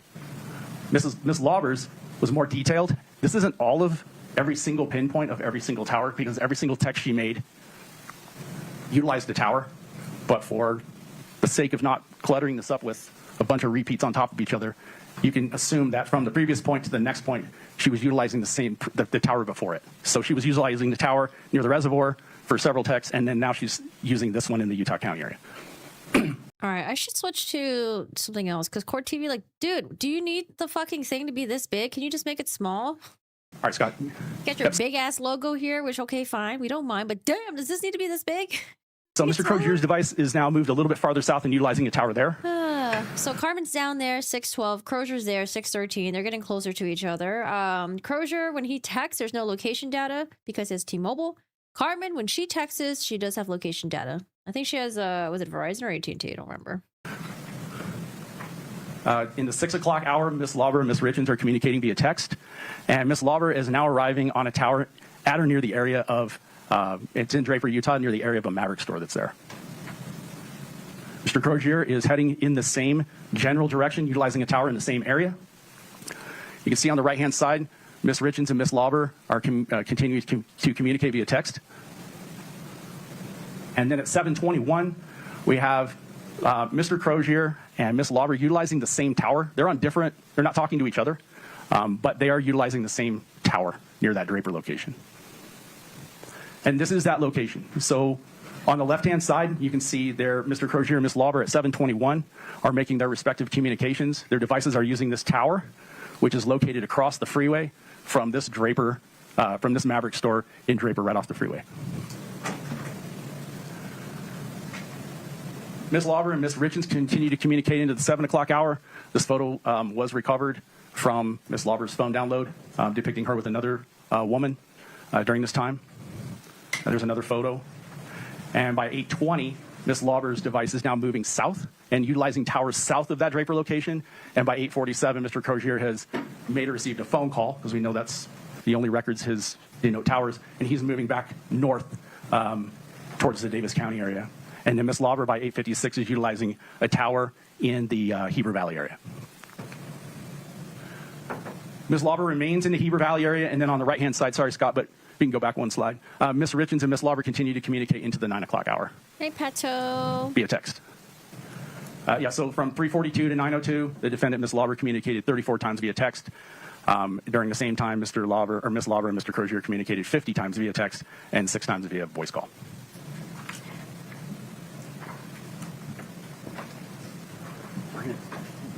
Yeah, you can just but I think I can walk you through it from here now. Okay. Yeah. Did you also look at communications from February 11th, 2022 between Carmen Lauber and Robert Crozier? Yes. Did they communicate on that day? Yes. And is that information from the call detail records? Yes. Scott, if you could show the witness Exhibit 3-33D. Do you recognize this? I do. Similar to the last exhibit, something that you helped to create? Yes. And using the call detail records that you were just describing? Yes. Does Exhibit 3-33D accurately depict the raw data that you viewed in this case? Yes. Move to admit 3-33D. 3-33D being admitted. Is going to be similar to the last one. Perhaps we can have some I don't think there's an objection. Understand where they're traveling and what it means now, just to move things along. 3-33D is admitted. Would you like to publish? Yes, please. Okay, so similar to the last exhibit that we looked at, is this one laid out the same way? It is, yes. And the last exhibit was depicting communications between Carmen Lauber and Kouri Richins, and this one is between Carmen Lauber and Robert Crozier. Is that correct? Correct. Otherwise, the different indicators, the bubbles, the arrows, those things remain the same as the previous exhibit? Yes. The map that we're looking at, the area of the Salt Lake Valley remains the same? Yes. And then similarly, as we see the different pictures of the people moving, that is the cell phone towers that their device is utilizing at those different times. Correct. Scott, if we could move through this exhibit, and Mr. Kojimas, between Robert Crozier. Mr. Ramos just said, we can just slowly click through those, Scott. And I can just describe to the jury what they're saying, indicating at 11 p.m., almost noon, and then into the 5 o'clock hour. And then again, you see Ms. Lauber's device move out of the Heber Valley area into the Utah County area, where it will ultimately end up in the south end of the Salt Lake County area. And I believe utilize a tower at or near the Draper once again. And Mr. Crozier's device is moving south out of the Davis County area once more. They're located in at or near the exact same location for a period of time, and then they return. Mr. Crozier returns back to the Davis County area, and Ms. Lauber returns back to the Heber Valley area. Yeah, there's another. That's that representation of that 721 phone call.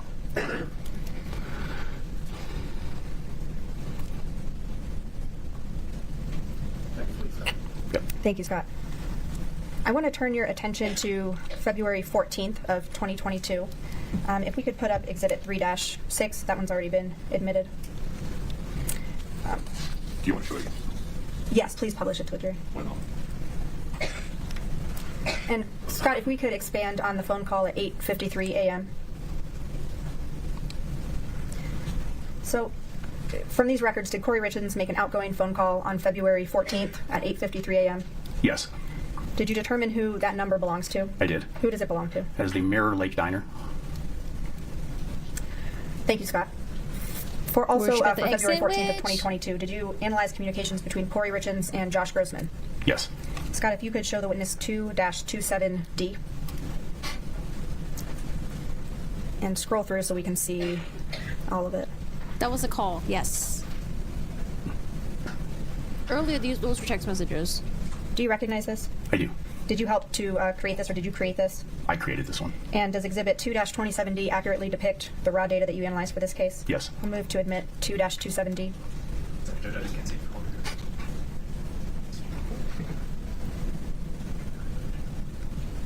Okay, thank you. States 2-27D is admitted. If you could publish that, Scott.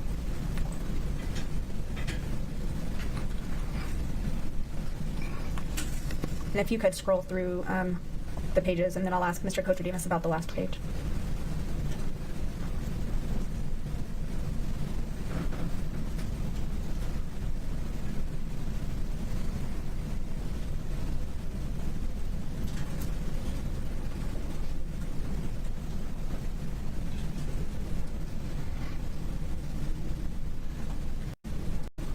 Are we just looking at it, or like what the fuck are we doing? Can we read it? Are we gonna read it later, I guess?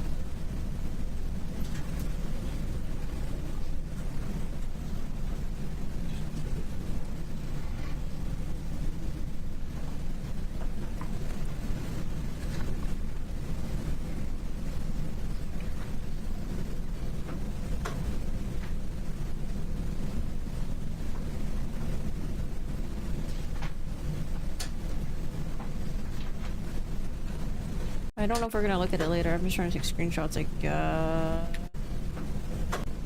don't know. Why are we just going through it? Why don't we just read it?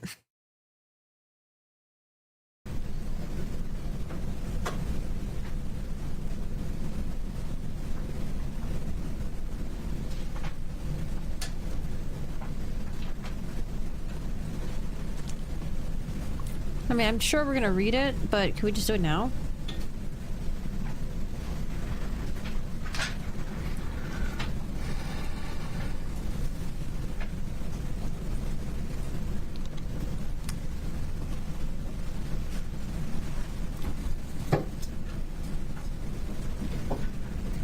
Hello?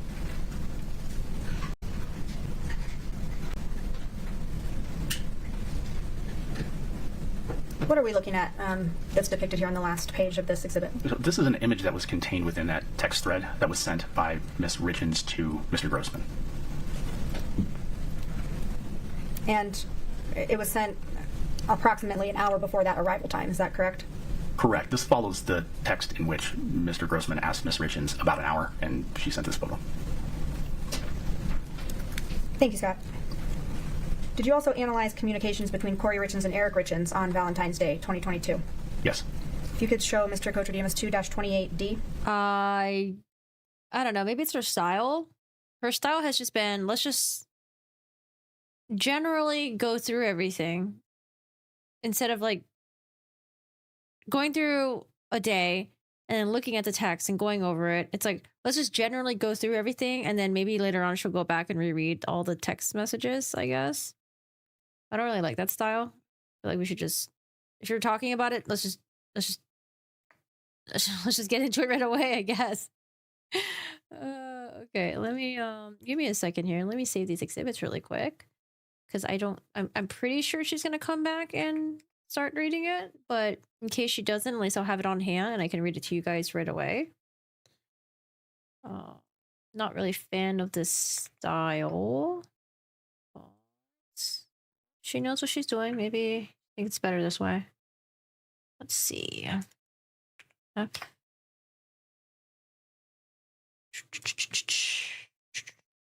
E, F, G, and what is this? H. All right. And scroll through it so he can see the whole exhibit, please. Do you recognize this? I do. Is this an exhibit that you created? Yes. Does Exhibit 2-28D accurately depict the raw data that you analyzed in this case? Yes. Move to admit 2-28D. States 2-28D is admitted. We could publish, please. And Scott, similar to the last exhibit, I'll have you move through. And Mr. Kotridimus, it's kind of clear from the to and from, but who is going to be typing the messages that are in the green bubbles. All right, so the green is from, that's the 9317. That's Eric Richins, and the 2, or the recipient in this would be 1987, which is Kouri Richins. And so her responses, Kouri Richins' responses are in blue, is that correct? Correct. If I may, perhaps for purposes of these messages, if you're able to give the instructions that you've done in the past as to the figure shape, as to Mr. Richins, maybe we just do it once, we all know, and applies to all of them. So, fair reminder. The statements by Ms. Richins on her side of that conversation, you may consider those for any purpose. You may give them the weight you deem appropriate. Your Honor, may we approach? Sure. Also, I'm going to hop off Court TV because their logo is just a little too obnoxiously big. Or not logo, sorry, their label. Okay, let's skip on over to Long Crime. Long Crime. You time to do that. 2:40. Thank you. Let's see, where are we with this testimony? Hold on. All right, they're on a mini break right now. Perfect. Text messages, sidebar, everyone gets up. Understood. Mr. Ramos. So we're talking specifically regarding 2-28D. And Scott, I don't have control over these, so I need you to go back to page 1, zoom in for me. Okay. Do we need to excuse the witness, or are we good? He's an expert. I imagine the state's going to tell me the exclusionary rule won't apply to him, but I was just curious. yeah, so I don't think so. Yeah. If you need to use the restroom, that's one thing. Okay. So the first green bubble in 228, I've already ruled, is a present sense impression and is admissible. Any further record there, Mr. Ramos? That was early on. Yeah. Okay. So keep scrolling, Scott. Then we have a blue bubble that represents, I need the second green bubble, please, Scott. Just the green ones. Oh, okay. Second green bubble, please, Scott. That's the first one.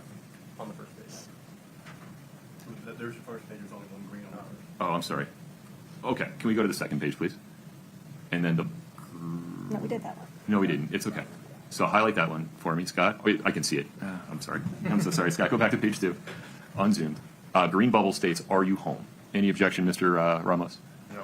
Okay. Third bubble says, in the office, I've been sleeping out here. That, I think, is also present sense impression that I previously ruled on. Okay, go to page 3, Scott, if there's one. Green bubble, no, it's quiet out here. I think it's the same. And then, Mr. Ramos, I'm going to pause if I just, okay. And then get to the end of this 228D, Scott. This is a total of 7 pages. This is Oh, I'm sorry. One page at a time. I just need to analyze each green bubble. This is the next set of green bubbles here. This one's good. You can go to the next one. No, we're not seeing the same thing Scott is. Hold on a second. Oh, we're not seeing what you're seeing. That's why. My apologies.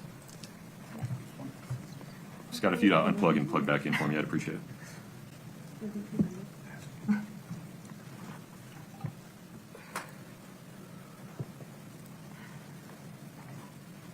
think we're on page 4. Page 4, Your Honor, didn't have Just- the green just bubble. blue. Understood. Let's go to page 5. Okay, wish you were here. And then a question mark. Mr. Ramos, any objection? No. Okay, go to page 6. All right, so they're going through the Thanks text for messages answering. Any objection? to see what's going to come in and what's not going to come in. Okay, page 7. I can't read it, Scott. Sorry, can you?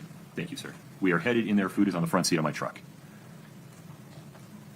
Any objection, Mr. Ramos? No. Okay, so with respect to 228D, there are no hearsay issues. We've already admitted certain exhibits. Ms. Sherbanek makes a fair point at sidebar. We'll need to be a little bit precise about these going forward. So we can just slow down. If there comes a time when you need to make a specific objection regarding a specific part of a conversation, just say objection, may we approach. If we can go slow through them, and then I'll just... Yeah, we'll be fine. Okay. Anything further on that, Ms. Sherbanek?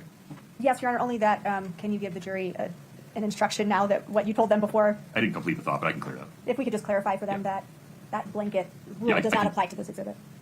Well, no, and also I shouldn't call it a blanket rule. So that they may consider both sides of 228D for any purpose. Okay. Thank you. Thank you. What we'll do is we'll meet with them during this break real quick and see if I can just go through them. I appreciate that. All right. Let's come back at, to allow you time to do that, 2:40. Thank you. All right, 2:40. Course in recess. You're welcome to use the restroom. Don't talk. All right, course in recess right now. All right, guys. So, I don't know if I should read those text messages or if these should I just read them? Like, is counsel going to read the text messages or what?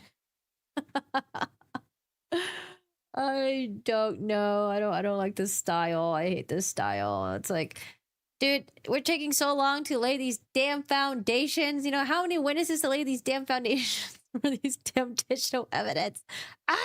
And then we're finally here to talk about the text messages. We're just going through them, showing the pictures on the screen, but we're not reading it. So it's like, are we reading it soon? Are we reading it later? What am I going to read these damn text messages?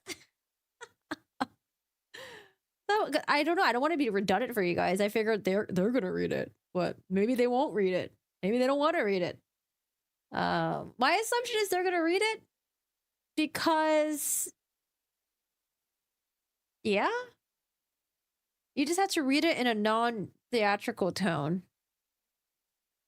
All right. Well, where are we at so far? All right. So after the lunch break, the defense wanted to dismiss a juror. The judge says he's not going to rule now. But the juror gave a note to the judge saying that she had some sort of business transaction with one of the witnesses that testified. The defense asked for a mistrial, saying that when they were cross-examining Chelsea Gibson mentioned jailhouse calls and how that implicates Kouri Richins' Sixth Amendment right, and she has a presumption of innocence. Did I write that right? I think I did. The judge was like, yeah, it was an improper comment, but it's not like it was intentional. It wasn't intentionally listed by either parties. It was innocuous, so harmless. In the span of, like, you know, if you compare that comment to what we're going to hear worth of like 5 weeks of testimony, probably not a big deal. And it's probably not a surprise to the jurors that, you know, because it's a homicide, that Kouri could have been in custody at some point. And he did give a jury the curative instruction. Then we got to the digital forensics guy. So the digital forensic guy, he analyzed 3 cell phones belonging to Kouri, one from Carmen, the housekeeper / drug dealer adjacent. There's one from Josh Grossman, the Paramore affair guy, and then the actual drug dealer, Rob Crozier. And he went over the first drug deal transaction that happened on February 11th, just 3 days before the attempted aggravated murder of the Valentine's Day poisoning. Oh, but if you rewind it back a little bit, they did mention that back in December, Kouri had called the IRS, and that same day was when she texted Carmen in relation to this. So I think it's possible that Kouri realized that she was gonna get really screwed over, you know, financially. Maybe had a really bad call with the IRS, and that's when she decided to hatch this plan to kill Eric by reaching out to Carmen and procuring some drugs. They also mentioned that Kouri had a white phone that had massive amounts of deletions from texts and phone calls around the time frame when these drug purchases were, you know, happening, or when she was in communications with Carmen Lauber. And so I think people are wondering, did Carmen know about this, or did Carmen just purely think that Kouri just wanted drugs and she didn't know who the recipient of those drugs were going to be? Then they got to the day that the drugs were procured and how Kouri and Carmen were texting each other about 30 times that day. And Carmen was also navigating, she was also texting, calling Rob Crozier to get up the drugs. And now we're in February 14th, where a bunch of text messages are being gone over. But I think they're probably going to read it, so I'll just hold off a little bit. It just might be redundant. So I'll hold off because I think they're going to read it anyways. All right, guys. Well, I'm just going to stretch. We have 4 minutes. Let's do that. My knees are not doing great. All right, guys. Let's get up and stretch. Oh, I'm going to go stretch my calves real quick.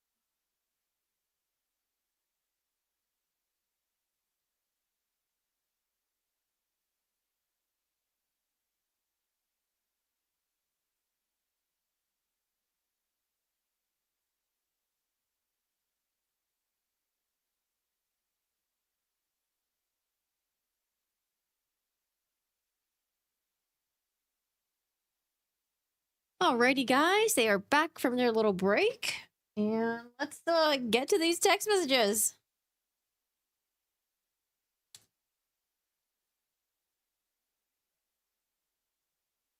Alrighty, who's ready? We're back on the record in 231-500-139.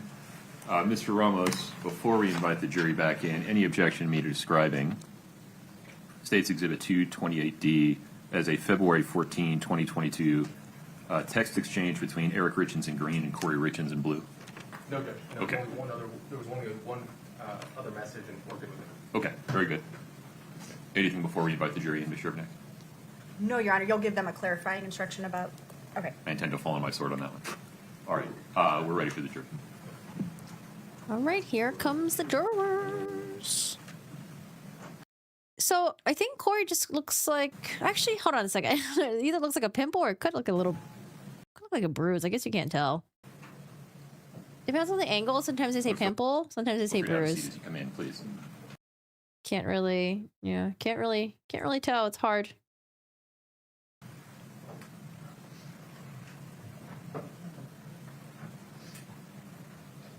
What if it's cold in the courtroom? She just like shivered. Have a seat, please. Ladies and gentlemen of the jury, before we took a break, I misspoke and created some confusion. Let me clear that up now.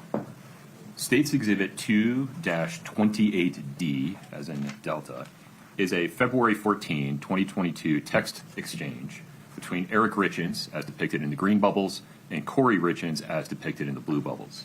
The jury may consider either and both sides of that conversation for any purpose. You may give either and both sides any weight you think they deserve. Ms. Shervnak, take it from there. Oh, interesting. Okay, so before he said they couldn't consider what Eric was saying, only what Kouri was saying, but now they said that they can consider both of them, what Eric was saying and what Kouri was saying. The bone saw's ready. Oh, Judge. Who are we hacking up today? If we could put 228D up on the screen. I don't know if we got through the whole conversation before. I forget where we left off, so I'm going to have Scott go through this conversation for the jury with that new instruction in mind.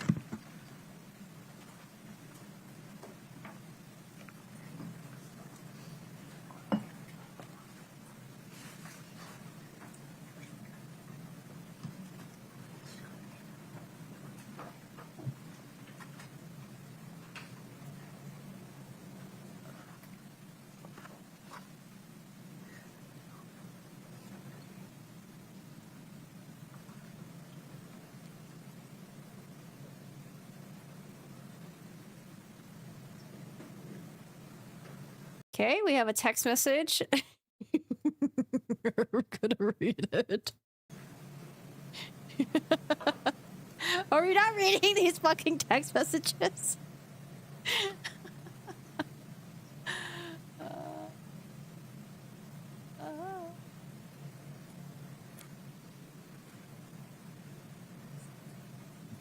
Also, what, can they not zoom in like this? You're screwing it up. This presentation sucks.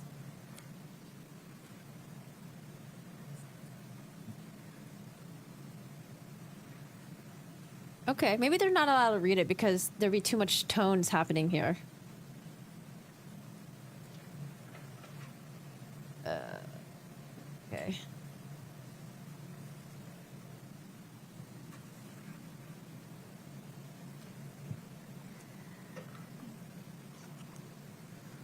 All right, you know what? Maybe they are not reading it. All right, you know what? I will... I guess they're not reading it. I guess they're just letting the jury read in their minds. Ain't nothing wrong with that. Let me go back and read the text messages then. Let's do that. I will read it with tone though, okay? I'm not reading in a monotone. So you can discard my tone if you like. All right, let me go back and read the text messages. 6, call it 8, join phone, and job. Okay, this is from K-Babe to Josh. Good morning. I'll call you when I'm going to head out. Carpooling now, then have to run home and make a quick finger food for Carter's V-Day class party. Drop off to school, then I'll hit the road, probably 9:40. Josh writes back. Cool.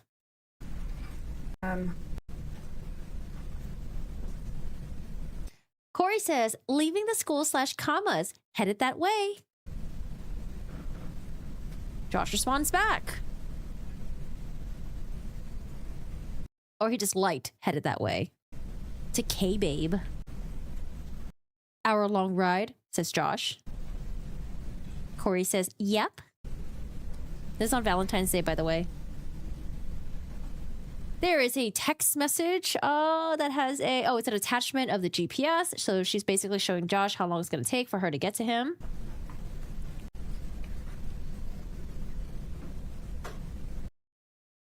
Josh writes, Kouri writes, I'd love you.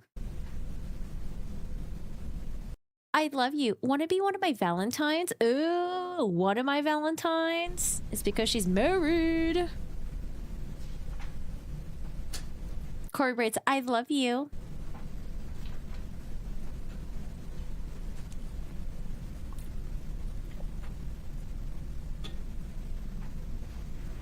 Josh writes, my heart is smiling. When those 3 words come from you, it's very unique. What, I love you? It's very unique? Josh. Different than any time I've heard them before. Those feelings, when coming from you, bring up different feelings in me. Your love reminds me of how much God loves me. Reminds me that I, my mom's son, am secretly the luckiest man on the face of the earth. Gives me immense amount of appreciation, gratitude, and honor. I wouldn't trade your love in for a million of ... You name it. Whatever is the next best. Darling. I feel like he couldn't come up with something, so that's what she said. Darling, you better believe that I'll be one of your Valentines. Will you be my Valentine tonight? I was writing this on my way to Salt Lake. I know you feel the need to apologize, but just so you know, I like to see you on phone calls. I like to see you watch text and to hear you read out loud. I see beauty, intelligence, quick wit, cuteness, and authenticity. I like seeing a white tiger in a tropical forest instead of remembering one at the zoo. I love What is fucking happening? Why is it when we read these text messages of all these like crime shit, it's always like these like poems and weird like, who writes like this? Is this just like an older people thing? They're barely older than me, I think. I don't know. I need to go through my friends' text messages and see how they flirt with girls. I've never got messages like this before. And if I did, I'd be like, oh, tossing my phone into the river, changing my number. I like to watch you text and to hear you read out loud. I see beauty, intelligence, quick wit, cuteness, and authenticity. It's like seeing a white tiger in a tropical forest instead of remembering one at the zoo. I love it. Okay, I've never seen this text message before. Let's keep going. It's the same thing with what's his name? We just covered his murder. We just covered the murder case recently. Fuck, the guy is so unforgettable. He's like so forgettable. Brendan Banfield. It's like when they're trying to flirt with women, let's just name like a million adjectives. It's like it's not sexy. Like, okay, thanks. He writes, I love you most. Here's a screenshot of Kouri's ETA. All right, more text messages. He writes, okay, I'm gonna, this is from Eric. Eric 2, my princess. Okay, I'm gonna go lay down for a bit. If I don't start getting better, I'm gonna head to the hospital. Ooh, at this point, he's eating the egg sandwich. He's not feeling good. Kouri writes, geez, it's that bad? Need me to come home? Go take a nap and call me when you're up. Correct. What else we got? All right, let's forward through. Zoom, zoom, zoom. Dun, dun, dun, dun, dun, dun. Zoom, zoom, zoom, zoom, zoom, zoom, zoom, zoom, zoom. Take a restroom break. If everybody would please rise for the jury. Okay, so this is where we go on a mini break, and Corgi will read more text messages.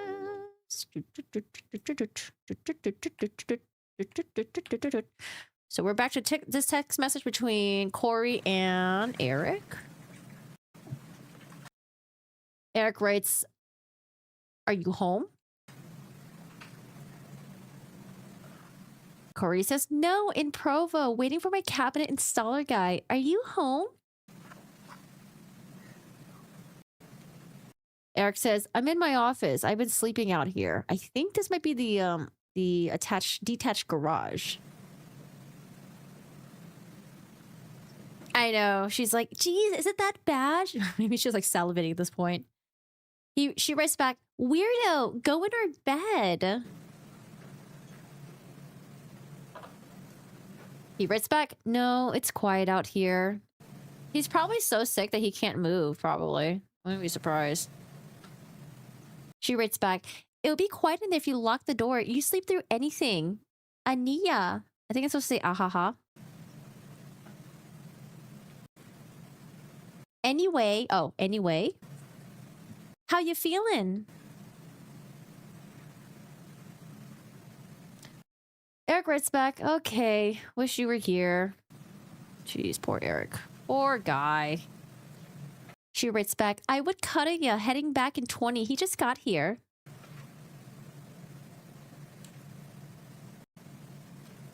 He writes back, question mark.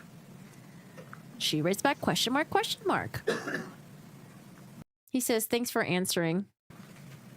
Maybe he called her. She writes back, did you call? You didn't call. Yeah, I think he did try to call her maybe, and she didn't answer because she was too busy begging another dude. He writes, we're headed in there. Food is on the front seat of my truck. So he picked up her food. Are they Mormons? He's LDS. I don't know if she is. In addition to these text messages, did you also analyze Eric Richins' device data, sensor data, I guess, for February 14th of 2022? Yes. If we could show Exhibit 314D, please. Do you recognize this? I do. Is this an exhibit you helped create? Yes. Does Exhibit 3-14D accurately depict the raw data that you analyzed from Eric Richins' phone? Yes. Move to admit 3-14D. States 3-14D is admitted. If we could publish, please. When you analyzed the movement data from Eric Richins' phone on Valentine's Day 2022, we're looking at a graph here. What does this graph depict? The graph depicts travel, so in distance in blue, and in energy exertion basically in green, and the in frequency hour to hour on February 14th, 2022. Was there a gap in Eric Richins' movement and the other data that you just referenced during the middle of that day? Yes. Is that denoted here in the blown up portion? What do we see? It is. There's a data set on the left-hand side for flights climbed, distance traveled, and steps depicting. So this is a portion. Well, actually, this is the 12 o'clock hour. And then on the right-hand side, there is device activity for depicting steps and distance traveled at 1:32. And so from this data, we can tell that from approximately 12:05 to 1:32, there was no movement data recorded on Eric Richins' phone. Correct. Did you analyze his phone for similar types of movement on other days? Yes. Or Eric. And did you compare the data from Valentine's Day to those other days? I did. Was it unusual for Eric to have Eric Richins to have an 87-minute gap in his activity in the middle of a workday? It wasn't typical, no. Thank you, Scott. I want to turn your attention to February 26th of 2022. Did you analyze communications between Kouri Richins and Carmen Lauber on that day? Yes. Scott, if we could show Mr. Kotradimus 3-16B. Do you recognize this? I do. Did you help create this? I did. Is this using the CDR data that you analyzed for this date? Yes, this is essentially the same type of exhibit that was created for February 11th. Does Exhibit 3-16D accurately depict the raw data that you viewed for February 26th? It does. Move to admit 3-16D, please. States 3-16D is admitted. And publish to the jury, please. So we saw an exhibit like this before for Yes. February 11th. Yes, we did. Are we looking at information now pertaining to February 26th? We are on this. This exhibit is text communication between Ms. Richins and Ms. Lauber on that day. And similar map of the same area? Yes. Arrows denoting who sent the message? Yes. The times they were sent and received and direction, yes. Now, these pictures are kind of small, but similar to the last exhibit from February 11th, Ms. Richins is denoted with the red background. Is that correct? Correct. She's on the left side there. And It fucking looks like Voldemort. That picture. That is a very menacing angle of her. 14. This is what, February 26th? Kouri and Carmen. Ms. Lauber is denoted with the green background. Correct. And then we also see Robert Crozier on these exhibits, and he's in the yellow background. Is that correct? Yes, he will come up. There he is. He'll come up on the map there on the left-hand side. And again, Scott, if we could move through this exhibit, and Mr. Kocher-Demas, if you could describe what we're seeing as we go through this Sure. process for February 26th. Sure. On the right-hand side, similar to the other day, there was text communications between Ms. Richins and Ms. Lauber through the 2 o'clock hour. It picked back up in the 5 p.m. hour. And at some point during the 5 p.m. hour, Ms. Lauber's device started utilizing towers in those same locations from the previous day, Provo Canyon, Utah County area, traveling north until it finally stopped in the area of the southern end of Salt Lake County. Same thing with Mr. Crozier's. Oh, it's going to be more than 26 witnesses. We're probably going to hit like, I don't know, like 76 witnesses maybe. Device beginning once again in Davis County and moving south and utilizing towers along the way. So Ms. Lauber is now on the left-hand side. You can see by 7 p.m. or so, she is utilizing towers back in Provo Canyon, heading back to the Heber Valley area where she ultimately ends up. Mr. Crozier has returned back into the general area of the Davis County area by 8 p.m. And then you saw all the communications between Ms. Richins and Ms. Lauber, 71 texts between 2:25 p.m. and 10:33 p.m. that day. And Mr. Crozier and Ms. Lauber, 65 texts and 3 phone calls. Now, similar to February 11th of 2022, did you look at the communications between Carmen Lauber and Robert Crozier for February 26th of 2022? Yes. If we could show Mr. Kocher-Demas 3-34D, please. Excuse me. Do you recognize this? I do. Is this an exhibit that you helped create? It is. And does 3-34D accurately depict the raw data that you analyzed for that date, February 26th? It does. Move to admit 3-34D States 3-34D is admitted. and publish to the jury, please. Okay. We've seen one of these before. Yes, we have. We know the data that's on here. If we could, Scott, move through this, at Mr. Kocher-Demas, as you just described. Yeah, so there's the 4:01 p.m. Call from the previous slide. Mr. Crozier is in Davis County. Ms. Lauber is in the Heber Valley area. To the right, those are the communications between the two. There's text and some phone calls. You can see the date stamps next to those. Essentially, what this exhibit shows is the other side of that communication or that incident or event between Ms. Lauber and Ms. Crozier. So it's a lot of communications. The two devices appear to travel in the same direction until they come to the same generalized location, utilizing those towers, and then return back to their respective starting points. And that location that they're meeting up at, same as February 11th, 2022? Yes, it's consistent with that, with the Draper area near that Maverick. Thank you, Scott. Did you analyze, moving now, to March 2nd of 2022, did you analyze CDR data for Kouri Richins' device from March 2nd, 2022? Yes. Scott, if we could show Mr. Kocher-Demas 3-17, please. Do you recognize this? I do. Is this the call detail records for Kouri Richins that has March 2nd? Yes. I'll move to admit 3-17. 317 is admitted. And if we could show the call from 10:22 a.m., please, from March 2nd. And 10:27 a.m. Is that the same number that we see from the call at 10:22 and the call at 10:27? It is the same number, yes. Are And those- again, 1040. Are those outgoing phone calls from Miss Kouri Richins? Yes. Who was she calling at 10:22 and 10:27? That's the IRS. What is the duration of the call made at 10:27? The first call is 3 minutes, and the second call at 10:27 is 101 minutes. Still talking about March 2nd of 2022, did you look at communications between Kouri Richins and Eric? Oh, hold on a second. Was she on the phone with the IRS? Because why would she be the point of contact though? So there's an allegation that she stole her husband's tax money that was supposed to be paid for taxes. Each quarter,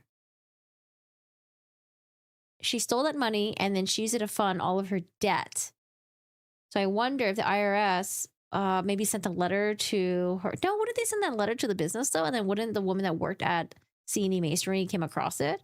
I don't know. I wonder if there's some way that somehow that Kouri intercepted the IRS letter that Eric Richins had owed money to the IRS, and that's why she was on the phone call with them. Eric Richins on that date. Yes. If you could show the witness 2-37B.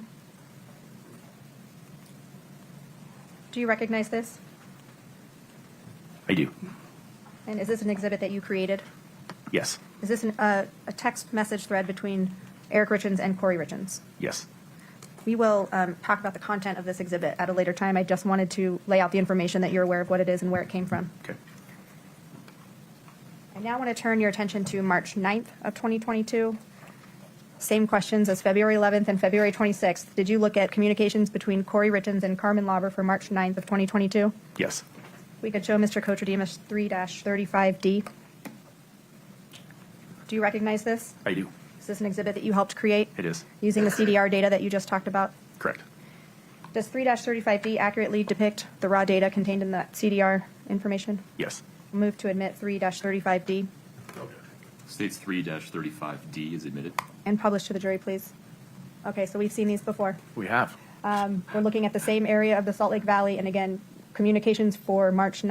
So the defense kept pushing back, saying, oh, wasn't there only 2 times when you got drugs for Kouri? Because apparently Carmen forgot that there was a 3rd time. She said that she got drugs twice from Rob Crozier, and then I think Rob Crozier was like, yeah, it was only like 2 times, but there's actually 3 times, because after, if you guys notice the date, March 9, at this point, it was about, what, 5 days after Eric had passed away, and Kouri's getting drugs from Carmen, and Carmen's going to procure it for her. 9th, 2022, between Kouri Richins and Carmen Lauber, is that correct? That's correct. Scott, if we could move through this exhibit, please. And this is just the same representation of those records. It shows essentially the same travel, and it depicts the conversations, text conversations or communications between Ms. Richins and Ms. Lauber's devices. I mean, the defense kept saying, are you sure it's not 2 times? Are you sure it's 3 times? Maybe it's only 2 times. We got 10 o'clock hour, 11 o'clock hour. Ms. Lauber's moving. She moves a little north in this. If you want to stop it right. Oh, Jen! Gentry, thank you so much. When this is over, you got to try Starzin Island. Is that like a vacation destination, or is that a TV show or a movie? Thanks for such a good recap. Even my husband was listening. Favorite trial channel. Oh, thank you so much. I appreciate it. Thanks, Jen. Right there, Scott, just for the 12-11, 12-13. She moves north out of the Heber Valley for this particular event. I really appreciate it. That tower at 12:11 p.m. is located very close to the Richins residence. Other than that, the travel is going to be depicted in a similar manner. Ms. Lauber is going to travel same route through Provo Canyon into the south end of the Salt Lake County area, in an area consistent with being at or near the Draper, the Maverick and Draper. And Mr. Crozier is going to do the same thing. He's going to travel south, and his device is going to utilize towers in that direction as well. On the right-hand side, you're just seeing more communications between Ms. Lauber and Ms. Richins from that day.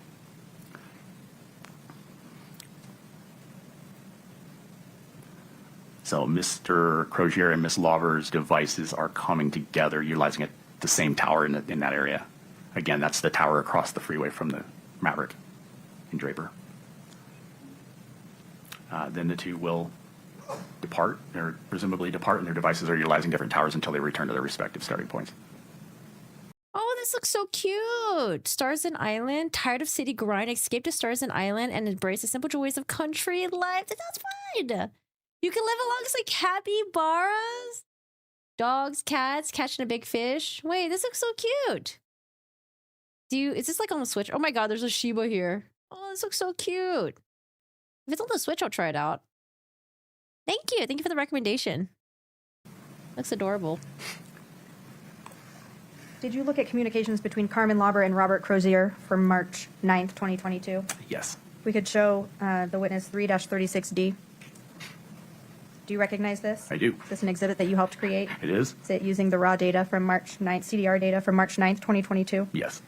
Does 3-36D accurately depict the raw data you just described? It does. Move to admit 3-36D. 3-36D is admitted. And again, we've seen this before. Yes. This is for March 9th of 2022. And this exhibit, who are the communications between in this exhibit? This is communications between Mr. Crozier and Ms. Lauber for that day, March 9th. And Scott, if we could move through this exhibit, please. And you've essentially seen the map before on the previous slide between Ms. Crozier and Ms. Lauber. The thing that's different on this is the communications are just between Mr. Crozier and Ms. Lauber, or Ms. Richins, or excuse me, Mr. Crozier and Ms. Lauber. again, 11 o'clock hour, 12 o'clock hour. All right. I mean, hey, possibility that they got drugs 3 times, and one of it was after Eric died. They're communicating. It's like, why would Kouri? Because Kouri's story is that she got drugs because Eric told her to, because Eric had back problems. But at this point, Eric is dead. So, girl, why are you still getting drugs? The devices essentially come together into the Is it same. because she was using some of it, or why would she get drugs? General location utilizing a tower there. Maybe for her man. Oh, it's Sully. Thank you. Again, that depicts how the big it tower is. and across the freeway from the Draper Maverick. Oh, yeah. Mouthwashing is like, it breaks you, dude. Yeah, I love that game, but it breaks you. It's so sad. Thank you. I hope we get a lot of stuff work done. We get a lot of work done. Thanks, Jen. The 2 parties continue to communicate until they return to the Heber Valley area and the Davis County area, respectively.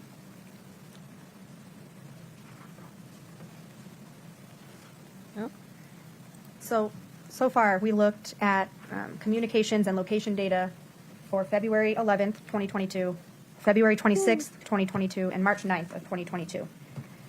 Other than those 3 occasions, did Carmen Lauber ever visit that Maverick and Draper in all the data that you reviewed? No, her device never was never in that general area. Did she ever meet up with Robert Crozier? Did their devices come together at any other time other than those 3 occasions that we've talked about here? No.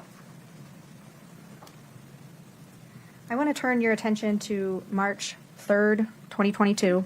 Did you analyze data from Eric Richins' phone from the night he died? Yes. You looked at call records? Yes. And you looked at text messages and web searches? Yes. We could show the witness 3-39D. Do you recognize this? I do. Is this an exhibit that you helped create? It is. Does it accurately depict the raw data that you reviewed from Eric Richins' phone? Yes. Move to admit 3-39D. 3-39D is admitted. You could publish this to the jury, please. So you might want to step down for this so we can just describe for the jury what we're looking at here. Sure. So this is at the top. The heading is Eric Richins' phone activity, March 3rd, 2022. This is from 8:30 p.m. that evening until midnight. It's basically just a moving timeline, so you can see what Eric's device was doing during that time period in context to text messaging and web searches, that type of thing. Eric's basically just a moving timeline. All right. Let's see. Text from Pedro, Sonora. So you can see what the thing. So at 8:30, there's a text to a contact named Pedro Sonora. And then there's a text from like 9 seconds later. Those continue. There's a few of those. And then there are texts between Eric Richins' device and a contact named Scott Wagner in that device. Those continue into and through 8:30. There is a discussion going on between Mr. Richins and Scott Wagner, kind of back and forth during that time. And then at 8:50 p.m. on that day, Scott Wagner calls Eric Richins, and they talk for 8 minutes and 32 seconds. At 9:45 p.m., a Google search is made from Eric Richins' device. There's a misspell in it, but it is basically searching how far is it from Scottsdale to Nogales. And then at 10:18 p.m., there's an incoming text from a contact titled Raul C&E. Thank you. For that last text message that's listed in the 10 o'clock or 10 p.m. hour, was there any indication that that message was opened? Man, that's so sad. He was alive, he was active, he was well. 8:30 to, what, 8:50? He was communicating with other people. Oh, man. For that last text message that's listed in the 10 o'clock or 10 p.m. hour, was there any indication that that message was opened by Eric Richins? No. During this time frame from 8:30 p.m. to 12 a.m. on March 3rd, how many phone calls were made on Eric Richins' device? One. That's the phone call that you talked about to Scott Wagner. Correct. No other phone calls made on that device that night. No, between 8:30 and midnight, no. Talking about same time frame, the night of March 3rd, 2022, did you look at Kouri Richins' phone for that same time frame? Yes. Did you analyze the data and device events for that phone? Yes. If we could show 3-18D1. Do you recognize this? I do. Is this an exhibit that you helped create Yes. using the raw data from Kouri Richins' phone? Yes. Does 3-18D1 accurately depict the raw data that you reviewed? It does. I'll move to admit 3-18D1. 318D1 is admitted. If we could publish this, please. Similar to Eric Richins' device, I guess not showing communications, but what are we looking at here for this device data? So there's an activity sensor and device events for that device. When you say device events, what do you mean? So there are certain events that are captured in a device in the system files that detect various things. One of those things is locks and unlocks, meaning when you locked or unlocked your phone. The activity sensor is device movement. So there are accelerometers and gyroscopes and whatnot inside your device. And when it moves and it detects movements, it reports that to the system files and it retains that.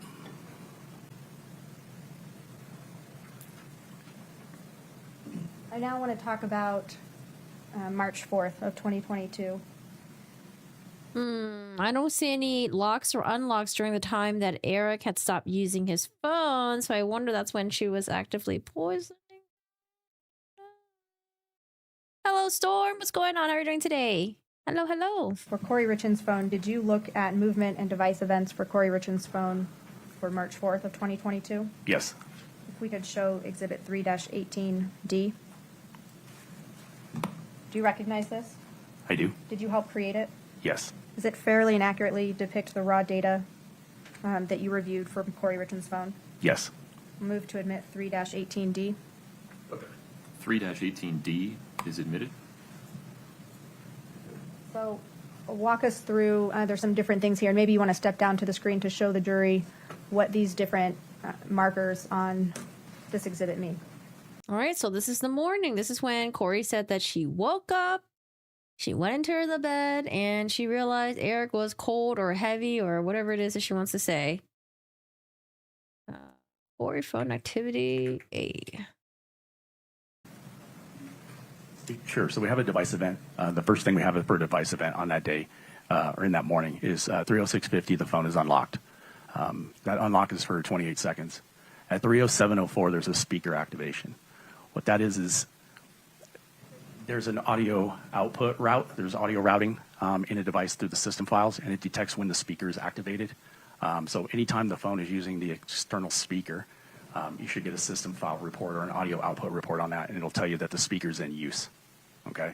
At 3:08:10, the activity sensor picks up that a device travels 243 feet. So the 3:08:10 is the beginning of that trip. It's not the end of that trip. And at 3:10:37, the phone is unlocked for 1 minute 40 seconds. At 3:15:59, the phone is unlocked again for 37 seconds. At 3:19:07, the phone is unlocked once more for 28 seconds. And at 3:19:39 a.m., the phone is unlocked briefly for 3 seconds. We have a timestamp for a 911 call at 3:21:05.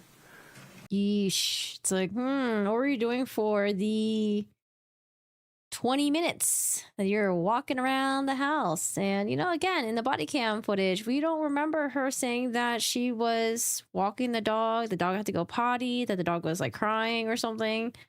I guess her story should have been that she was in bed because she was with her child because her child was having night terrors. She fell asleep, but then she woke up in the middle of the night because the dog was whining and she took him out to go potty. I guess that could have been the other story. But that's not what she said. I don't know if she ever mentions the dog or if it's only mentioned in the defense's story now. Unlock. We have 3:19. Unlock. And then 319 again, unlock. And then we got 321, 135 feet. And then 322. No one. We have a receiver activation. We have a device, another activity movement, meaning device. Oh, wait, actually, hold on. She called 911 and then she walked around for 135 feet. Oh, do you think? Wait, why? If you're calling 911, wouldn't you be stationary because you're trying to figure out what's wrong with your husband and you're trying to do CPR? Huh? That's interesting. Interesting. Is reporting that it had moved again. And then at 322, there is a receiver activation. And a receiver activation is when you hold the phone, a phone or a device up to your ear, say presumably your face to make a phone call. Oh. There's a proximity sensor inside the device that activates the receiver. And so there's an activation there at 322. Wait, did she keep the phone on her ear the entire time? Because you would think you would put your phone on speaker and you're trying to do CPR or you're trying to figure out what's wrong with your husband. Oh my gosh, there's so much details in these phone calls. Guys, do not commit crimes. Holy. 2212. Ooh. Thank you. Weird. You talked about the receiver activation. Is it possible that a call can start before the receiver is being used? Yes. How does that work? If you dial a number, for instance, the receiver activation only reports when you place the phone up to your. It has to detect the proximity sensor. So it's a movement. It's a movement, yes.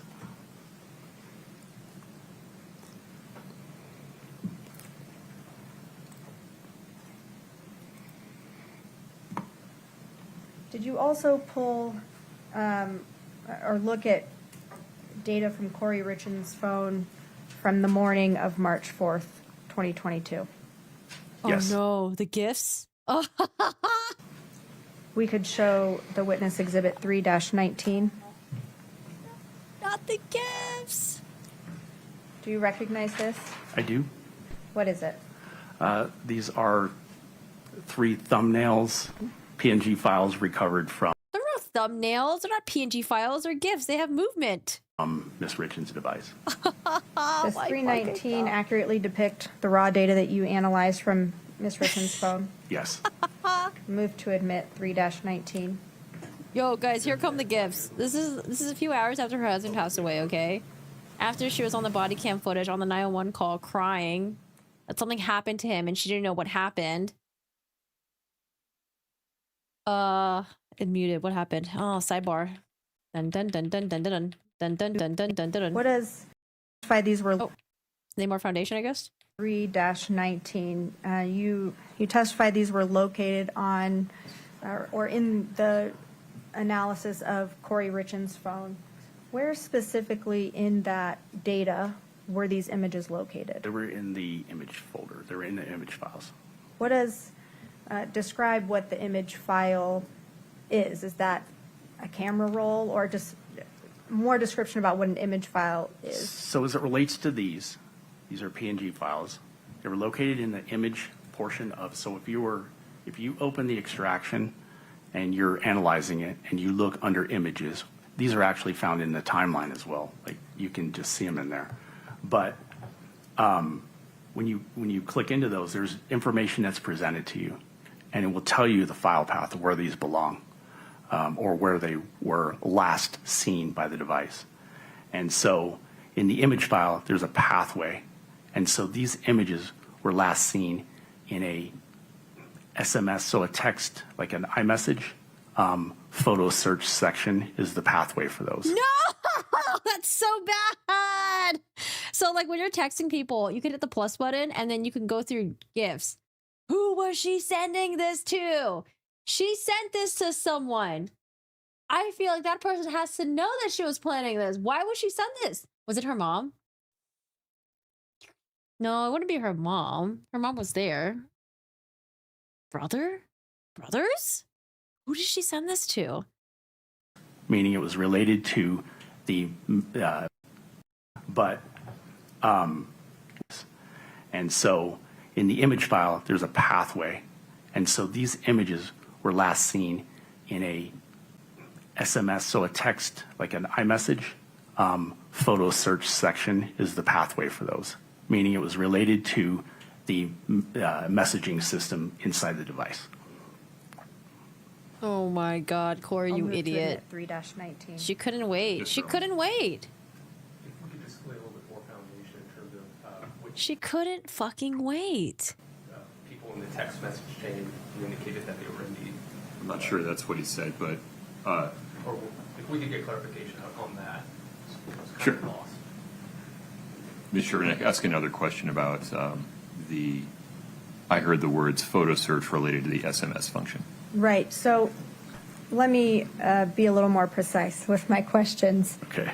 Were these part of a text message? At some point, yes.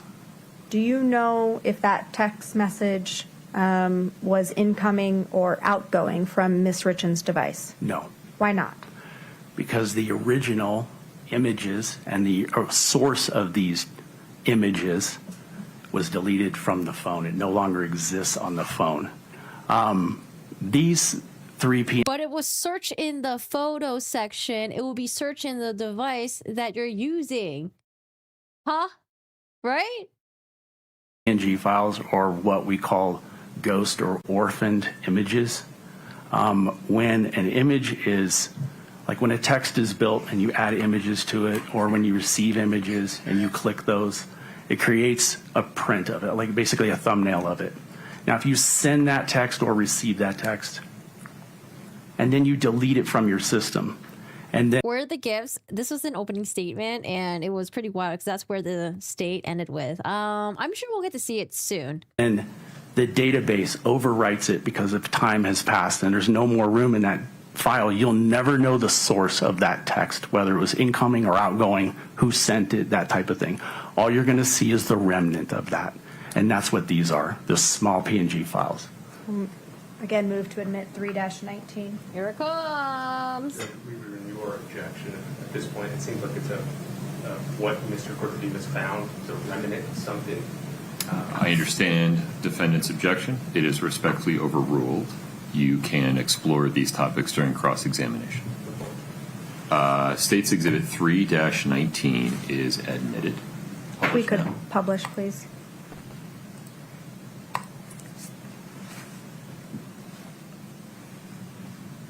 So these are the images you were just describing. Yes. And you described that they were found in the image files as a remnant of possibly a text message. Right. I wouldn't say a remnant. It's a thumbnail. I mean, A it's thumbnail. a PNG file. I mean, it's a thumbnail. Yes.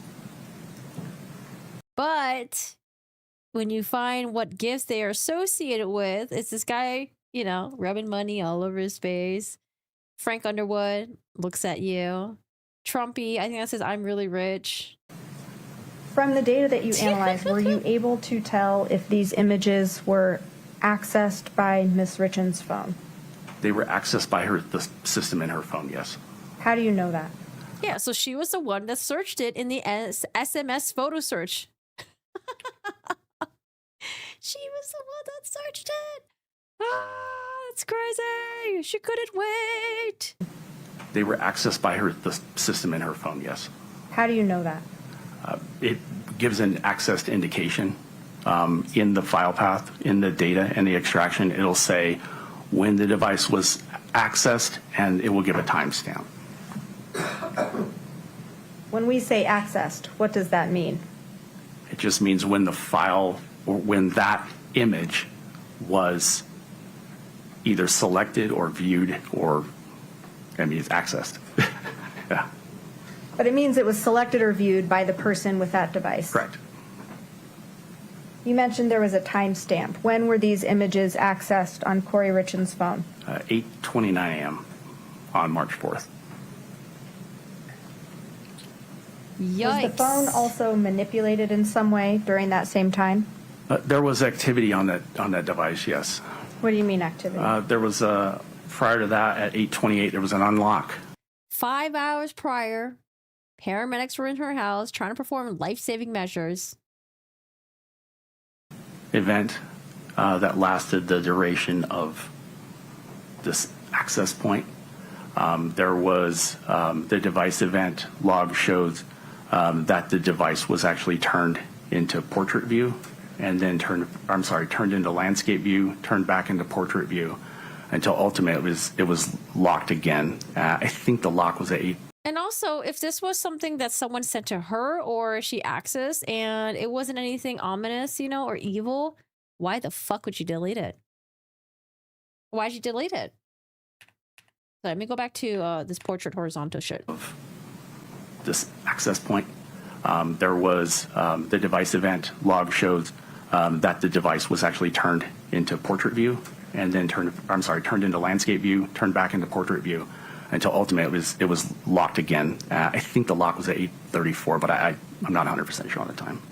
She was watching YouTube So those, or something? The turning of the phone, the unlocking of the phone, those correlate with the time that these images were accessed. Yeah, around the same time. Yeah, during the same unlock event. So now I want to turn your attention to the post-April 13th, 2022 phones from Kouri Richins. We know from, Scott, if you could put up 3-37D, please. And you can publish that to the jury. It's been admitted. So I'm referencing this, the date on here when the silver phone and the blue iPhone were being used by Ms. Richins. Right. Did you look at, when you were analyzing the blue phone, did you find web searches during April, that time frame the phone was used, that were relevant to this case? Yes. Scott, if you could show the witness 3-26D.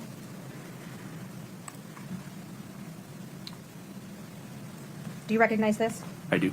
Are these web searches that were located on that blue iPhone? Yes. If you could show, Scott, 3-29D.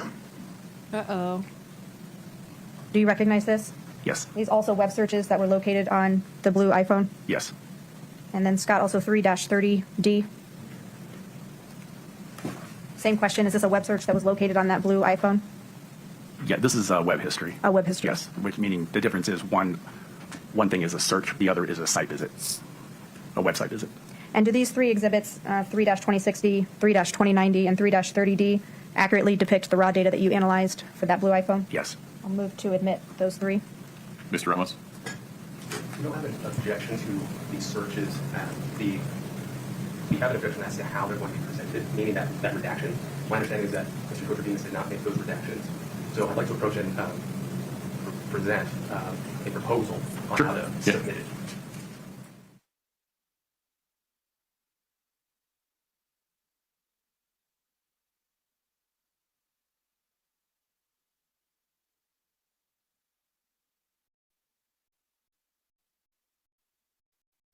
Okay, long sidebar. That have no. Ladies and gentlemen, as you look at 26, 29, and 30D. Oh no, the Google searches. Here they come in. About a month over, a little bit over a month. Yeah, since Eric has passed away at this point. She, consciousness of guilt? Consciousness of guilt? Can you delete everything on an iCloud account? Can you delete everything off an old iFind without actually having it? Can delete a text message be retrieved? Can you change the password remotely of a lost cell phone? Can delete a text message be retrieved from an iPhone? Can you change the password remotely of a lost iPhone? Log into iCloud account. What do cops do when sees electronics? Girl, this ain't looking good. You'll see these blue blobs that have no text behind them. Those are intentional redactions of information that has no relevance to this case. Please do not speculate about what was behind the blue I want to see what's underneath those. blob. It's irrelevant. Just ignore it. Fine, Mr. Mayor, Judge, please. fine. So as we were talking about these three exhibits that we will go through in turn, you mentioned web searches versus site visits. What are we looking at here? These are web searches. What's the difference? So when you type a search into your device and just presumably search for something on the internet, when you type it in and you hit send to search, it logs the search that you had typed into your device. And so someone could search for any multitude of things. We're all aware of that, but maybe not if the results come up. If they actually click on a result, that would be a site. Right. We normally see, analysts will normally see corresponding web histories related to those searches. So if you were looking for a type of vehicle, you would have a search for a type of vehicle, like a 2026 Toyota 4Runner. You're looking to buy one. And then right behind that, you'll see web history, meaning what happened was you typed in that search field, it popped up, and then there's some suggested websites for you to go to based on your search. And if you click through to those will show as a web history, meaning a site that you actually visited. And so what are we looking at here? Right here, we're just looking at the search function. These are just searches that were inputted into the device. And this is in that blue iPhone, right? In the blue iPhone, yes. Scott, if we could do the same expanding for each page of 2-2060 so the jury can see the different entries.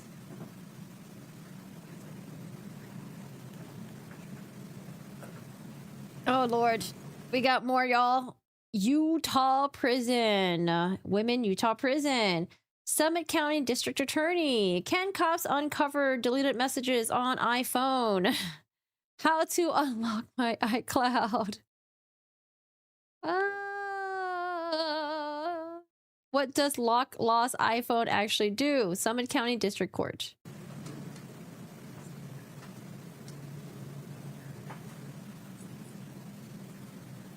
Oh, there's more. How to completely wipe a iPhone clearly remotely. How to erase phone data permanently with EMI number. How to permanently delete information from any phone.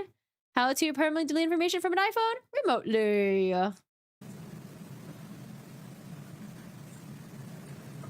There's more. Can cops force you to do a lie detector test? What happens if you were detained but never got read Miranda rights? She must have some fat thumbs. What are you allowed inside Utah jails? Phone Doc Park City.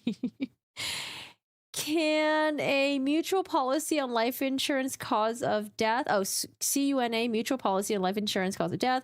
Will life insurance pay if death certificate says pending? Death certificate says pending. Will life insurance obey? I mean, her explanation could just be that, like, hey, I was not in a good financial situation. I found out that Eric left me with no money. That's unbelievable. I have 3 kids to take care of, although it was left to her kids. And she was just worried that she wouldn't be able to take care of her kids. I don't know. We're giving her a bit of the doubt. Oof, I know. Oof. Why is she so dumb? I don't know. Ask her mom. Federal Correctional Institution in Dublin, California. Is that like the nice rich people prison? Dublin, California. Luxury prisons for the rich in America. Oh no. If someone is poisoned, what does it go down on the death certificate? What is presumed positive for naloxone? I think that's Narcan, right? Is naloxone similar to heroin? What is presumed positive? Can you overdose on naltrexone? So naltrexone, again, I think was the medication Eric was using. The off-label treatment was like for the Lyme disease that he had, I think. And naloxone is the Narcan, which they did administer to him. We're learning so much about drugs, y'all. Did she really search every subject possible? I want to know the timestamp for these searches. Is it all just in one day? Where is my location on iPhone? What prescription is used to stop alcoholics? K.N. Richins Realty Net Worth. Kouri Richins, commas, net worth. Why is she Googling herself? Don't you have the financial documents to answer that, ma'am? Negatives. Oh, man. What else is there? Should I just screen grab this whole thing? I don't know. I think she's going to zoom in, right? Oh, my gosh. FBI analysis of electronics in an investigation. What is FBI analysis of electronics? Oh boy, oh boy.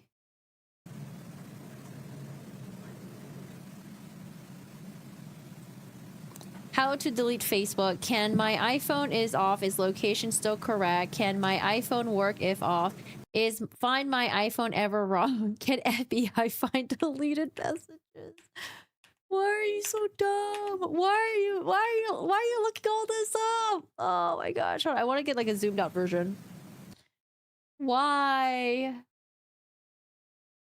Man, who's that other guy who had a bunch of like horrible Google searches? They were worse than Kouri's though, because they actually pertain to like dismembering and hiding bodies and stuff. Brian Walsh. Oof.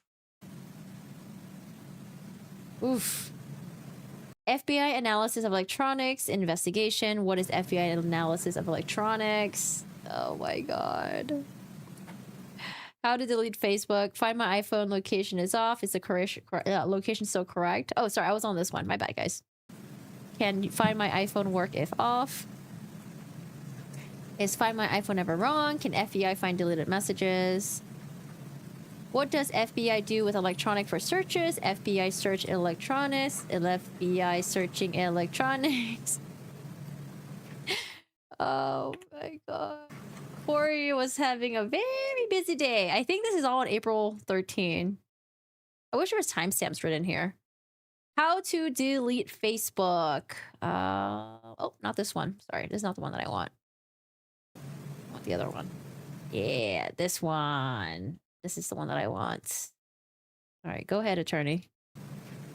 What is considered non-natural manner of death? Who determines cause of death on death certificate? Can cause of death be changed on a death certificate? What is a white-collar crime? Why would the FBI be involved? Is the medical examiner report and autopsy report different? What does the FBI get involved? When does the FBI get involved in the case? Oh, dude, and she's just so greedy. She goes back to the life insurance payout. How long does life insurance companies take to pay? What is a lethal dose of fentanyl? What is considered a lethal dose of fentanyl? Can a manner of death be changed on a death certificate? Here's the thing. I guess you can testify and say that she also, like Murdoch, had distrust of the state's attorney's office, of detectives, of the investigators, that she started getting paranoid that she was going to get pinned for this crime, and that's why she was getting so paranoid and she made these incriminating searches. There's always an explanation for everything. Sorry, let me go back. Can change my password on iPhone. Dun, dun, dun, dun, dun. What happens if you get to Narcan to someone who doesn't need it? Is circumstance unknown an accident? How long does life insurance companies take to pay? It's like, dude, she just wants the fucking money. Give me the money, she says. Give me the money. I just want the fucking money. So we saw some web searches on 3-26D that related to remotely wiping an iPhone or remotely deleting text messages. Yes. Was the blue iPhone being used by Kouri Richins in the time after her original phone? That white iPhone was seized by police? Yes. Scott, if we could put up 3-29D. There's more?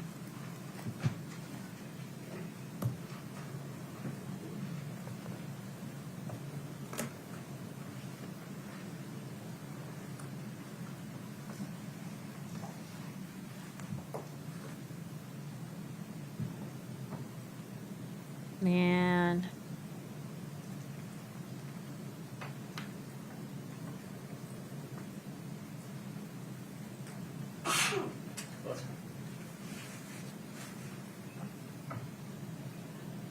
Oh gosh, is that the article? All right, here we go. Utah State Prison, Timpanogos Women's Facility, Utah inmate roster.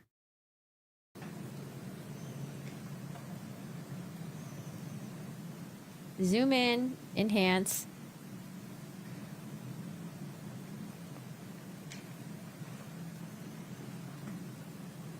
Man, this is so sad for Eric's family. So sad. Oh, here's some articles. 5 things you need to know about new Utah State Prison and when the old one will be torn down. I guess she's really paranoid. She really thought that she could go to prison because she's being framed for this. It's crazy. Crazy. So when we're seeing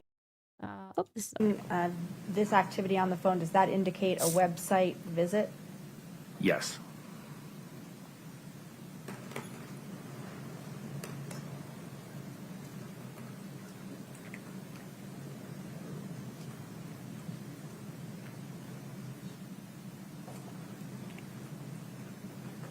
Damn, these look so bad.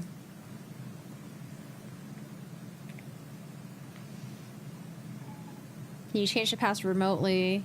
Can you delete a text message retrieve from iPhone? Log into iCloud. I think we already went through these.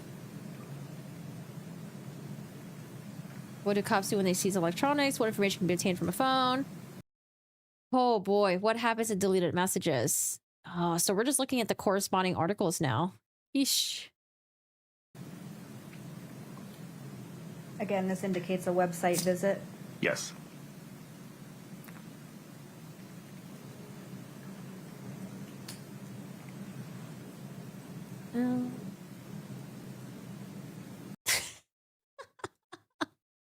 Police can't read your iMessages, but here's what they can see. Apple can tell them who you tried to ping. What does it mean by ping? The fudge.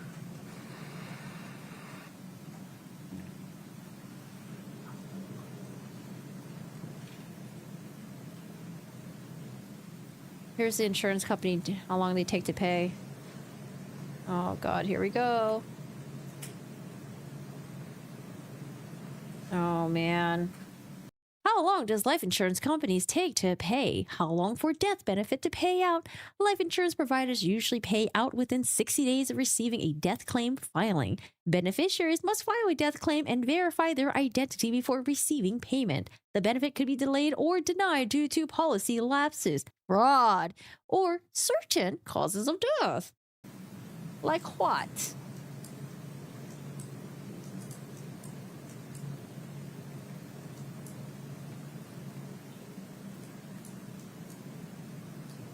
Delay in claim payment for death certificate with pending cause of death.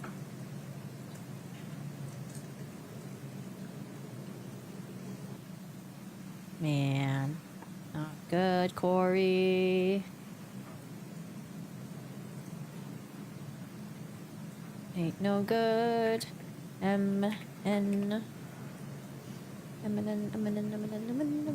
have a lot of photos to save. MNO. All right.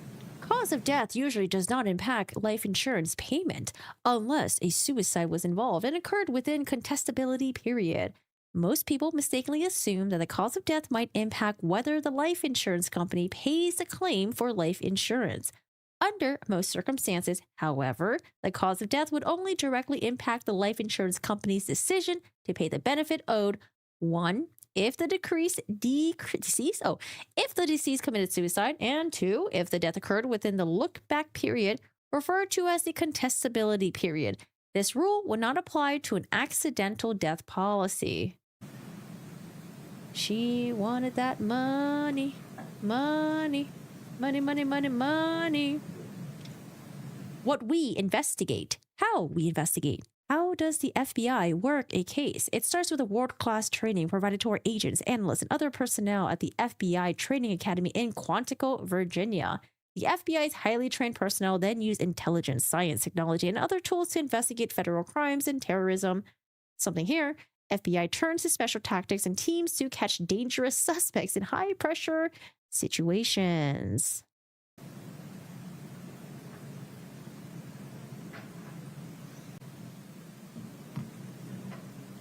Uh-oh.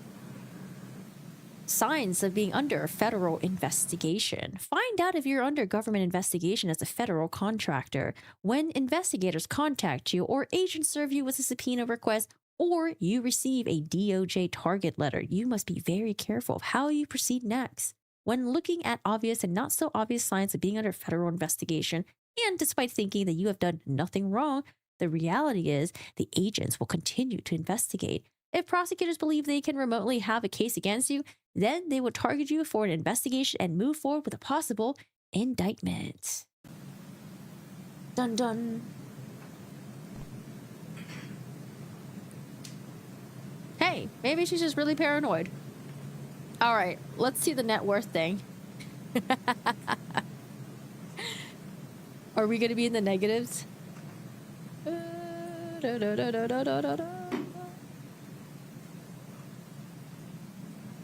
What do we got here?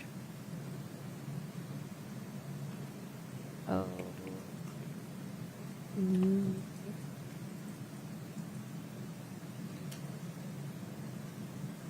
Cute.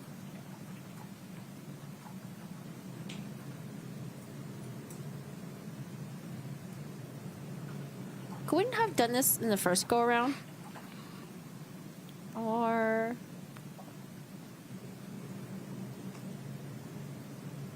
yes, I actually rather have them read it so the jury can follow along. Because, like, what if not everyone reads at the same pace, huh?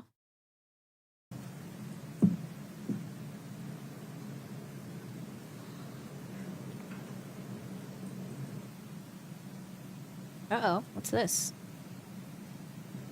FBI conducted potentially millions of searches of America's last year, report says. Searches in the national security investigation came without warrants, could stoke privacy concerns in Congress, per the Wall Street Journal. I don't think I need to take a picture of this one. Oh, this is interesting. How do phones and forensic analysts recover deleted data from phones? Can police really recover deleted pictures or text messages from Android or iPhone devices? Or is it purely fictional? I think they can. You wish it was fictional. 24. What's this annoying? God, if we could move to 3-30D. Man, I wonder how many people are looking at Kouri right now. Just looking at Kouri's reaction.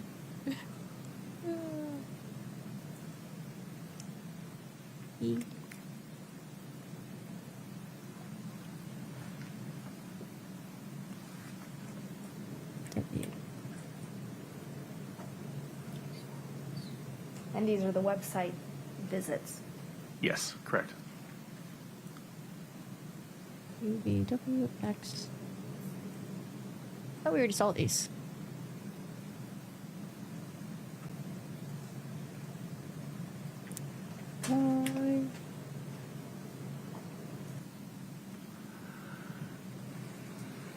See, I already read these, so I'm not gonna read it again.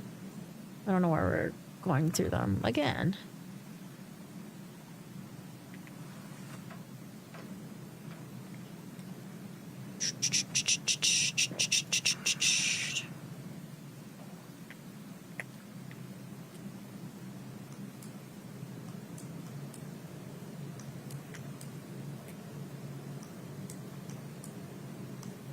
All right, I'm just gonna zoom through this then. I've already gone through all of these and read the articles for you guys. This is even more dumb than Letitia telling us Edward Cullen told her to commit the murder. So those are all my questions for you at the moment. All right. I think the defense may have some as well. Thank you.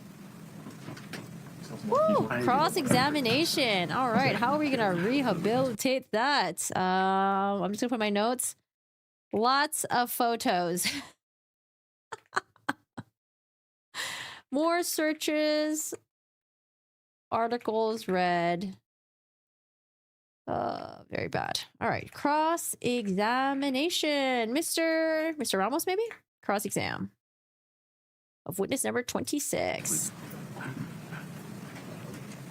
Thank you, sir.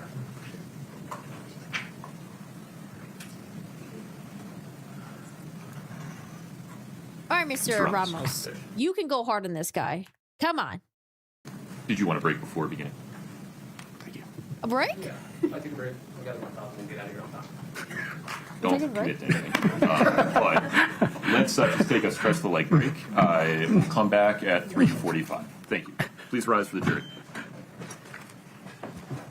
All right, well, let's get up and stretch really quick. I don't think I'm super far behind. Oh, no, I should be back just in time. Okay, let me just stretch really quick. Give me a second, let me stretch. All right, give me 2 minutes. Now I'm gonna use the restroom and we'll start back up. Oh man, guys, how bad were those searches? I'll do a poll when I come back.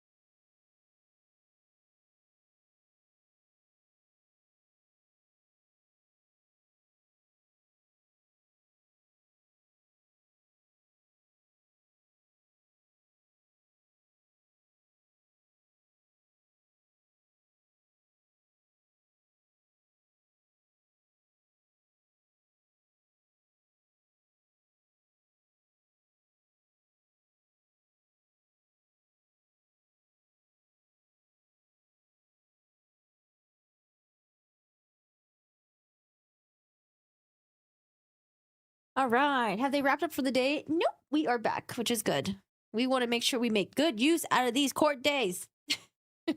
Although I never mind when they do send us home early. Gives me more time to edit and catch up on other shit. Alrighty, let's do this. Y'all ready for this? Dun dun dun dun dun dun dun dun dun dun dun. Did Kouri kill him too? The invisible man with the chronic pain in her industry. Who know? Oh, the investor guy that she was getting pain pills from. Don't know. Beats me. Alrighty, y'all. Let's get back.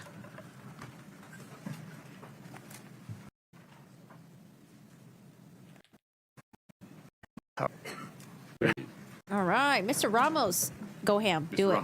Do it. Mr. Coach Remus, how are you? Doing great, Mr. Ramos. How are you? Good. Good seeing you again. Good to see you. You know what? Let's just dive right into the GIFs, the Okay. PNG files. Yeah, sure. Right? Sure. Can we pull up? Yes, please. Oh, and he's just like me. We both say GIFs. I say GIFs, but I shifted to GIFs so it doesn't confuse you guys. But I think it sounds better. GIF sounds way better. All right, Mr. Ramos, we take a little mini break. Let's just get into the GIFs because they look so fucking bad, dude. Really bad. I love it when attorneys, like, let's just start off with, like, the most insane shit that you've presented so far. So let's get that out of the way, and then we'll work way backwards. Pull up those, that exhibit. Did you miss anything in the past hour? I hate to say it, but yes. There was all the searches that were done on Kouri Richins' phone, the articles that she accessed, and they talked about the GIFs. A lot of And just important digital forensic stuff. Witness judge. So I have this document here. It's been marked as State's Exhibit 340. Do you recognize that? Yes, sir. Now, when you were testifying earlier, you informed the jury that it was all the image files that you received, correct? Well, just for this representation is just for that, for the fourth. Correct. Yeah. Yes. So what we're looking at are Yeah, but GIF still sounds better, though. It's part of that, yes. Images, data files for that day. Specifically, I think there was a range. It was for the March 4th, correct? I think of like peanut butter, you know, smooth, delicious peanut butter. Okay. Now, in that, there were 39 images, right? Correct. Now, of those images, obviously, we've seen 3 of them, okay? Yes. So I want to focus on those, okay? Okay. All right. So what I'm going to do is I'm going to pull up those 3 images that you've seen, okay? Mm-hmm. And I'm going to show you the MAC, right? Okay. Which is the modified access created. Good. Okay? Good. All right. We can pull that out for you. Now, could you see those on the left-hand side there? I do, yes. Okay. One second. That's what he can see, right? Okay. Sorry, I have a smaller screen here, so I just want to make sure we're on the same page. All right, yeah. Okay. On the left-hand side, can you tell me, or tell the jury, if all of these images were accessed on the same date and time? Yes, they down were. to the second? Yes. Okay. Now, you mentioned that these are .png files, okay? Yes. Now, if we look to the right, there is what appears to not be a GIF, I guess, or it is a thumbnail, but it is of a, how would you describe it? What's the picture? What's that picture of? I don't. Which one are we looking at? The one on the right-hand side, it looks like a house almost in the distance. Oh, yeah. Meme is May. Wait, where does meme come from? Yeah, there's a photo of a piece of property, it looks like. Yes. Are you familiar with that property? I can't tell what it is from the... Does she seem any more innocent yet? Well, I told you guys, you know, if you're taking her, you know, if she steals from Alec Murdoch's explanation, it's that she was paranoid of investigators, she didn't trust people, and she thought that they were trying to frame her for this. And that's why she was already preemptively, you know, figuring out whether or not Utah prison for women would be comfortable for her or not. From the photo. Fair enough. Now, can you just look at the time and date? Yes. Okay. Does that matter? And the gifts, I mean, she didn't fucking search them. Those were all butt search, you know? She put the phone in her back pocket. It's not her fault that her phone did it on its own. It was her butt. Match the .png files that we saw? It does. Okay. Yes. To the second? It does. Okay. Shit happens. So, just practically speaking, okay, we can take that down.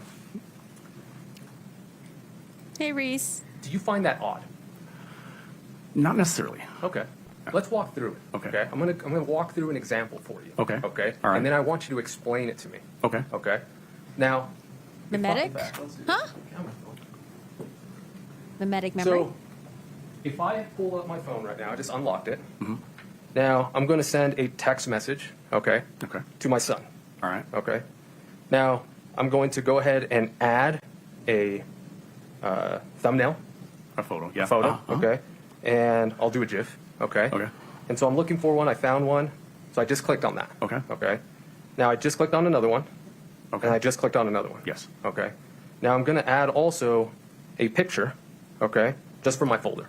Okay. Okay. Now I've selected those 4 items, okay, and I'm about to send it. Yes. Okay. So if you were to get my phone and put it in your system, extract it, and you analyze it, obviously it would be a text message. It would, yes. Correct? Yes. Now, the modified access created, would all of those be the same date, time, down to the second? They could be. Could be. Yes.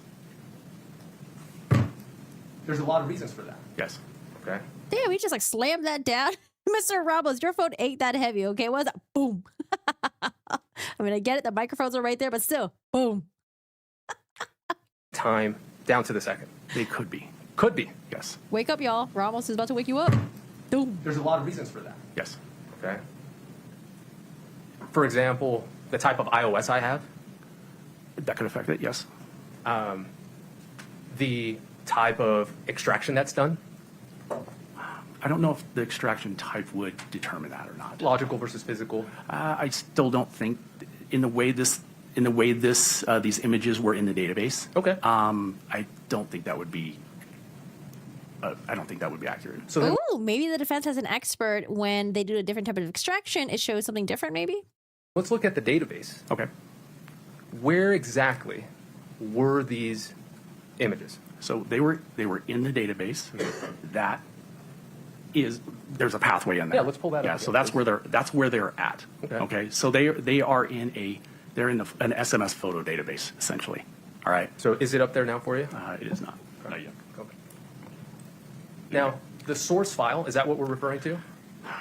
Wait, this is a new feature on YouTube. Let's try it. Start a Q&A. Oops. Did I break it? Oh, what the fuck happened? Wait a second. What does Q&A do? Oh, interesting. So I start a Q&A and then you guys answer and I could read it at the end of the stream? Maybe? I don't know. Let's just try it out. Let's just play with it. Yes. Okay. Yep. So I see here has a bunch of numbers, underscore files, full.zip, right? Yeah. Private var, mobile, library, cache. Yes. Right? Yep. Okay. Talk to me about cache. All right. So, caches or folders. They're just places where the system stores data. Okay. Yeah. And if I were to go to my phone right now, I could find those .png files, that image I just sent, right? If I go directly to my text message, correct? You could, yes. Yep. Right, because I just sent it. Uh-huh. Okay.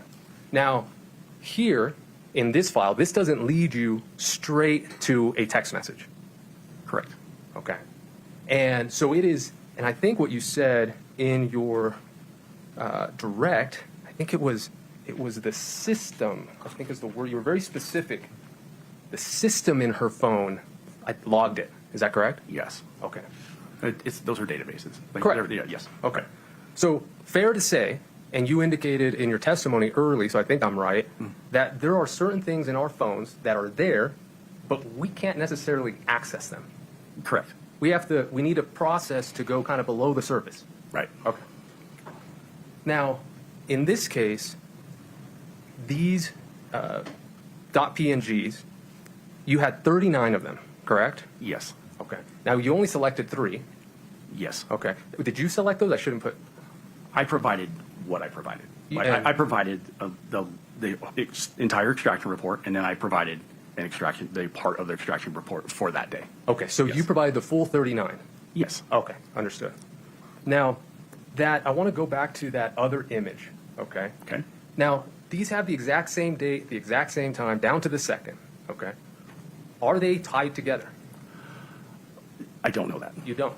No. In fact, it's impossible to know. It really is. Now, in what you do, there is, we heard the word a lot, analysis, right? You analyze. Right. Okay. Now, we know that you can we get the information from Gray Key, it's extracted, then we put it in Celebrite. The analysis comes in reviewing the report, correct? Correct. Okay. Now, and you're also very careful in your direct testimony that it's not necessarily, I don't think you use these words, but it's not infallible, right? This Celebrite report? Correct. Okay. In fact, Celebrite itself recommends its operators, is that the word? Yes. To make sure that they validate their data. Correct. Right? Yes. And there's a lot of reasons for that. Yes. For example, you do have a hardware that you use, correct? Yes. You want to validate it's working. Correct. And then also the software that you use, you want to validate that that's working. Yes. Okay. Now, this might be an oversimplification, so That's okay. but I'm trying to process it. Okay. A lot of money went into making those phones. Yes. A lot of the data and how it works is all of it's proprietary. Correct? Yes. Now, in a way, Celebrite is trying to hack the phone to get the information. Doesn't really hack it, but it parses the data. It parses But the data. Yeah. Okay. And when it spits out, Yeah, hacking is like a weird word to use. that's not a common term.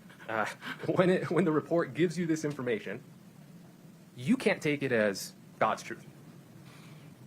There's context to a lot of stuff. So yeah, I mean, I can take it as God's truth, quote unquote. Yeah.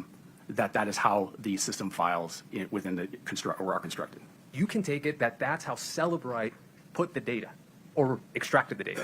Correct. Now, you've heard, I suspect, of the epoch time. Yes. Okay. Now, if you could explain to the jury epoch time in terms of digital forensics. I cannot. What is epoch time? Cannot? No. Why not? I don't have enough familiarization with it. I just don't. Okay. Not on the stand. All right. Well, is it fair to say that, let's look at this created and modified and accessed, that date and time. Okay. Are you aware that that time isn't actually how it's stored on the phones? Oh, wait, epoch time. Didn't they cover I'm not that sure I understand the question. in a different case? Sure. So the Like the time that is, oh gosh. Are we going to get into this? For some reason, there's like it's not a time, but there's like an internal clock that these cell phones have that they run on. And sometimes the internal clock can stray from the actual time, depending on if there's like, what is it called again? Oh, geez, I hope we're not going there because that's when things start getting really complicated.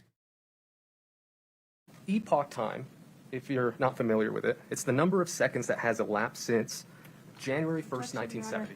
Yeah, I think we're starting to go in that. Oh gosh, we got into this territory in a different trial, and it was very convoluted.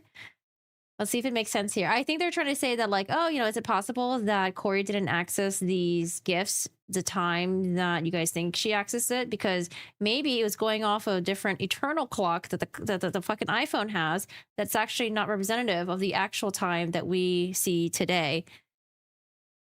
Are you familiar with that? I am. Oh, sorry, Judge. I'll let it play out, but I'm about to get a headache if they fucking get into that. What was the objection? He said he couldn't testify about what epoch time is. So foundation. foundation. I think you're laying foundation. I am, right? Judge. Let's see where this goes. Overruled. I interrupted you, gentlemen. If you would ask that question. Absolutely, Judge.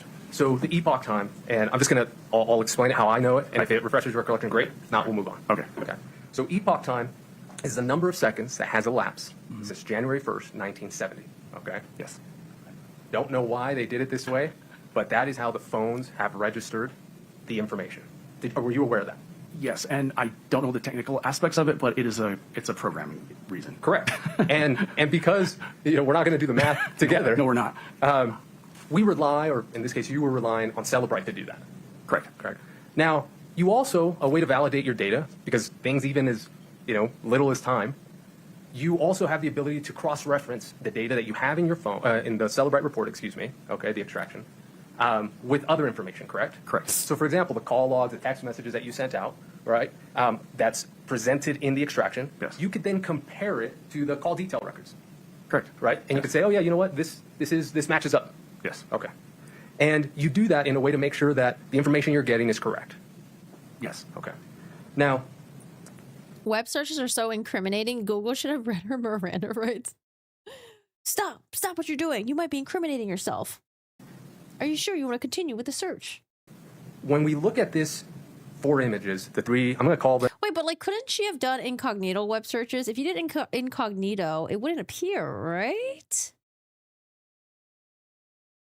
Right? Would it appear in incognito? I'm trying to think if there's a case that we've covered where someone did an incognito search and they were still able to pull it up. I don't know. Maybe the people that we've seen go on trial so far don't know how to use incognito mode. What's been admitted. The only one that did use it was Koberger, but we didn't get into trial to figure out whether or not they got his searches in incognito mode. As a 3 PNGs, okay, which we all saw. Or just come gist, even though I know they're not right now. Right. But just so everybody's aware. Okay. And then we have this photo that appears to be of a home. Okay. Right. Now, you have records and you have call logs for March 4th, correct? Yes. Okay.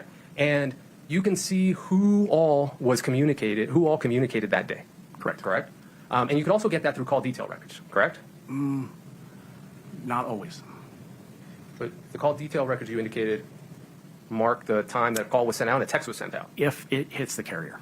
So if it's a Wi-Fi call or if it's like iMessage, like iPhone to iPhone, iMessaging, it can route around it and it won't hit the call detail record. Perfect. So you had on March 4th at least some information in what you received from the extraction report that some calls were made, some text messages were sent from Ms. Richins' phone. Yes. Okay.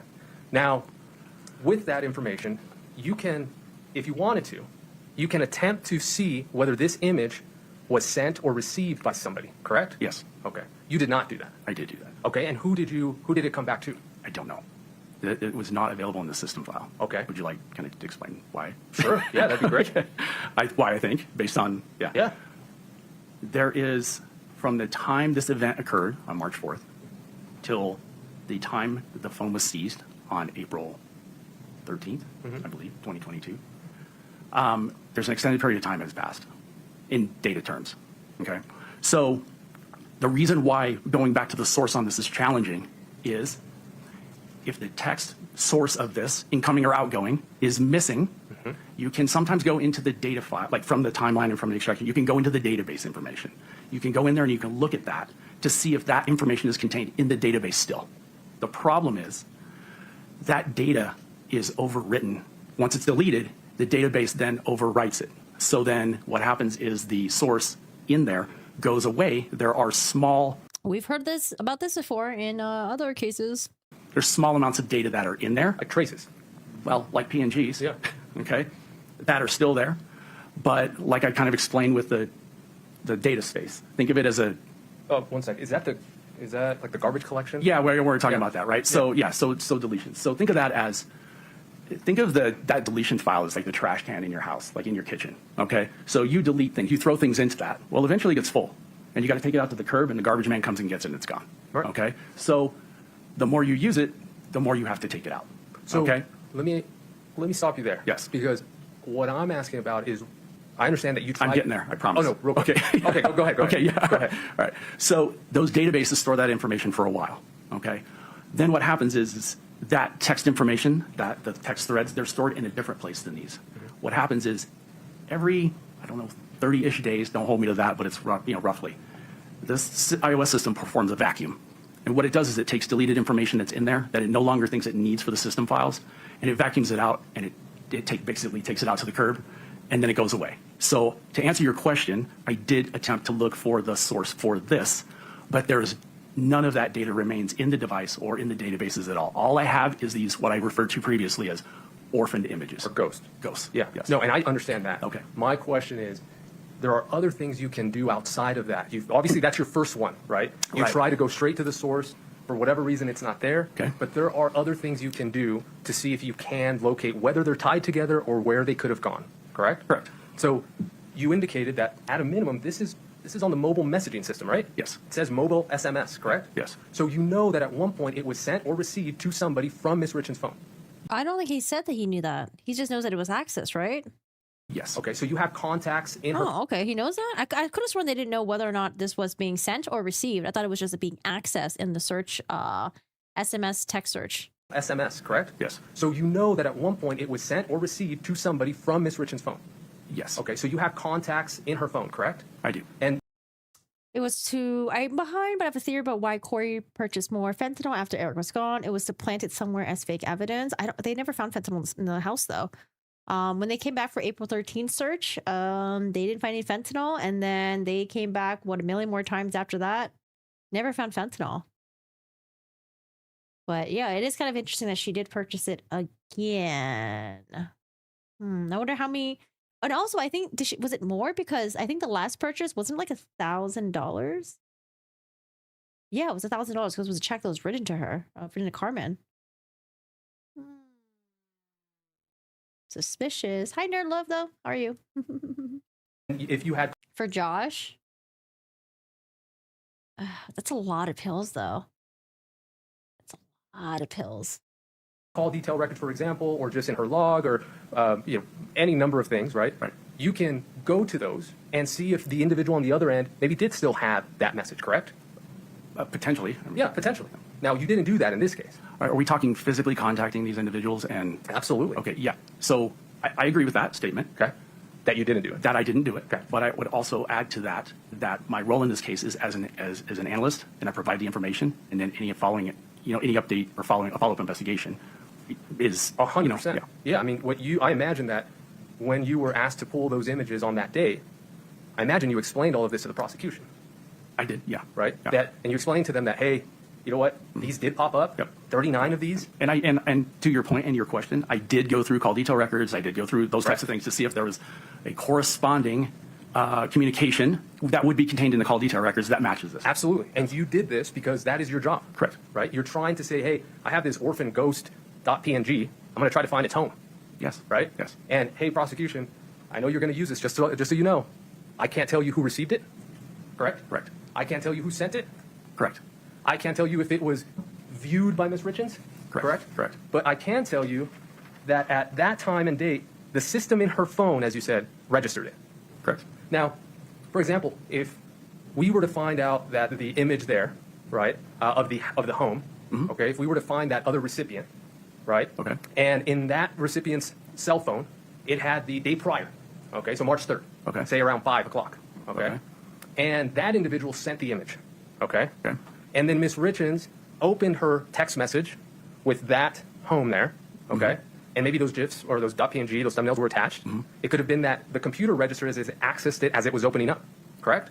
Correct, because it would create a thumbnail. Correct. Yes. Now, like you said, we don't know that, right? Correct, we don't. Okay. Now, I'd like to move on to the web searches. Okay? Yes. A lot of those web searches, as we saw, have no dates. Correct. Right? Yes. And we do see some of them when they were searched, correct? Yes. Okay. Are you familiar with, I think it's called like lifestyle analysis? No. Okay.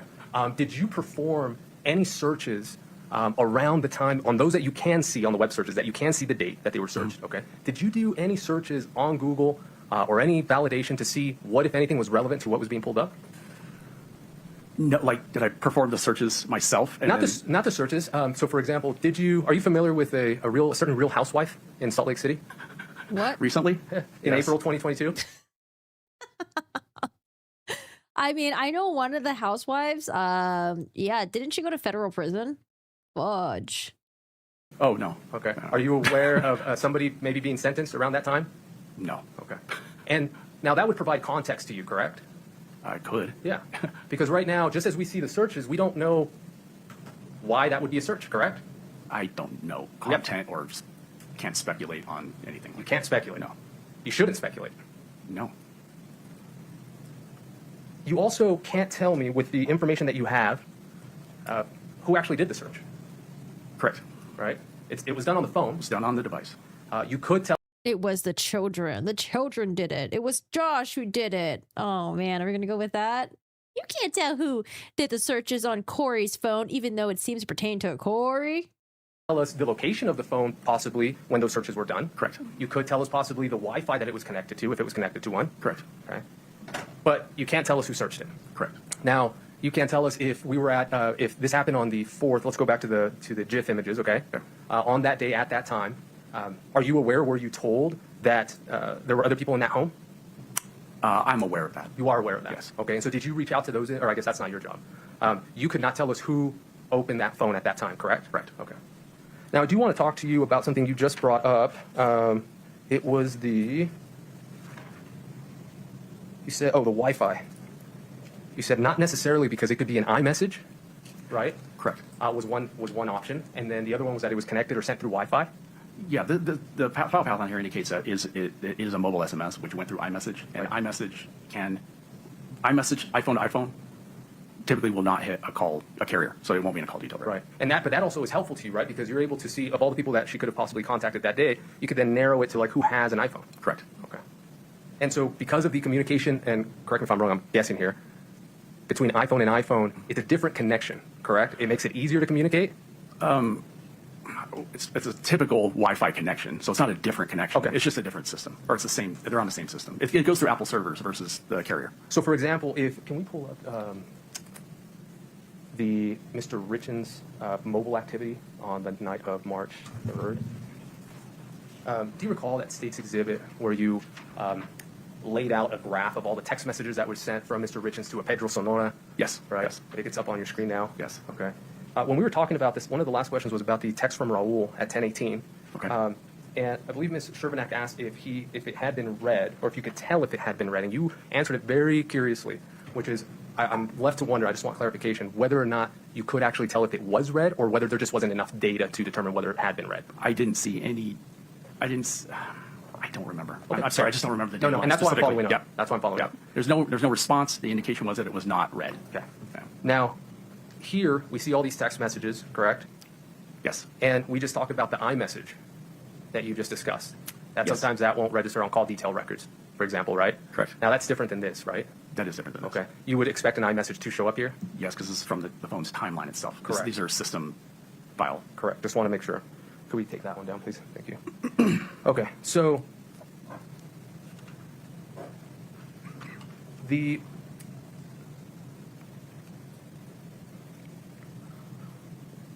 movement of the iPhone. Let's start with Eric's. Okay. You had indicated that you had done make sure, how did you phrase it? You had actually compared it. It said you had done some sort of analysis with his overall use in terms of his activity on his watch, right? Yes. And that those 87 minutes, that gap, was off, I guess. I don't think I said it was off. What were your I think I words? said it was atypical. Atypical. Yes. Okay. Now, can you please walk us through what exactly you did to get to that conclusion? Oh, so those are spot checks. Those are looking at random locations within his activity. I did not take the totality of his activity and compare it day to day to one another. Those were spot checks and looking at the device patterns in his phone to see if there was large types of movement. Now there are sometimes large spaces of inactivity, but not in this context. So what spot checks did you do? Just periodically throughout the timeline, through that activity timeline, just to look at and see if his activity indicates that he stays. Spot checks? I don't know if I like that. Spot check? His device stays in motion, and to what extent day to day. Over how many days? Oh God, I probably looked at maybe 20 days or so, just random days. And how did you log that? I didn't report it. I just made a mental note of it. Just a mental note? Yes, sir. Okay. So what was the largest deviation? I don't know that, sir. What was the smallest deviation? I don't know. How did Yeah, I don't like that answer. you come up to the fact that it was atypical? Well, it's like I said, in context, right? So He looked at it, he eyeballed it, it seems. there's communications about with presumably Mr. Richins on the device, and Wait, there is Mr. Richins. I'm sorry, Mr. Richins on the device with Ms. Richins, right? And so there was a. So right now, just so you're clear, we're talking about the physical activity. Oh yeah, okay, yeah. Yeah. I'm sorry, yeah, physical activity. Yeah. Yeah, but in conjunction with that, there are text messages. There are other things going on around this time, indicating in the other exhibits. I don't know if we published them, but there's some discussion about what Mr. Richins was doing that day around Sure. So like this 11 one, a.m. So this one specifically, on February 14th, 2022. Yes. It was. You indicate that the gap was atypical. Yes, and maybe I didn't put that in good context. Sure, put it in But context in now. context with what was going on at the time, it is not typical, based on what I looked at, for Mr. Richins to lay down and take a nap, for instance, in the middle of the day. So you could tell that he took a nap from this? I cannot, but he indicated he was going to in the text. That's what I'm talking about in context. Okay, so So Eric typically does not take naps in the middle of a workday. There's a bit of confirmation bias there. You would I would agree with that, and there's probably a little speculation there on that. The thing with But device activity is you only know if the device is moving or not. Right. There is a bit of speculation, like you said, and we shouldn't do that. Probably not. Let's talk about. You can take that down. Let's talk about the activity sensor Well, data. I mean, the jury can come to that conclusion, though. Okay. Not in context of what was registered. Okay. But in the context of you as an analyst. Okay? Okay. Now, we talked about how what you do is digital forensics. Yes. And that's considered a forensic science. Okay. Do you disagree with that? Yes, it is. It is? Yes. Okay. And part of that field, right, is what we, I guess, grew up knowing as the scientific method, right? Yes. And so, for example, here we identify a phone, an electronic device, okay? And then we go from identifying that to preserving it. Yes. Right? Yes. And we either put it in a Faraday bag or we plug it in and we make sure that the hash values and the hex code and everything matches. Correct. And we do that so that when you get the information, you know that it's the cleanest version possible, correct? Correct. Okay. And then once we preserve it, we then collect the information, which would be the extraction, Yes. right? And then we examine it, okay? Yes. And then we get into the analysis. Yes. Okay. So we examined it, and I'm going to go off of the activity sensors, okay? Activity monitors. Yeah. So we identified it, we collected it, we examined it. Now let's talk about the analysis of it. Okay. Tell us what you did to validate the information about the activity sensor data. And we'll start specifically with the distance traveled. And this could be for either Mr. Richins or Miss Richins' phone, okay? In general? Yeah, what did you do in this case for either Mr. Richins or Miss Richins, okay, to validate the information that was presented to you in Celebrite regarding traveled distance, or distance traveled? The distance traveled is just reported by the device based on the sensors that are contained within the device. Correct. Yeah. So then what did you do to validate that information was correct? I'm not sure I understand the question. I Okay. did nothing to validate that information, like outside of that. Okay, so for example, that information that was there, it indicates, let's pull up Miss Richins if we wouldn't mind, the state's exhibit where it shows, yeah, this one right here. Okay. Okay. So validate. So can we publish this one, Judge? It's been a Where's he minute. going with this? So let's look at that 3:08:10 a.m. Okay. Okay. Now, the 74.14 meters, that comes straight from the extraction report, correct? Correct. Okay. And the 243 feet, I imagine that's something that you converted? Yes. Okay. And using what? Just a Google conversion. Google conversion. Yeah. Okay. And in this device travels, we know that it was 74.14 meters that was registered on the device. Correct. Okay. Now, what kind of iPhone was this? I believe it was an iPhone 12. Okay. And do you recall what iOS system it had? I do not. Okay. Now, did you, for example, going back to, so I can explain myself, did you grab your phone, Yes, please explain yourself. a phone, and measure the distance from point X to point Y, put the phone in your pocket, walk over there, knowing the distance, walk back, plug in the phone, and see whether the Celebrite data that you received for what you just did in that controlled environment matched what was being produced? No. Okay. Did you purchase or have access to the Oh, interesting. Okay, like test it out himself if the distance is correct or not.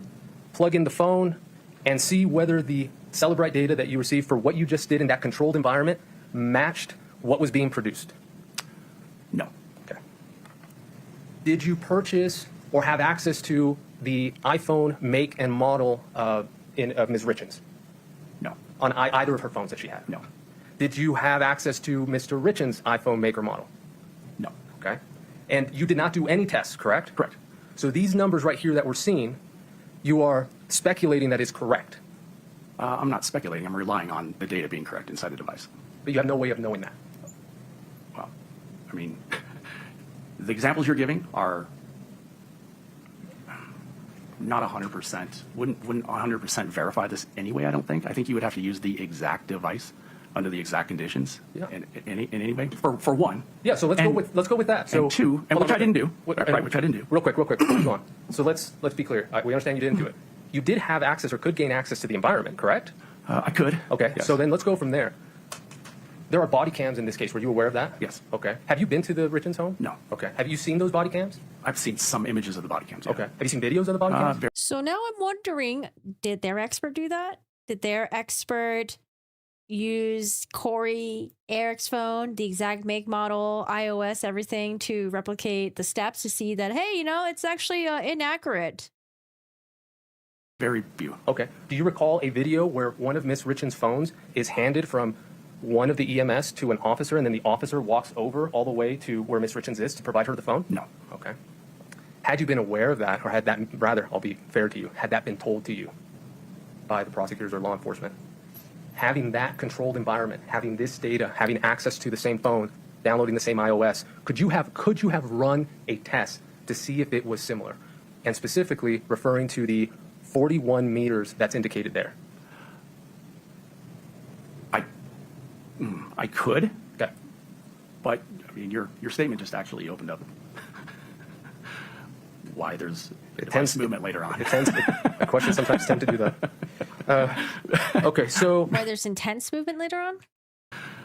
Why there's device movement later on. My questions sometimes tend to do that.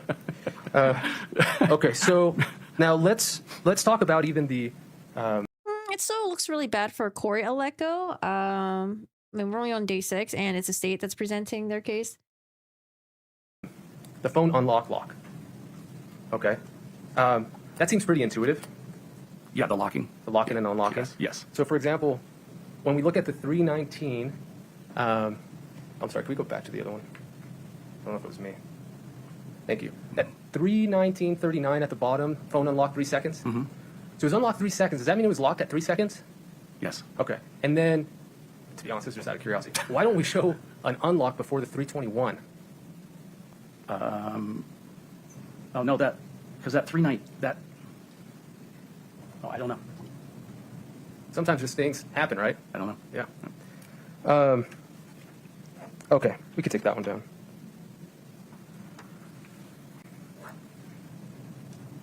Now, going back to the web searches, okay, just briefly. This was all after, to your knowledge, I imagine you're aware that this was all after, all these searches were done after Ms. Richins knew she was under investigation, correct? Yes. Okay.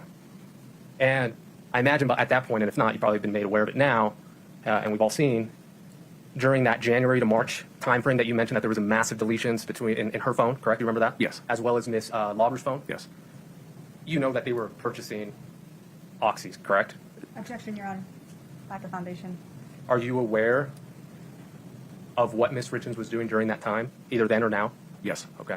Now, you're a former law enforcement officer? Yes. Okay. Do you ever deal in narcotics? No. Okay. You're aware of them? I am. Okay. You're aware of purchases? I am. You're aware of the criminal mind, perhaps? I am. And you're aware that most individuals dealing in drugs might want to delete their information? Yes. And like you said, context matters, right? Context does matter.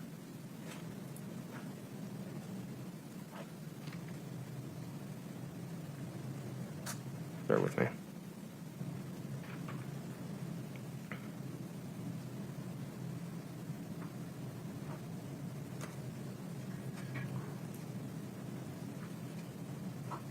Are you familiar with Bayesian inferences? No. Okay. Or Bayesian? probability statements? No. Oh, yes. Oh. Statistics. I just got PTSD from hearing that. I fucking hated stats I'm so getting there, I much. promise. Just want to make sure.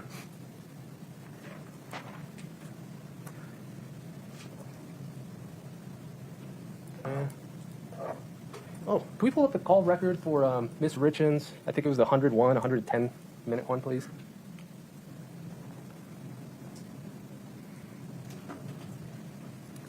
You remember this? I do, yes, sir. Okay. To be honest, I don't know why you were asked the questions, but this was in March. Could you zoom that in? Sorry, Yeah. those- No, yeah, I know. those things are- Zoom it in when you find it, please. Oh, don't worry about it. It's fine. You remember what we were discussing, right? I think I do, yes. Yeah. If you can find the date, that'd be great. I believe it was March 4th or 8th. And, Your Honor, this exhibit on the screen is not March. Oh, it's February. It says February 11th. It's 3-6, whatever. Okay, perfect. Thank you. Around March 1st? Is it March 2nd? So let's be clear for the record. The jury can't see what you and the witness. No, we understand. I want to make sure that Katie finds it first, Okay. and then Let me know when you're ready. Is that it? Okay. Yeah, that's it. Yes, if we could publish it, and we could see the 101 minutes. Now, the date is March 2nd, correct? Correct. And you indicated that you reached out and you found out that that was the IRS? Yeah, I Google searched the number. Okay. I know the number. Yeah. It ends in 1040. I mean, it's... Well, and it's a month. All right, so what's one of the Bayesian thing? Are you moving on to the next topic? All right, Google searching the IRS number. Month before tax season. I mean, I guess you could say that you don't know what she was talking to the IRS about. It could have been anything. Could have just been like she just had general questions. Oh, but one of them was 101 minutes long. Maybe she was on hold for that long. Yeah, correct. So context-wise, okay, not unusual, right? Not unusual. No. We can take that down. Like context-wise? So Google search the number. Okay. I know the number. Yeah. It ends in 1040. I mean, it's... Well, and it's a month before tax season. Yeah. Correct. So context-wise. Oh, it's a month before tax season. So she could just have general questions about taxes. All right. You know. All right. Okay. Not unusual, right? Yeah. Not unusual. No. Not We can take that unusual. I do want to make sure did you come on in May 2020? When were you brought on? Retained. I was retained in May of 2023. May of 2023. Yes, sir. Now, you indicated that Verizon holds locations only for 12 months. Correct. Now, Ms. Richins' phone was seized on April 12th, correct? I'm sorry, April 2022. Yeah, April 13th, I think. Yeah, of 2022. Of 2022. Correct. Now, so by the time you had come on, that information was no longer available. The records were still available, but records with location data were not. Correct. Tower data. Correct. Yes. Okay. And to your knowledge, that's never been obtained, correct? Correct. Okay. We went through a lot of those PowerPoints indicating where Ms. Lauber was, and the communication she had, I think, with Kouri on the right-hand side, and then kind of following. Yes. I think you made it clear. Those aren't their actual GPS locations, correct? Correct. Okay. Those are cell towers. Those are the tower locations, yes. Right. So every time that the jury sees that little image going with Mr. Crozier, right, those are all cell towers. Right. You're seeing the tower that device is communicating with at that time. And so there was a time during your direct that you indicated that I think it was Ms. Lauber was near the Richins' home. Yes. Do you remember that? Yes. To be clear, it's not that she was there. Her device was. Her device was connected to a cell tower. Yes. Okay. Now, with all this information that you have, the call details records, the cell tower information, the Carmen's phone, right? All of that, were you ever able to see, or were you asked, whether she went to 75 East, 100 North, and Midway? I believe I was asked to look at that. Okay. And did you find anything? The data is not that specific. Okay. It's not GPS location. It's tower location. Right. So. Right. Okay, we talked about those.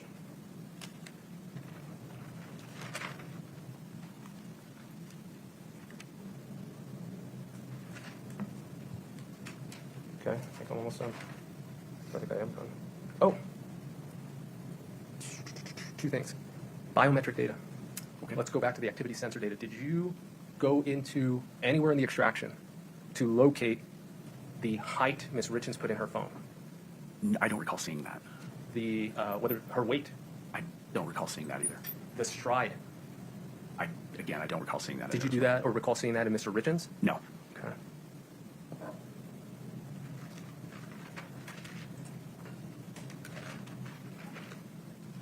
These SMS previews that we had been discussing. Yes. Are you aware of the different settings that one can do on their phone to either show a preview or not show a preview? No. You're not familiar with those? I don't think so. Okay. Do you have an iPhone? I don't. Okay. We disagree on a lot of things then. Fair. So. Boo. Is it because he's an Android guy? Are we still having the iPhone Android battle? Disagree on a lot of things then. Okay. Do you have an iPhone? I don't. Okay. We disagree on a lot of things then. Fair. So you wouldn't have done anything there to check, or did you do anything to check her settings? I did not. Okay. So you don't know if on her settings in her iPhone there was an automatic play previews?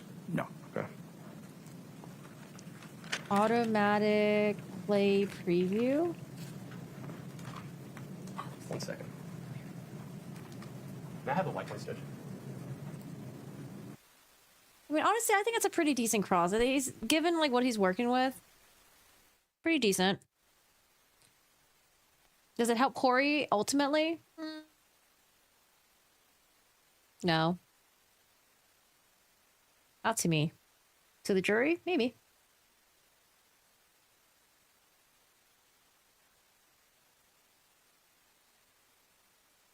All right, the IRS number and something here with Kouri and Carmen's phone. All right, let's forward through. Web searches. Okay. For clarification purposes, okay? Because as I was talking about the web searches, I did not specify, and I want to make sure we get it clear. Those came from the blue phone. Correct. Okay. So those were after the April 13th, April 12th, when the white phone was seized, correct? Correct. After Ms. Richins obviously had been under investigation. Correct. Correct. After her, I'm not sure if you're aware, after her home was searched. I don't know anything about that. Okay, but it was on the blue phone. Yes. None of these web searches were on the other phones, correct? Correct. Which I don't know if that really helps much, you know? But I guess I could say that, oh, you know, the only reason why she searched all this is because she was under investigation and she was paranoid that something bad would happen to her, even though she didn't do anything wrong. That's all I have. Thanks so much. Appreciate you. Yeah, thanks. Yeah, sure, man. Let's go across. Sorry. All right, he tried. Pretty decent, I think. All right, redirect. Bye, Mr. Ramos. Two things I want to follow up with you on. We talked a little bit about... All right, let's go to the poll really quick. How do you pronounce GIFS?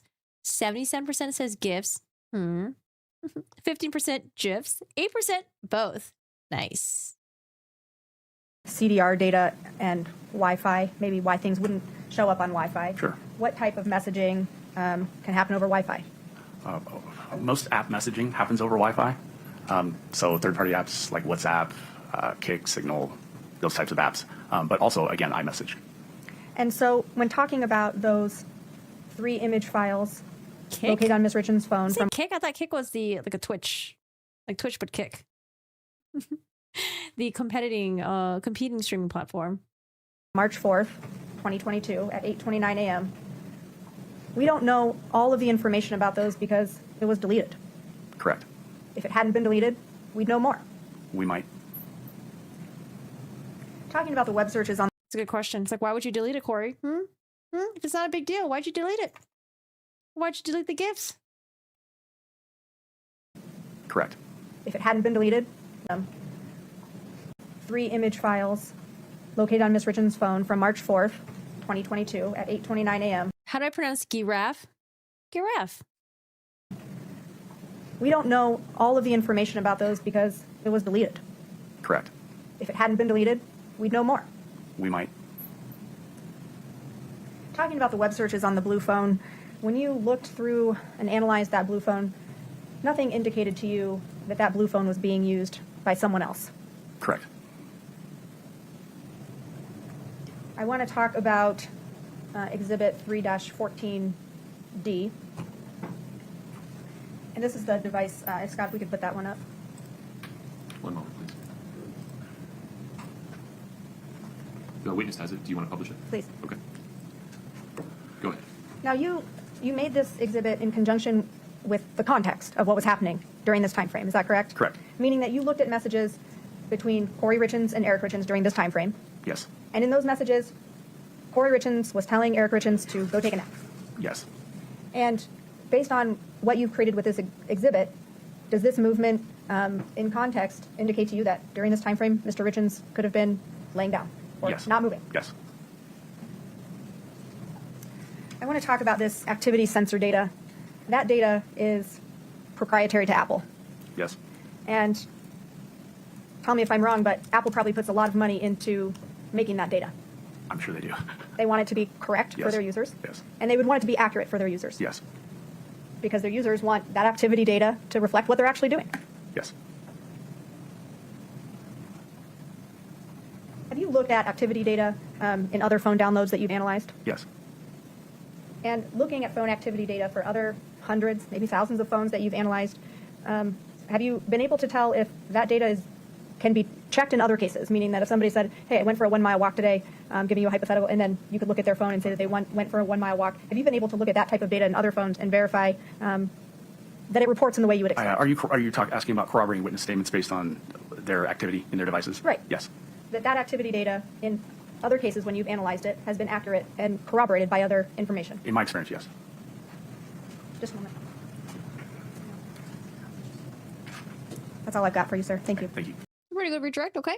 Short, Mr. straight Ramos, to the within the point. scope of redirect? Yes, of course. Thank you. Oh, redirect? Or recross? You indicated that the Mr. Urbanek was talking about the information that was deleted.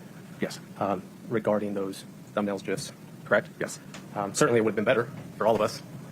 It would have. Does that file path and the information tell you who deleted it? No. Oh, gosh. And as you explained with the garbage collection, it could have been that way, correct? It would have to be, it would have, if it wasn't deleted from the device. If it wasn't Kouri, then who would it be? She has 3 young children that lives in her house. Maybe the mom? It would not have ended up there. There would be a remnant of it. Right. Yeah, it would be a data line. Okay. Now, you were also asked about that you did not investigate or you don't have any reason to believe that anybody else had the blue iPhone. Do you recall that question? Yes. And you said that no. Yes. How do you come to that conclusion? The big thing for me is there is a text in that phone from that device to reason to believe that anybody else had the blue iPhone. Do you recall that question? Yes. And you said that no. Yes. How do you come to that conclusion? The big thing for me is there is a text in that phone from that device to Mr. Grossman in which the defendant indicates that. So, to be clear, yes, I'm not saying that the phone wasn't Ms. Richins. Right. Well, he's saying that maybe it's possible, not the witness, but the defense attorney. Well, how do you know the person that texted, all these like sex messages, Mr. Grossman? Maybe that wasn't Kouri. Maybe that was someone else. Yeah. My question is, okay, well, I'm trying to answer. Yeah. So I'll clarify my question to make sure I'm asking it right. All right. Is your testimony that there was nobody else who had access to that phone at all? I don't know that. Okay, that's my question. Now, you were asked about Apple software and proprietary software, and did you attempt to get information from anywhere else, whether it's Apple, whether it's another peer, whether it's another case, where you can get the information that you have in these extractions to validate it? I kind of don't understand that question. Sure, I'll rephrase. Okay, yeah. Yeah. So I understand that you don't work for Apple. No, I don't. That you don't know how it works. That you don't know how the activity sensor data is logged, correct? I don't know what their programming looks like. Correct. Yeah. Okay. Do you make any efforts in this case with this information to try to validate that the information you had was up to Apple standards? No. You indicated that you've been able to rely on other cases before. How many cases? At least 100. And so in those cases with activity sensor data, in those you did test? Oh, okay. So analyze data in phones, at least 100 phones. There have probably been, I apologize, there have probably been a dozen or so cases where I've had to corroborate like witness statements and suspect statements, that type of thing, against their phones. And I have not found any inaccuracies. I misunderstood. You, in those cases, corroborated the data that you received, but you did not run tests to make sure that the data you had was accurate. Not physical tests, no, sir. Correct. Okay. That's all I have, Judge. No. Thank you. Thank you. I have one question. You started to describe how you knew that no one else was using Kouri Richins' blue phone. Yes. There was a text message that indicated to you how you know that. Yes. How did that message indicate it to you? Not word for word or verbatim. Summarize the message. The message summary was a text from the new number, the 9592 number, which is the blue phone number, to Josh Grossman's phone. And Ms. Richins indicated to Mr. Grossman in that text that she had activated one of... Sorry, hold on. Blue phone. Yes. There was a text message that indicated to you how you know that. Yes. How did that message indicate it to you? Not word for word or verbatim. Summarize the message. The message summary was a text from the new number, the 9592 number, which is the blue phone number, to Josh Grossman's phone. And Ms. Richins indicated to Mr. Grossman in that text that she had activated one of, I believe it was her mom's phones, and she would be using that now, so, to that effect. So she told him, this is the phone I'm using to contact you now. Yes. That's all my question. May we release this witness, counsel? Subject to rebuttal if we need him. Understood. If we cannot release him from the subpoena. You are still subject to subpoena, so that means you can't, well, he's an expert, so the exclusionary rule does not apply to him, correct, Mr. Ramos? Okay. Yeah, you can listen. Maybe we'll see you in the future. You're free to go today. All right, Thank you, for sir. your time. Thank you. I appreciate All right. Okay. Now it's a good time to recess for the day, Mr. Urbanek, yes? Yes, sure. Mr. Ramos? Very well. Ladies and gentlemen, we are going to recess until 8:30 tomorrow morning. As always, please affirmatively avoid talking about or listening to anything about this case. Avoid any person that's trying to talk to you about the case. Please do not read, watch, or listen to any report about the case at all. No online or other research about the case. Please travel safely. Enjoy your evening. Please rise. All right, guys, that's it. Woo. All right. I'll do like a mini recap. Mini. Oh my god, mini recap. There's a lot here. I'm gonna try to go through this very quickly. As quickly as I can. Counsel, have a seat, please. Ms. Shermanek, Mr. Bloodworth, anything else on the record today? No, Your Honor. Ms. Lewis, Ms. Nestor, Mr. Ramos? All right. Well, aside from the long little mini break that we had in the morning for the jury, went pretty smoothly today. Do we want to address the juror issue? What I propose, and let me just say it out loud, and then you can tell me whether you have any objection to this, is to let all of you consider whether you want to have the court voir dire that witness regarding his prior interactions with Ms. So this is the jury who said that they were familiar with the witness that testified earlier today. Crosswite tomorrow morning, and if so, we can do that. Or if you prefer not to do that, but give that some thought overnight. We can pick it up first thing in the morning. Any objection? Mr. Bloodworth? No objection. Okay. We'll be in recess until tomorrow morning. Please travel safe. All right. Well, guys, that was the end of day 6. How was everyone feeling? Oh man, lots of forensic, digital forensic evidence. Lots of stuff there. All right, let's try to do a recap for this. So, guys, we've been doing recap for this trial. I know you guys don't have time to spend 8 hours to listen in court actively every day, all day. So I did do recaps. We have 2 recap videos that are out so far. Check them out. And I will do a recap video for this week. It depends on how much substance there is in 1 week. I might do like 1 week equals, you know, like, I don't know. I was going to do like a video a day, but I feel like that might be way too much work. I don't know. I don't know about that. That might be a lot, right? So today for day 6, let's do a recap of what happened in today's trial. And a lot did happen today. No. Let me pull this up really quick. All right. Recap. What happened today? God, my face looks so orange. Maybe I'll minimize this so you guys can see how it is. All right. Let's pull the trial recap for the day. What do we got today? What do we got? So today we had witness number 22, Dr. Christensen, chief medical examiner. He talked to Kouri, and essentially he did go over as to why they don't know how fentanyl got into Eric's system. That's why the manner of death was unknown, right? They don't know if he took it accidentally, if it was a suicide, or if it's a homicide. There's nothing that they can examine factually from looking at Eric's body to tell them how fentanyl got into the system.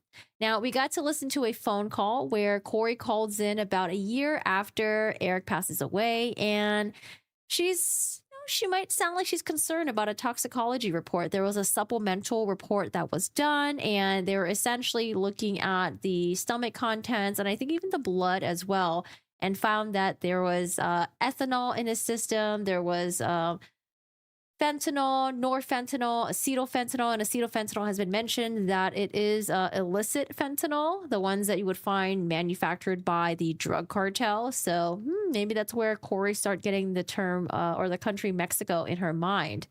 Now, he talks about how, it's kind of odd. People don't generally will eat fentanyl pills like that, but there was something that he said in the second half that sounded unclear to me. So I'm not really quite sure about that.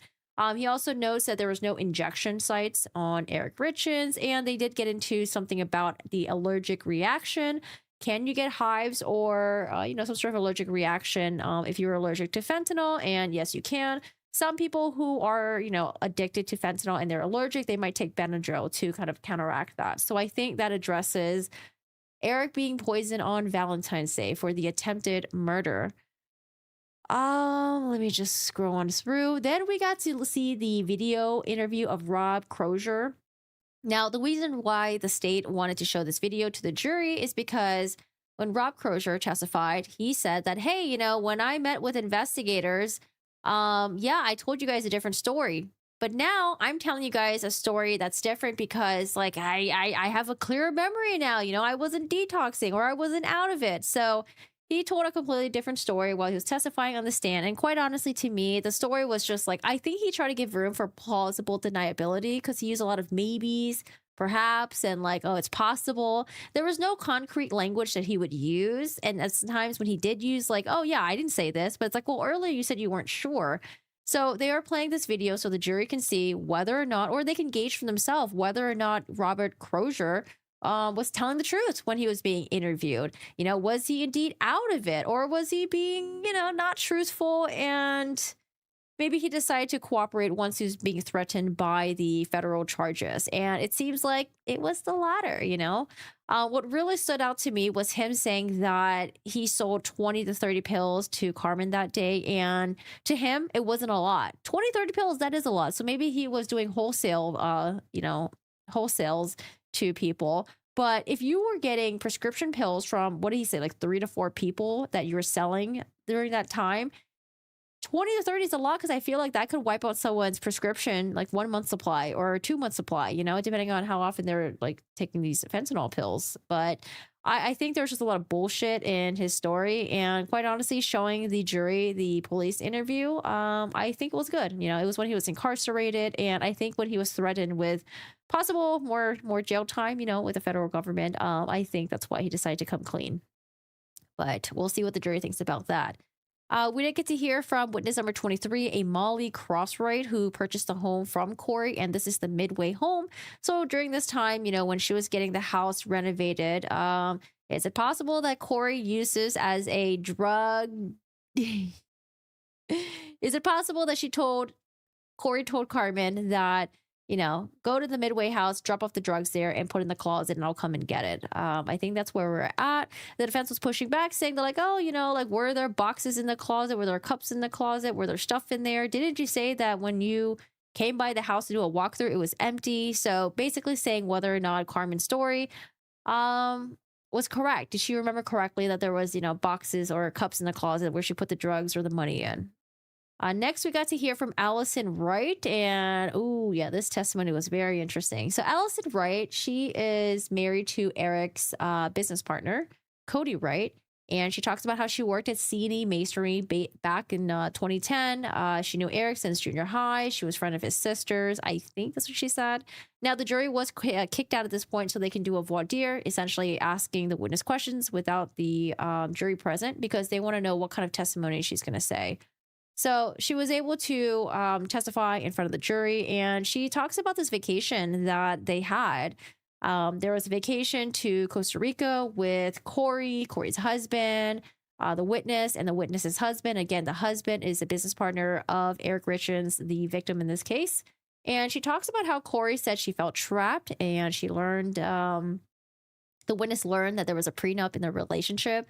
Kouri was frustrated. It was difficult to leave Eric, and that Eric would be financially secured. However, her, on the other hand, she wouldn't have as much money, and maybe the kids prefer Eric because Eric had more money, and she just really felt like Eric might, badmouth her to the community.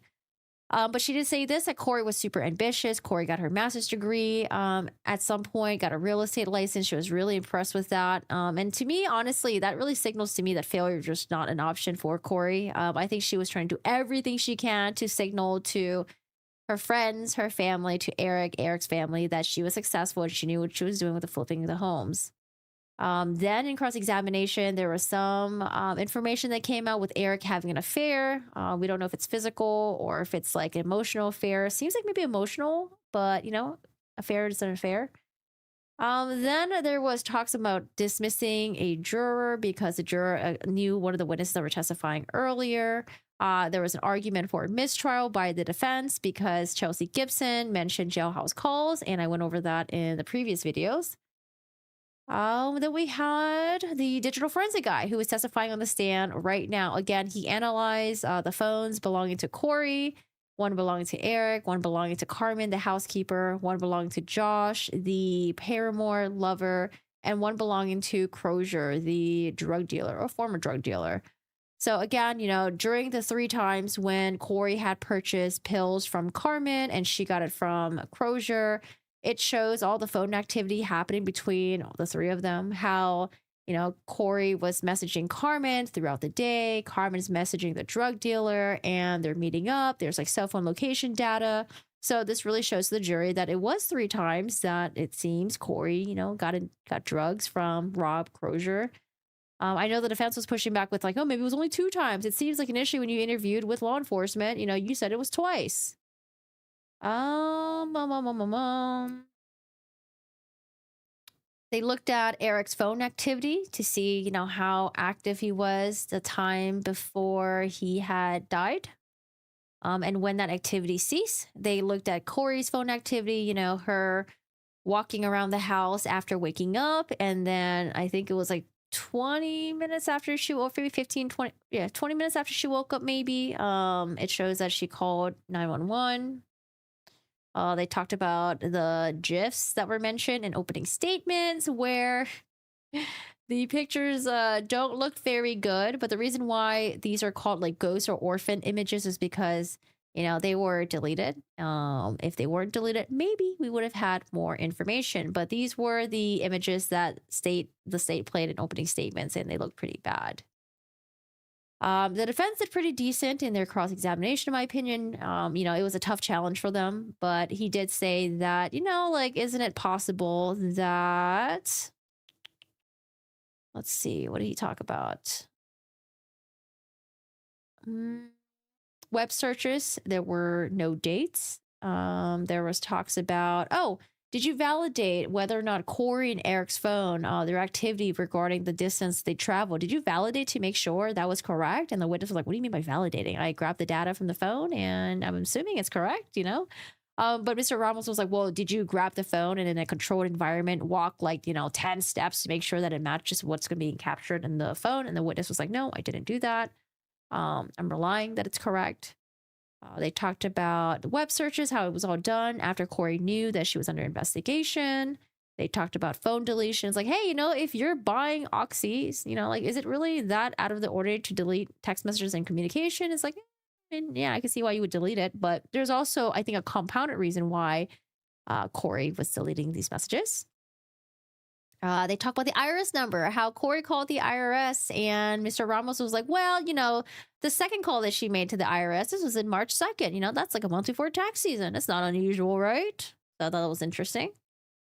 And then in redirect, the state did a pretty decent job, straight to the point. It was very short. Was there anything that I really want to mention direct? I don't think so.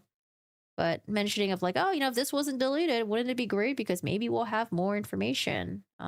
In reference to all the stuff that was deleted off Kouri's phone.